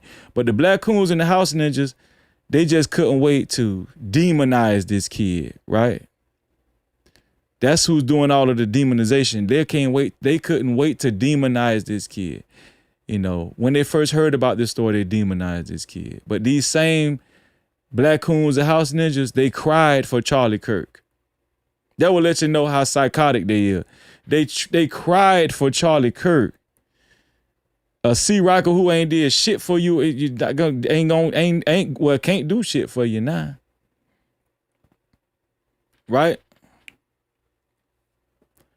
That's just how bad it is, man. I'm gonna play this one more time because this video that I'm finna play, this video really got me hyped, man. And I need y'all to hear this video one more again. Shout out to this dude right here, man. Let's get it, man.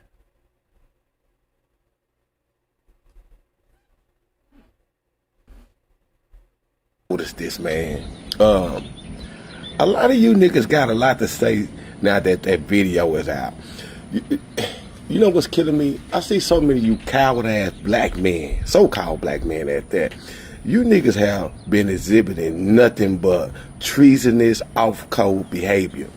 During this whole process with Carmelo Anthony or Cyrus Belton, or even with the 1-year-old that was just killed in Sanatoria, Mississippi, you niggas is hush-mouthed, don't have anything to say. But tying that video out, y'all out here on the motherfucking soapbox and got the tap dancing shoes on, trying to let white America know that you do not agree with Carmelo Anthony did. See, these the niggas that sit at work and sit around their white co-workers or their bosses and kiki and ha-ha about every motherfucking thing, man.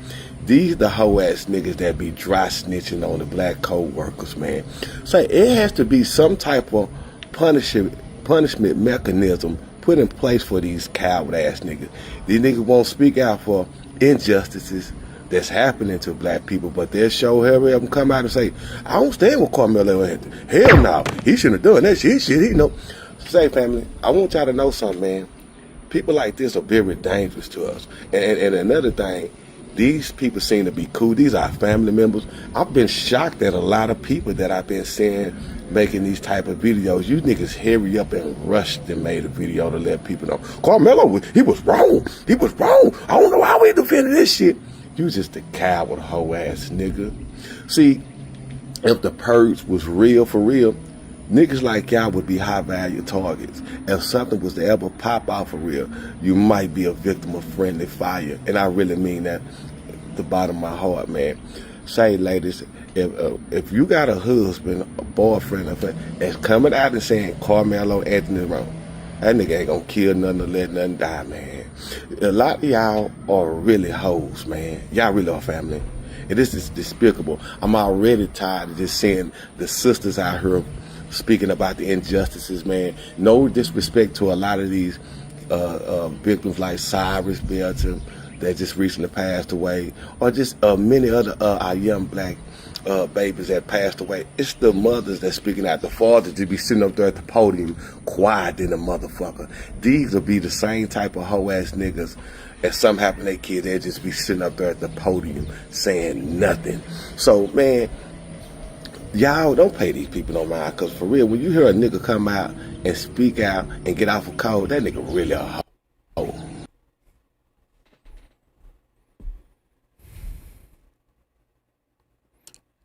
I ain't gonna lie. I couldn't have said it no better than that. Everything he said, I wholeheartedly agree with it and felt it.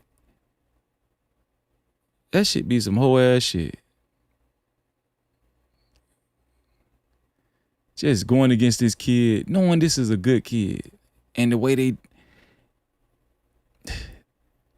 slander, just the degree of slander and egregious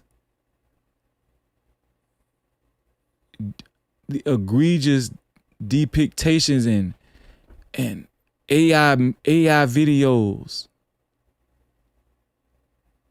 depicting this boy as a homosexual in prison.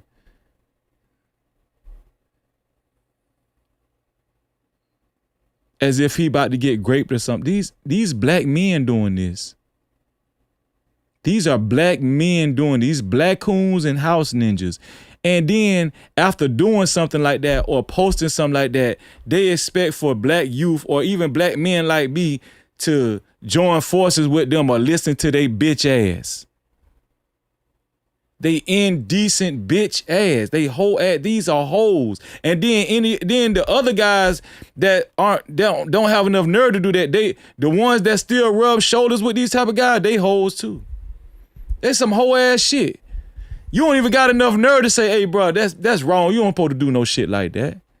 Like, even if you know, ain't on Carmelo Anthony's side, you still ain't got enough nerve to say to a black coon, say, man, hey, bro, that's wrong, man. Man, you don't supposed to be posting no shit like that. You a pussy ass ninja for posting something like that.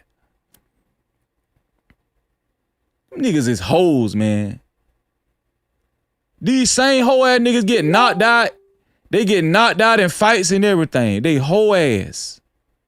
They hoe ass. ain't got no hands. They get knocked out, all kinds of shit.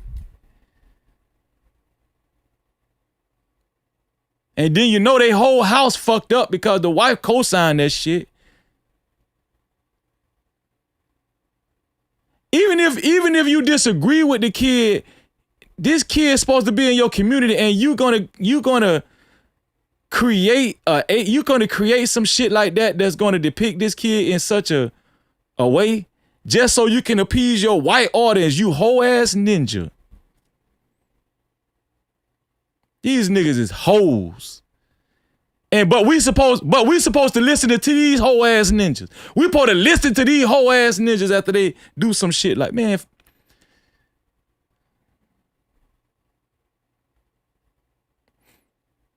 I see why y'all sisters don't want to be effed up with a lot of these whole ass ninjas. No Cap-tivity. These weird ass ninjas, these cockeyed ass ninjas.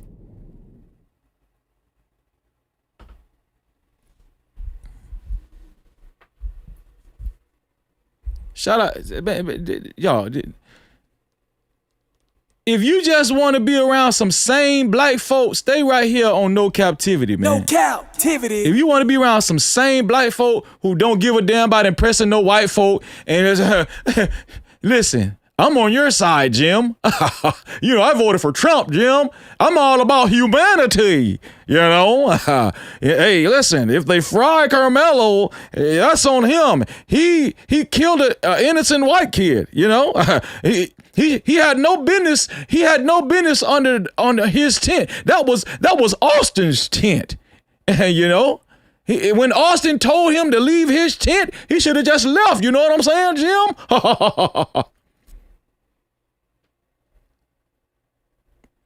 Yeah, good boy, Jimmy. Good boy, Sambo. Good boy. Yeah, good. Yeah, thank you for saying that. Hey, Sarah, come over here. Listen to Sambo talk. He agrees with us. Sarah. Whole ass niggas, man. When Austin told him to leave, he should have just left.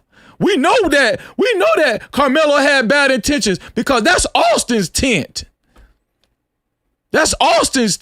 Why would you be somewhere where you're not wanted by Austin Metcalf? Shut your whole ass up.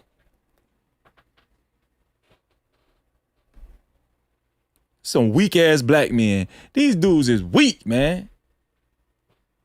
These dudes weak.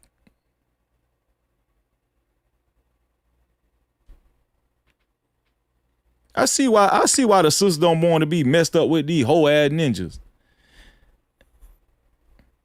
If I was y'all brother, if I was y'all biological brother, I'd be the same way. I'd be like, man, why you? I know you ain't finna talk to that whole ass ninja.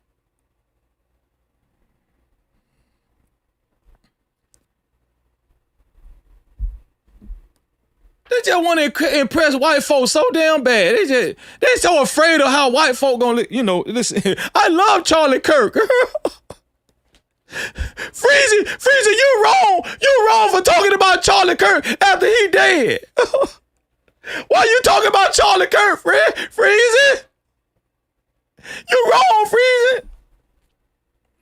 Man, damn you and Charlie Kirk. How about that? F you and damn you, nigga.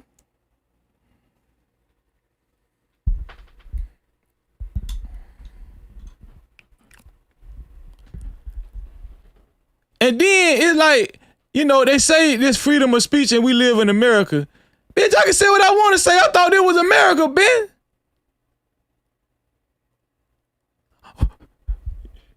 I fought for this country. I was in the military and I fought for this country. I fought for y'all to have freedom of speech. Well, goddamn, I should be able to say, damn Charlie Kirk and Austin Metcalf too, bitch. What's wrong with you? Go fight some more, bitch. And get out my goddamn face. How about you do that shit?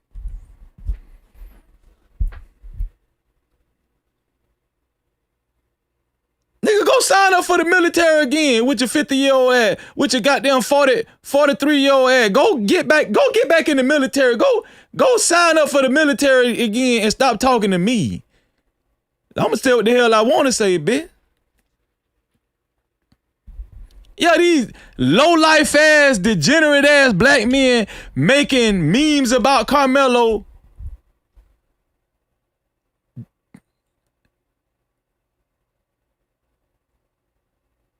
Portraying him as a homosexual in prison already, about to get raped. Men, and I'm gonna tell y'all something. A lot of these men that they first mind is to make some shit like that. These black coons and these house ninjas that making that shit. I'm telling y'all right now, if your first mind is to think of Karmelo like that and make that shit, I'm telling you, man, some of these guys might be sucking dick. Some of these guys might be jacking off to gay porn. I'm telling y'all, these house ninjas and these damn black coons, they weird. They weird. They white adjacent. We know how the white people. We know a lot of PDF file failure. That shit big in the white community. You know what I'm saying? I feel sorry for them little white boys and girls. Them little white boys and girls be locked up in their damn room against the corner like this here. When the front door open in the house, they jump. Oh. I'm telling you how them little white boys and girls be in the house. Do y'all know how prevalent that shit is in their community? I'm gonna be honest with y'all.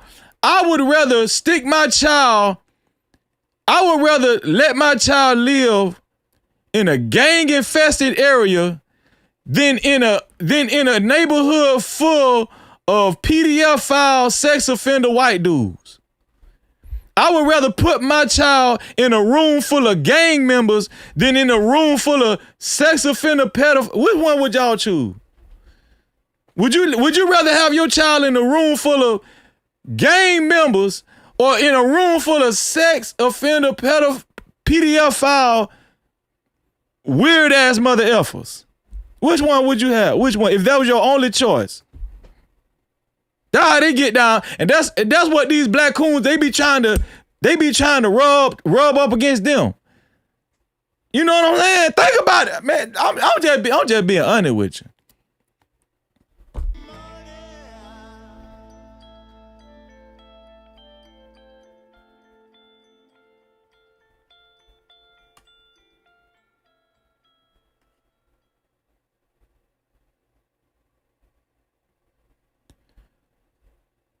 Where we at right now? Shout out to Miss Boss Lady, $2 support. Thank you, sis. Betty Parrish, $2 support. And Betty Parrish came back again, $2 support. Thank you, sis. I appreciate you. Yo.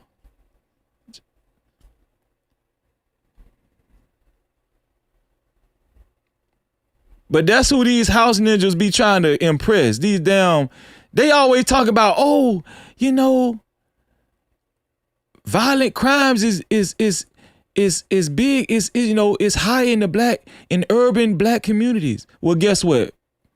Sex offending and sexual assault and PDF file and messing with them kids, that shit is no contest. Them crackers, it ain't no contest with them damn crackers. Them crackers is targeting kids left and right every day. I ain't gonna lie. I feel sorry for little Timmy. But Lil Timmy can't catch a break. Lil Timmy, I'm talking about, they put so much pressure on Lil Timmy. Every time Lil Timmy come home from school, hell, they telling Lil Timmy go in the bike, take a shower. Lil Timmy, he can't catch a break. And that's who these black coons and house ninjas be trying to rub shoulders with. They don't never say nothing about that. They don't never mention nothing about Lil Timmy and what's going on with Lil Timmy.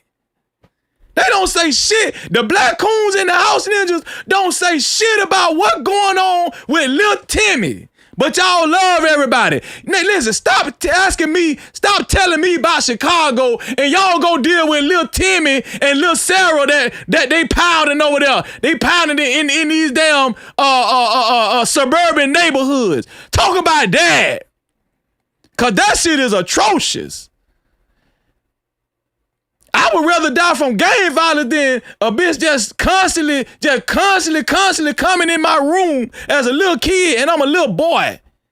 I'd rather die at the hand of gang violence.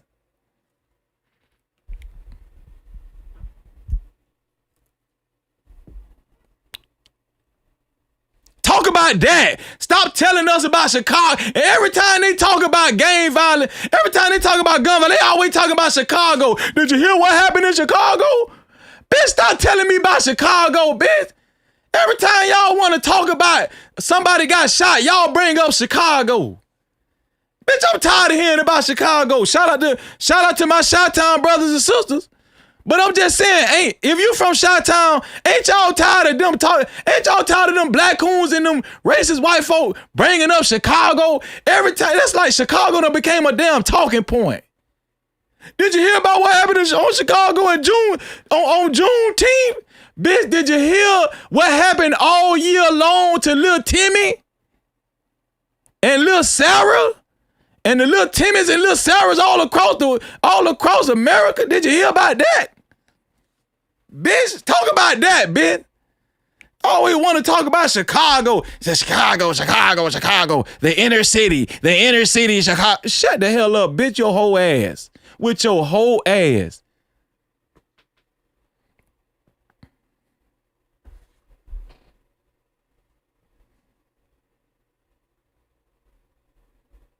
I don't like that shit. Y'all stop letting them people make y'all feel bad. Because Lil Timmy catching it. Lil Timmy catching it right now. Literally. Lil Timmy is catching it right now. Literally. I'm talking about all gas, no brakes. They ain't cutting no short. They ain't taking no prisoners.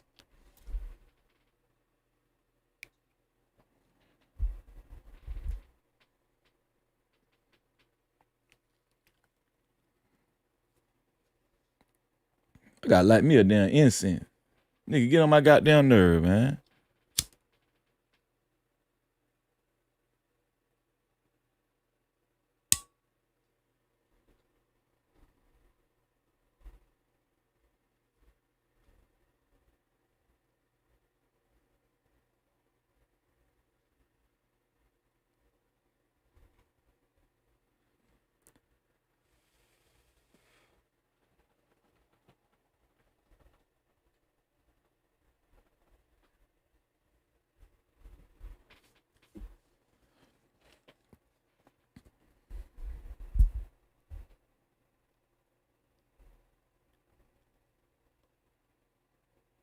These ninjas is hoes, man.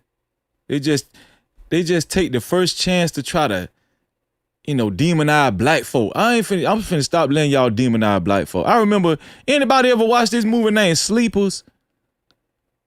Anybody, put a one in the chat. Has anybody watched this movie named Sleepers? Who was in Sleepers? Who was in that movie Sleepers? It's about some white boys that went to a damn was it a military school or some shit like that? Put a one in the chat if y'all. Who was in the movie Sleepers?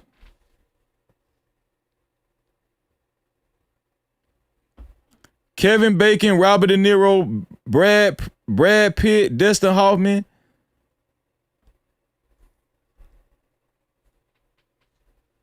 Man, Sleepers was way more disturbing than Boys in the Hood. If y'all thought, listen, if Boys in the Hood made a black coon or a house ninja uncomfortable, don't watch Sleepers. Because Sleepers gonna make your ass want to cut that bitch off. Sleepers gonna want to make you cut that bitch off. I'm trying to tell you. And I'm gonna tell you something.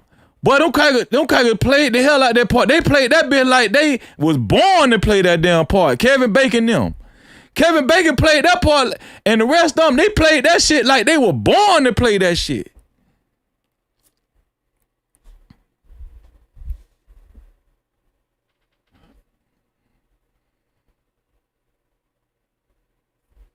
Oh, we want to bring up Chicago. What about Chicago? Y'all want to talk about Carmelo Anthony? Let's talk about Chicago, bitch. Bitch, man, shut the hell up, bitch. Y'all always want to bring up Chicago. Nigga, let us deal with Chicago. You stay your black coon ass over there. Let us deal with Chicago. Bitch, we here talking about Chicago, bitch. Bitch, don't you worry about it. Is you doing something about it, bitch? Bitch, go do something about Lil Sarah and Timmy, nigga.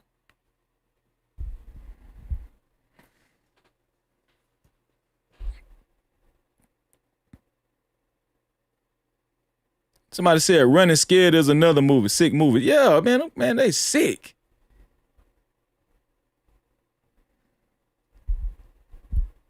That shit's sick, man. I'm telling you, man, if y'all ain't seen that movie Sleepers, man, brace yourself. They want to talk about menace to society. They always want to talk about menace to society, and boy, Sleepers way worse than both of them movies. I can tell you that right now. And look, Ninjas died in Menace to Society, and Sleepers still worse than them movies, in my opinion.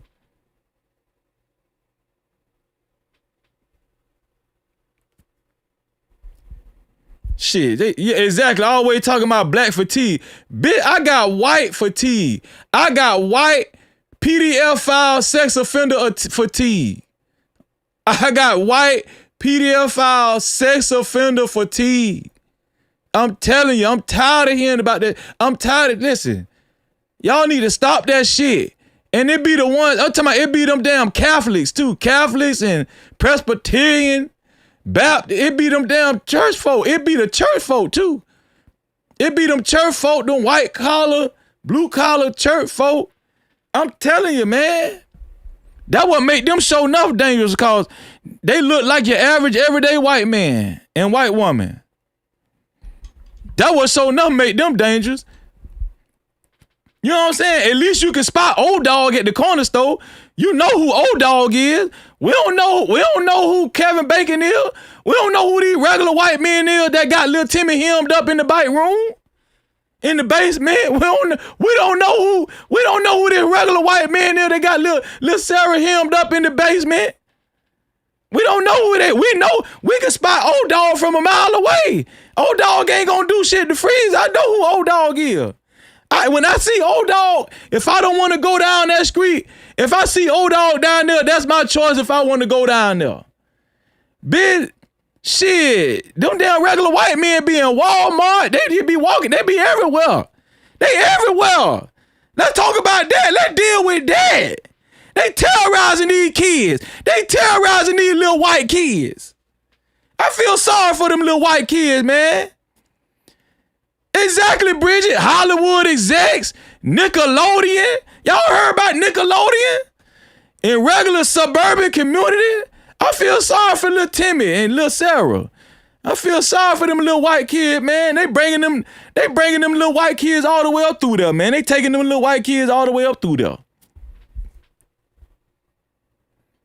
Then you know what I'm saying? To really get their rocks off, that's when they go adopt little black kids and little Mexican kids and Chinese. Y'all know what I'm talking about. That's why they, man, all right, okay then.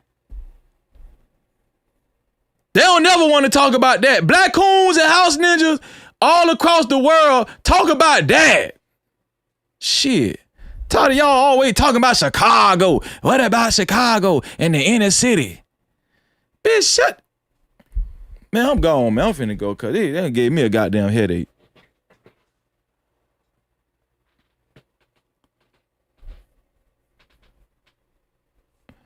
Listen.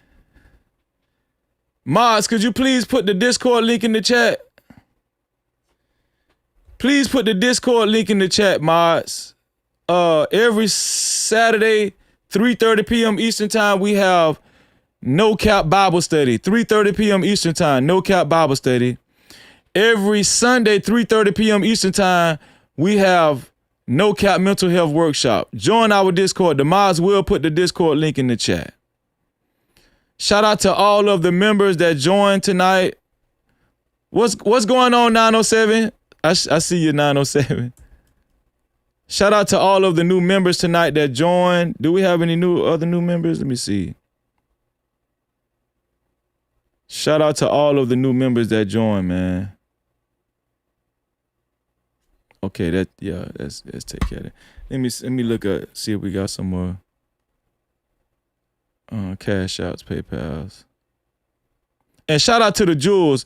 Listen, if you've been sending jewels and they have not been showing on the screen, we said it has to be over 100 jewels for it to show on the screen.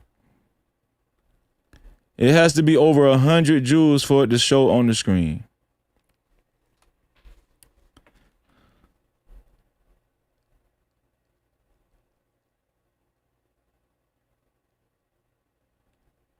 Let me see.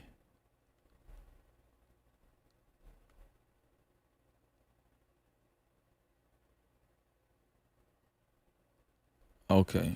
I think that took care of everything.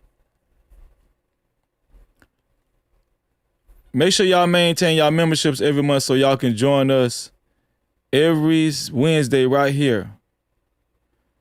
For our I'm sorry, Janae, I can't play Rod Wave. It's copyrighted. It's got a copyright on it. I can't play copyrighted music. I'm sorry, Janae. I can't play copyrighted music. But make sure y'all join us every Wednesday, right here every Wednesday. Also, 3:30 p.m. Eastern. No, I'm sorry, no. Every Wednesday evening, a VIP Wednesday live stream. You have to have a membership to join us on Wednesday nights. That's members only day. Wednesday is a channel membership. Also in the Discord. Did y'all put the Discord in it? Did anybody put? Okay, shout out to Luna. Shout out to Luna. That's the Discord link. Luna put the Discord link in the chat. And also every Monday, I think Mondays at 6 p.m., 6 or 7, Mondays and Wednesdays, 6 or 7 p.m., we have a ladies only chat. Ladies only voice chat and chat. So no men are allowed. It's just girl talk. It's just woman talk. Just the sisters chopping it up, right? Shout out to y'all, man. Let me see. Let me see. Shout out to Mia Santos for $10. Said real black men do real things. Peace up. ATL down. Let's get it. Let's get it. No Cap-tivity. Peace up. A-Town down. Let's get it. What else? Am I forgetting something? We should be back tomorrow. Somebody said, Freezy, you need to take a break. I've been going every day. Well, we should be back tomorrow, y'all. But you'll know when you get the notification. Make sure you... Okay, Shell said 6:30. Okay, my bad, Shell. 6:30 p.m. Mondays and Wednesdays. That's ladies only. The ladies only voice chat where they just have discussions. Oh, just the ladies. The men are not allowed, and you have to have permission as a woman to get in. Thank you, Michelle. Appreciate that. Listen, what am I feel like I'm missing something, man. I feel like I'm missing something.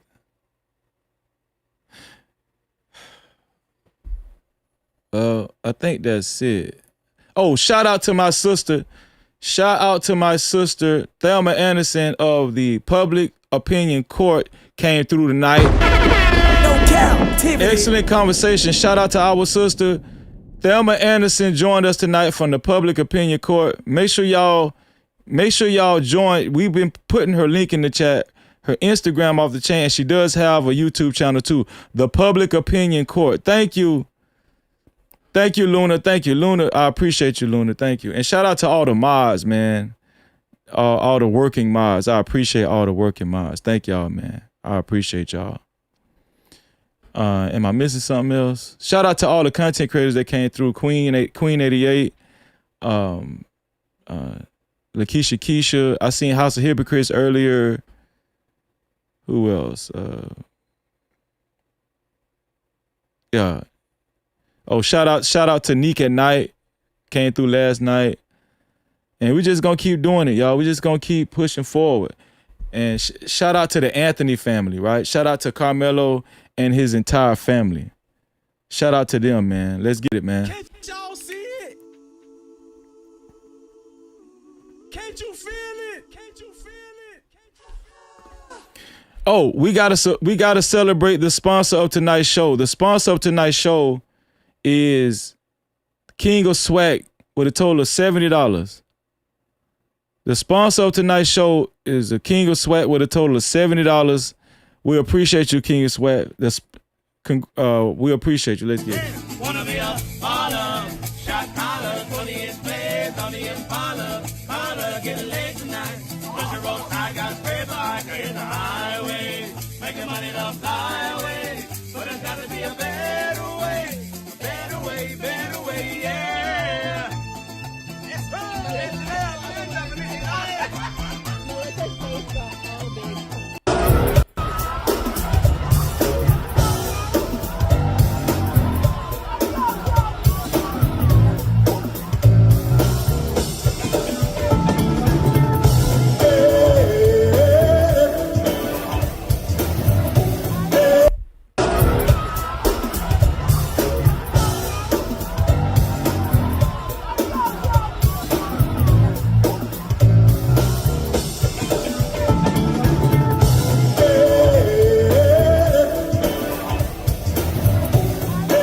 Shout out to y'all, man. Shout out to the sponsor of tonight's show, King of Swag. Yeah, we about to get up out of here. Once again, shout out to our special guest, Thelma Anderson of the Public Opinion Court. This is your boy, No Captivity with Freezy. No Captivity. And y'all know what I always say. To free yourself, you must heal yourself. And until the next time, we are out of here. Love y'all, man. Let's get it.